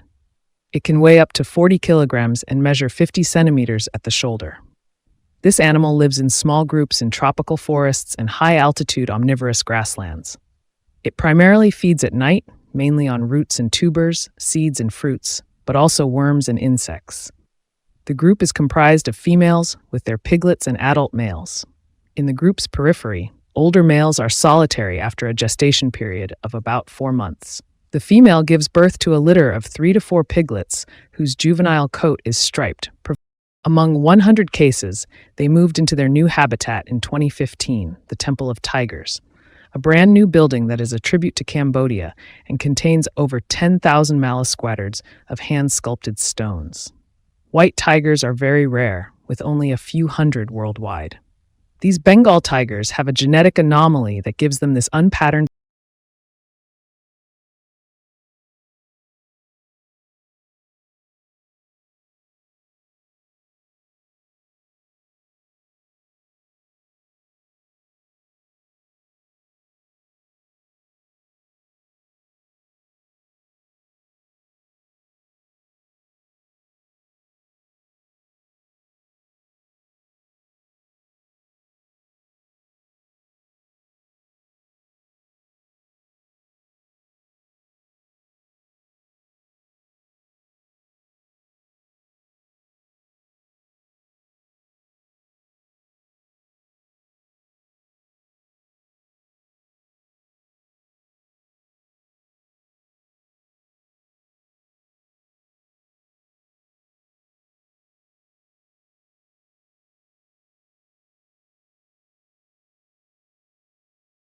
The Asian black bear is also called the moon bear due to a band of white fur on its chest in the shape of a V, which starkly contrasts with its black fur.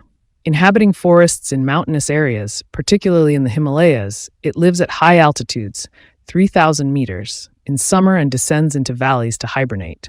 An adult male can measure nearly 2 meters. It weighed 200 kilograms, with the female being smaller. The moon bear is omnivorous, mainly vegetarian, consuming nuts, fruits, roots. It also eats insects, bees and their honey, small mammals and birds, even carrion, and sometimes, when hungry, domestic animals. Thanks to its powerful forelimbs equipped with long claws, it is an excellent climber, scaling mountains and tall trees. The species, which includes a few tens of thousands of specimens spread over a large geographical area, is classified as vulnerable due to deforestation of its habitat, hunting, and captures for the extraction of its gallbladder, which is used in the composition of traditional medicines.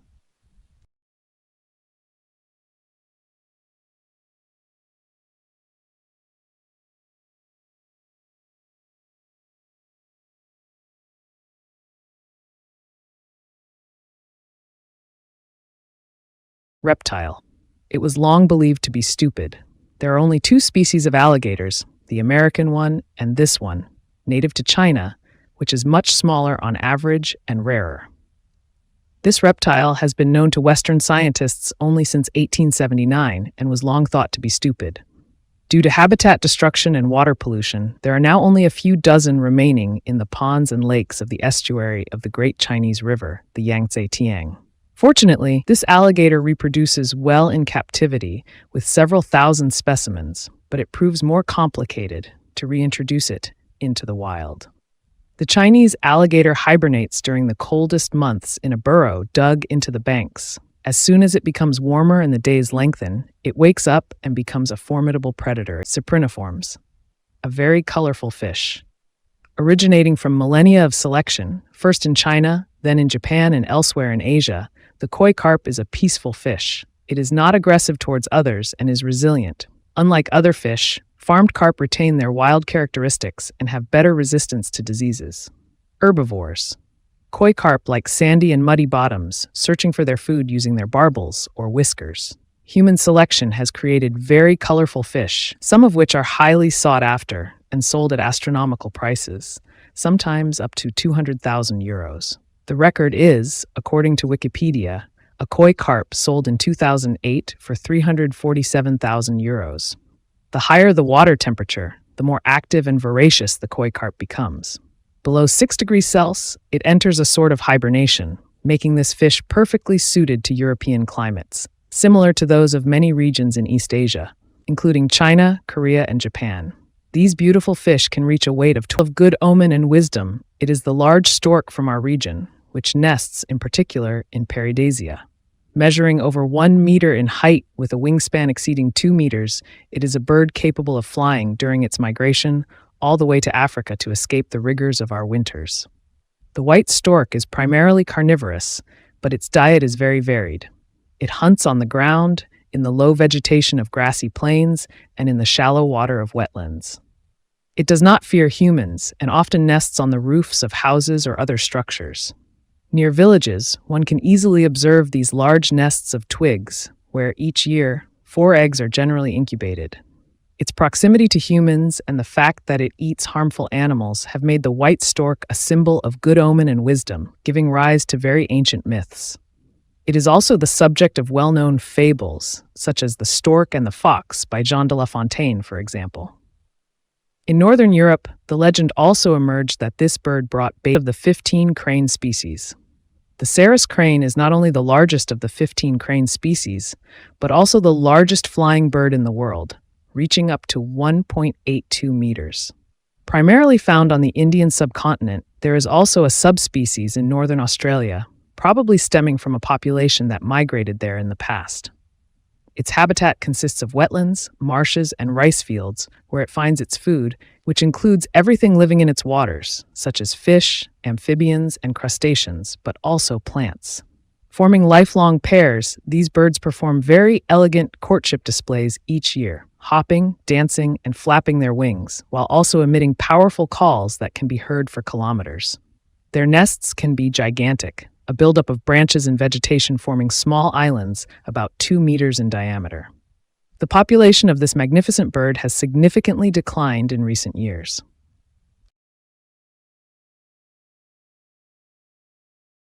The most threatened of cranes. With fewer than 4,000 individuals, among the 15 species of cranes, the Siberian crane is the most threatened. It is even critically endangered, with its wild population estimated at fewer than 4,000 individuals. This magnificent bird, so elegant in its white plumage with a bright red face like its legs, measures LM40. It has a varied diet consisting of plants, but also fish and occasionally small rodents found in its preferred habitat of the wetland tundra of Siberia during the breeding season, and in China or India during winter. Like all cranes, the Siberian crane engages in a complex courtship display during which the pair dances, sings, hops, and spins. Its rapid decline is mainly due to the destruction of its wintering habitat in China and India. Perry Desa is participating in an international program to preserve the species, previously by breeding birds to ensure genetic diversity, currently by financially supporting programs in Siberia. They glide thanks to the thermals. The sandhill crane from Canada has 6 subspecies. Those living in Pairi Desa, Grus canadensis pratensis, live in the southeastern USA, where they do not migrate. The more northern subspecies migrate further south in winter. This large bird, with a wingspan that can reach 2.5 meters, flies very well and can also glide using the thermals, like large raptors. With its gray plumage, white cheeks, and red-feathered cap on its forehead, the sandhill crane is a very elegant bird. Its beak is pointed and very powerful. The sedentary subspecies in Florida and Georgia live in marshy areas where they find their food. Primarily vegetarian, they also eat insects living in its calm, freshwater environments. They live in groups, with pairs forming after an elaborate courtship display consisting of dances and exchanged calls. The population of the southern subspecies has declined in recent years due to the destruction of marshes for creating agricultural zones, but overall, the species is still numerous, thanks to the more northern. They live in small groups. The Japanese crane is one of the largest birds in the world. Measuring about 1.5 meters in height, its wingspan, around 2.5 meters, is also spectacular. Its plumage is white except for the neck, face, and the tips of the wings, which are black. It has a bright red, bare patch of skin on top of the head, reminiscent of the Japanese flag. Living in small groups, the Japanese crane is monogamous and forms lifelong pairs, after a very elaborate courtship display often reproduced in Asian graphic art. It is a favored subject, particularly in Chinese and Japanese painting. Its habitat consists of wetlands and deep marshes, but it also needs dry meadows to build its nest. With its long beak, it spears its prey while walking in the water. Insects, mollusks, and crustaceans, but also buds and shoots in season when it migrates to Siberia and Mongolia. The Japanese population, however, is non-migratory. Cranes symbolize luck and longevity in Asian cultures. Unfortunately, the species is rare and is therefore classified as endangered. Capable of producing cries, very powerful ones that can be heard for kilometers. With its pearl gray plumage, white neck, and a red bare skin area around the eyes, the white-naped crane is a very elegant bird. It is found in wetlands and marshes, in steppes, boreal forests, and large river valleys. The white-naped crane finds its food there, consisting of everything that lives in its calm amphibian waters, freshwater crustaceans, insects, but also plants. Like the Saris crane with which it shares its habitat, the white-naped crane has a particularly long trachea that forms convolutions, allowing it to produce very powerful cries that can be heard for kilometers. The population of this magnificent bird has declined significantly in recent years due to the destruction of marshes to create agricultural areas. Bushfires in the steppes and hunting are additional threats. The population of white-naped cranes still existing in the wild is estimated to be around 6,000 individuals. The species is thus classified as vulnerable. The male and female dance together. The black-necked crane is the only species of crane that lives at high altitudes. It nests on plateaus up to 5,000 meters, once winter comes, in valleys where the climate is milder. An emblematic bird of the state of Jammu and Kashmir, India, the black-necked crane is also a sacred bird in Buddhist cultures, which are respectful of wildlife, particularly in Tibet, China, and Bhutan. It is recognizable by its neck and head, black with a red patch of bare skin on the forehead, contrasting with the light plumage of the body, except for the tail feathers, which are also black. Its diet is varied. Indeed, it eats about anything it can find in its mountainous habitat roots, but also small rodents, birds, reptiles, amphibians, as well as fish and crustaceans from high-altitude lakes and marshes. Pairs form after a courtship display during which males and females dance together. The destruction of wetlands in the low valleys where they winter has led to a decline in the species, which now numbers only between 8,000 and 10,000 individuals. Lurking at the bottom of the water. The Chinese giant salamander, along with those from Japan and North America, is the largest amphibian in the world. It typically reaches a length of 1 meter, but there were recently specimens measuring up to 1.8 meters. It has a brownish skin with dark spots, covered with a slimy mucus. This skin plays a crucial role in the oxygenation of the salamander, which has few gills and whose lungs are not very effective. Therefore, it largely breathes through its skin, and to increase its surface area, it has folds along its flanks. The giant salamander lives in the fast-flowing waters of rivers and streams, as well as in the freshwater lakes and marshes in much of mainland China. Exclusively aquatic, it lurks at the bottom of the waters, lying in wait for prey. It eats crustaceans, small fish, and frogs passing by, literally sucking them into its wide mouth. The female lays ribbons of hundreds of eggs that the male carries and fertilizes in a hole, then guards the offspring until they hatch. Excessively hunted for its meat, the species is critically called a bear cat. This mammal lives in the trees of large forests, from Indian Assam to Indochina and into the Indonesian archipelago. Its diet is omnivorous. While it occasionally catches small prey such as rodents or even fish, it primarily eats plants, especially fruits, whose seeds it disperses through its droppings. It is believed that the female, a rare capability among mammals, can adjust the development of her embryos to periods of food abundance. Very skilled at climbing trees, the binturong, a Malayan origin name, is even capable of moving along branches head down. It has a prehensile tail as long as its body, providing a firm grip. It also has scent glands that reportedly smell like hot popcorn.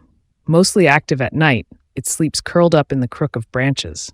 The species is at relative risk due to in case of danger, the hog deer charges with its head down. The hog deer is a small species of deer measuring 70 centimeters at the shoulder and weighing around 50 kilograms. Its name is due to its behavior. It flees by running head down instead of jumping over obstacles. Like most deer, the hog deer charges head down, passing under obstacles in the manner of a wild boar. Although it sometimes lives in small groups, it does not form a cohesive herd. Thus, in case of danger, the animal emits a sort of whistle or alert bark and then flees in all directions rather than staying grouped. It lives in wet grasslands, foothills, along rivers, and feeds on leaves, stems, buds, and fruits. It is mainly active at dusk, more rarely during the day or even at night during the monsoon season. Its natural predators are the tiger, the leopard, the toll, the wild Asian dog, and even the Burmese python. Actively hunted by humans, the hog deer is probably extinct in southwest China, Vietnam, Laos, and Myanmar. It survives in Cambodia, but its numbers are declining everywhere, and it is classified as an endangered species. From the marshy areas of northern and central China, this large deer species is unfortunately completely extinct in the wild. It is only found in captivity. It was discovered for the West in 1865 by Father Armand David, a French missionary and naturalist who spotted them in the Imperial Hunting Park near Beijing. With much difficulty, a few specimens were transferred to Europe, thus saving the species, as the stock from the Imperial Palace was decimated by a flood and then killed and eaten by Japanese and European troops during the Boxer Rebellion. At the turn of the 20th century, the 18 surviving adult animals in European waters were entrusted to the Duke of Bedford, who ensured their breeding on his domain in Woburn Abbey. All Perry David's deer existing in the world today, about 2,000 specimens, come from this breeding. Having recovered some specimens, China is attempting to reintroduce the species into its original habitat. Did you know? In April 2020, a Perry David's deer was born in Pairi Daiza. This is excellent news for the preservation of the genetic diversity of this species, extinct, one of the only canids that hibernates.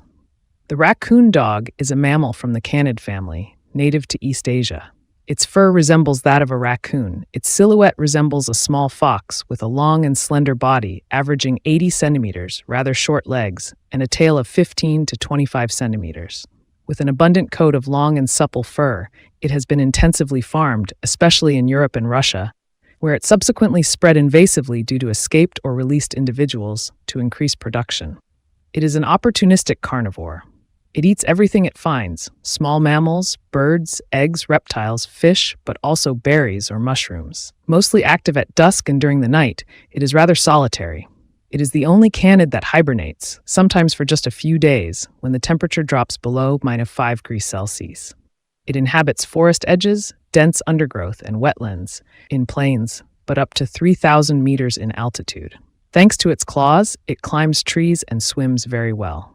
The female gives birth to a litter of 5 to 7 pups. It is remarkable for the length of its arms and hands. The yellow-cheeked gibbon, like all gibbon species, is notable for the length of its arms and hands. Proportionally to its body and legs, it lives in primary forests of low and medium altitude, moving with extraordinary agility from branch to branch in the canopy, rarely coming down to the ground, active during the day, mainly feeding on fruits and shoots. The yellow-cheeked gibbon is monogamous, forming a stable family group with a female and 2 or 3 young, ruling over a territory of several square kilometers. After a long gestation of 7 months, a young is born in the summer by the sea and raised by both parents, the young sometimes staying for 6 to 8 years before leaving the group to establish a new family. At birth, this monkey has light yellow fur, which becomes black after a few months, except for the cheeks, which remain yellow. However, the fur of females reaching sexual maturity becomes yellowish again, with a small crest of black hair, matching the fur coloration of very agile and quick in rough terrain. The gray goral, or Chinese goral, is a species of goat living in the mountains and plateaus of Southeast Asia and throughout a large part of China. Small in size, measuring barely 80 centimeters at the shoulder, This ungulate is sturdily built, covered with thick fur in colors ranging from gray to brown. Both males and females have short horns curved backward.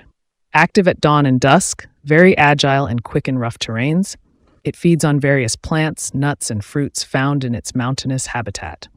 It remains calm during the day, perfectly camouflaged among the rocks, shielding itself from predators such as wolves and leopards. However, it is classified as a vulnerable species as humans hunt it excessively for its meat and fur. The gray goral lives in small herds of 4 to 12 individuals, with older males being solitary.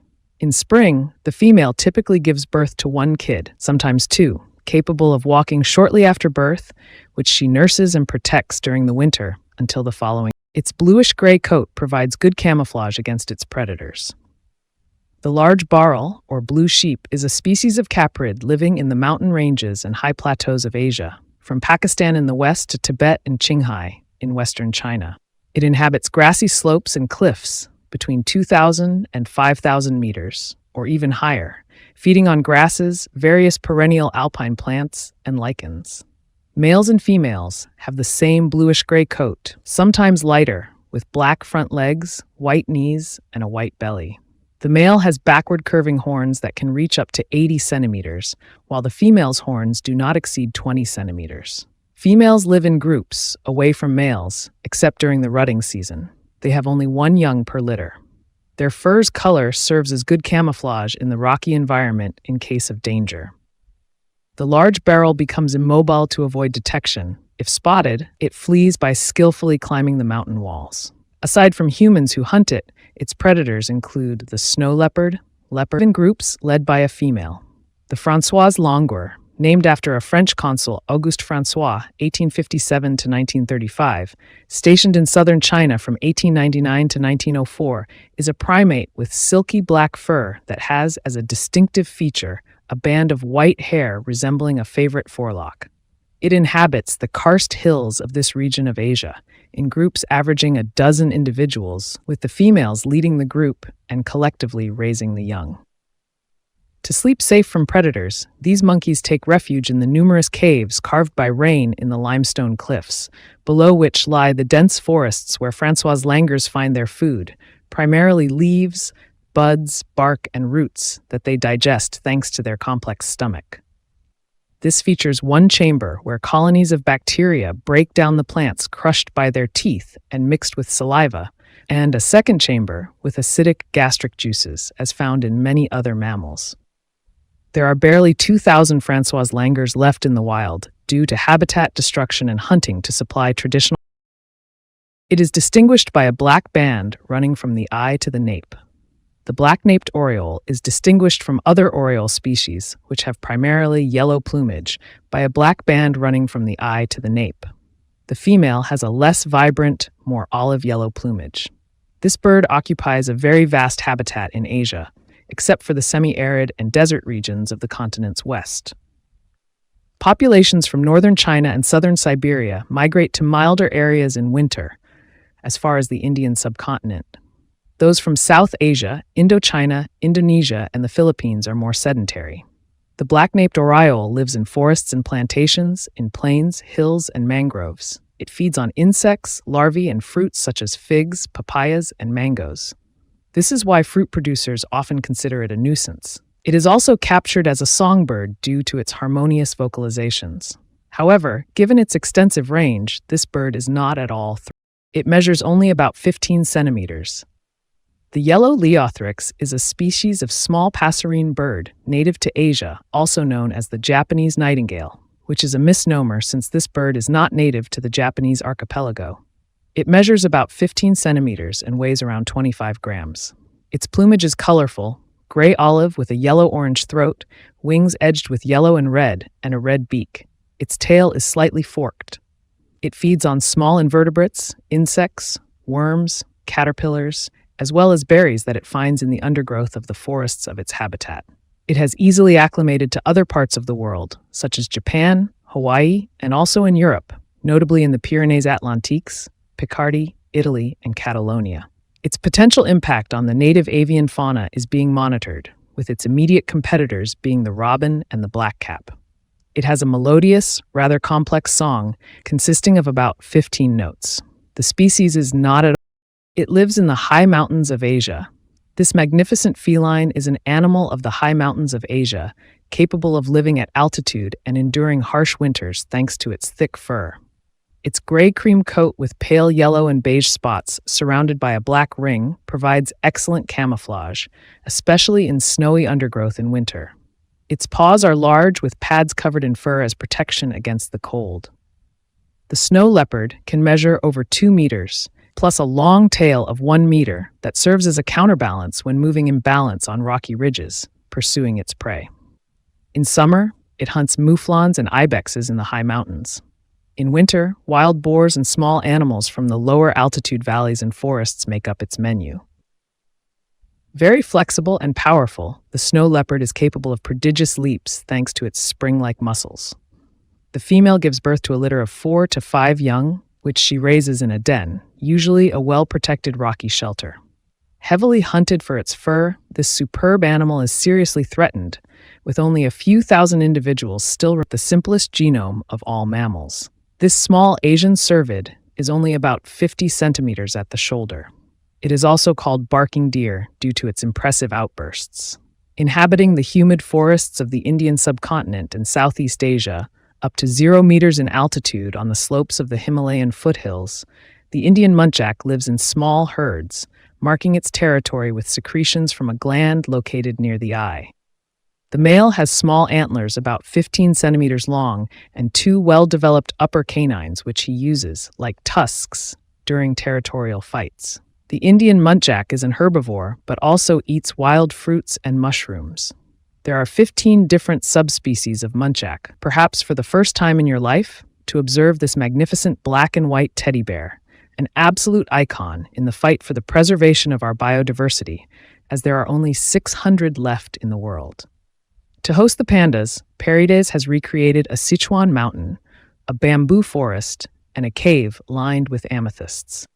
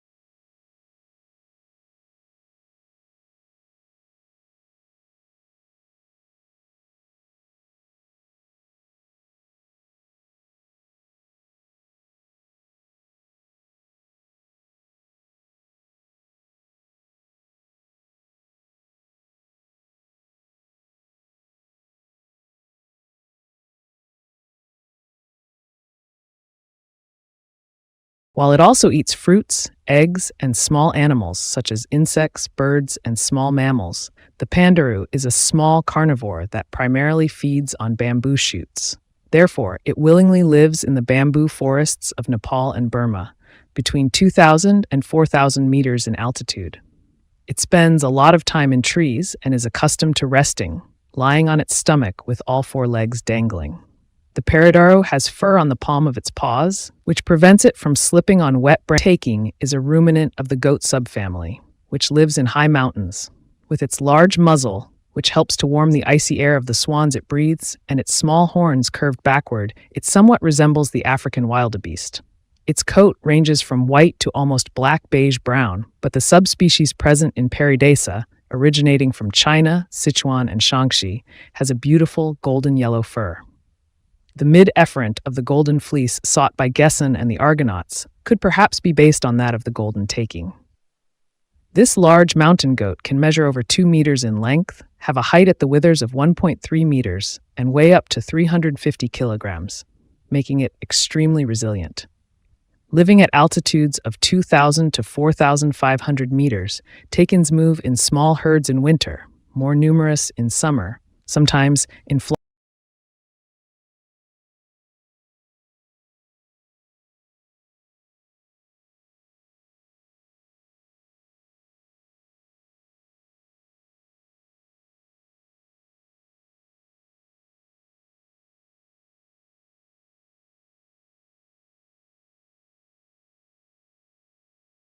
This animal withstands the cold thanks to waterproof fur lubricated by an oil secreted by its skin. This fur can be as thick as 25 centimeters on the throat and neck, providing good protection. The main predator of the taquin is humans, who hunt it for its meat and fur. The species is classified as vulnerable.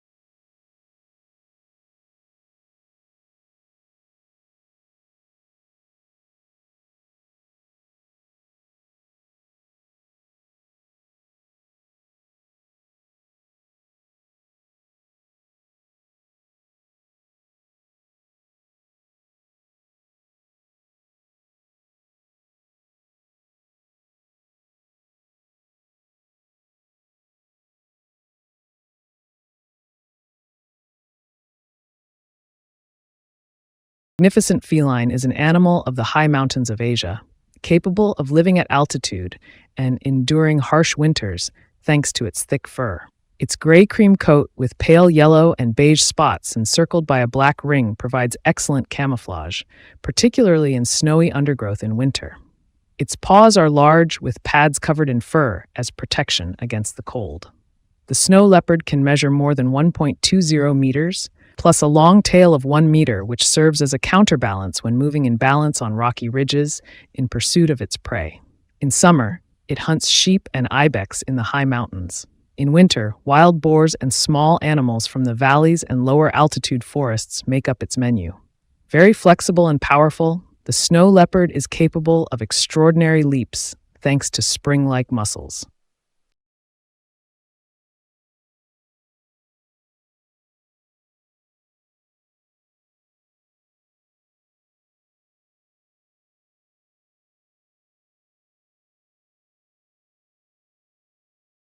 The female gives birth to a litter of 4 to 5 young, which she raises in a den, usually a well-protected rocky shelter. Heavily hunted for its fur, this magnificent animal is seriously threatened, with only a few thousand individuals still surviving in the wild.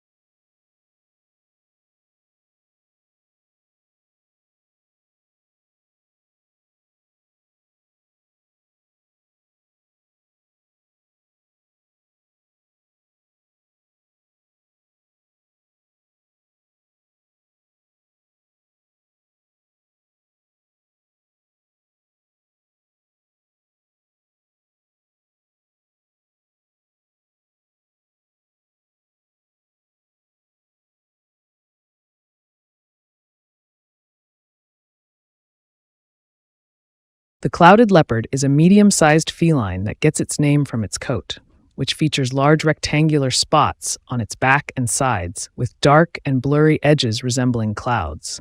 Equipped with short and strong legs and a tail as long as its body that serves as a counterbalance, this animal is very agile. Its preferred habitat consists of lowland rainforests and mountainous foothills. However, it can also be found in sparse forests and mangroves. This feline is not arboreal, moving mainly on the ground and hunting at dusk or dawn. The clouded leopard is exclusively carnivorous, with prey ranging from squirrels to hog deer, which are the size of a small din and includes monkeys and birds. Caught by surprise, it is a very discreet animal and extremely difficult to observe in the wild. Heavily hunted for its skin and organs, which are used in local medicine as a substitute for those of the tiger, the clouded leopard is a vulnerable species, with less than 10,000 individuals remaining in the wild. This unique animal is perfectly adapted to life in the trees, upside down. Its internal organs are rotated at 135 degrees to prevent them from being crushed by its heavy intestines. The sloth spends its time hanging from branches. Its fur houses a few species and algae that find an ideal environment there, rich in nutrients and moisture. In return, the sloth uses the colors of the algae, varying from green to blue, as camouflage to hide from predators such as eagles and jaguars. In case of confrontation, the sloth is capable of defending itself in a surprisingly quick manner using its long and sharp claws.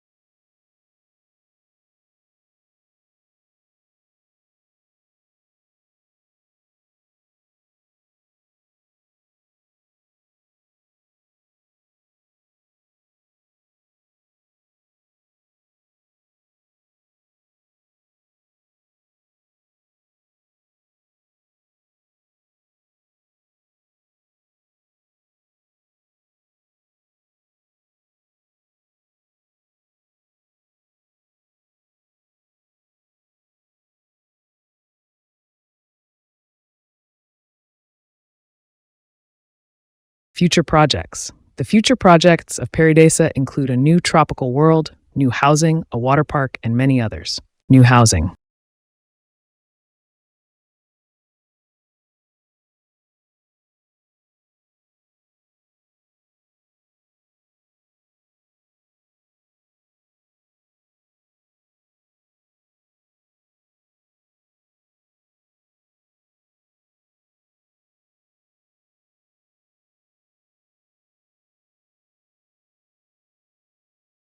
The islands of the rising sun. A water park. And their social media, Facebook, facebook.com, Jardin des Mondes, Instagram, ipp, instagram.com, Perry Desa Officiel, LinkedIn, linkedin.com, Compagnie Perry Desa, YouTube, tube.com, Chanel UK, BFP61, TikTok.com as the official handle, Perry Desa. Website perrydesa.uk, events, link in description.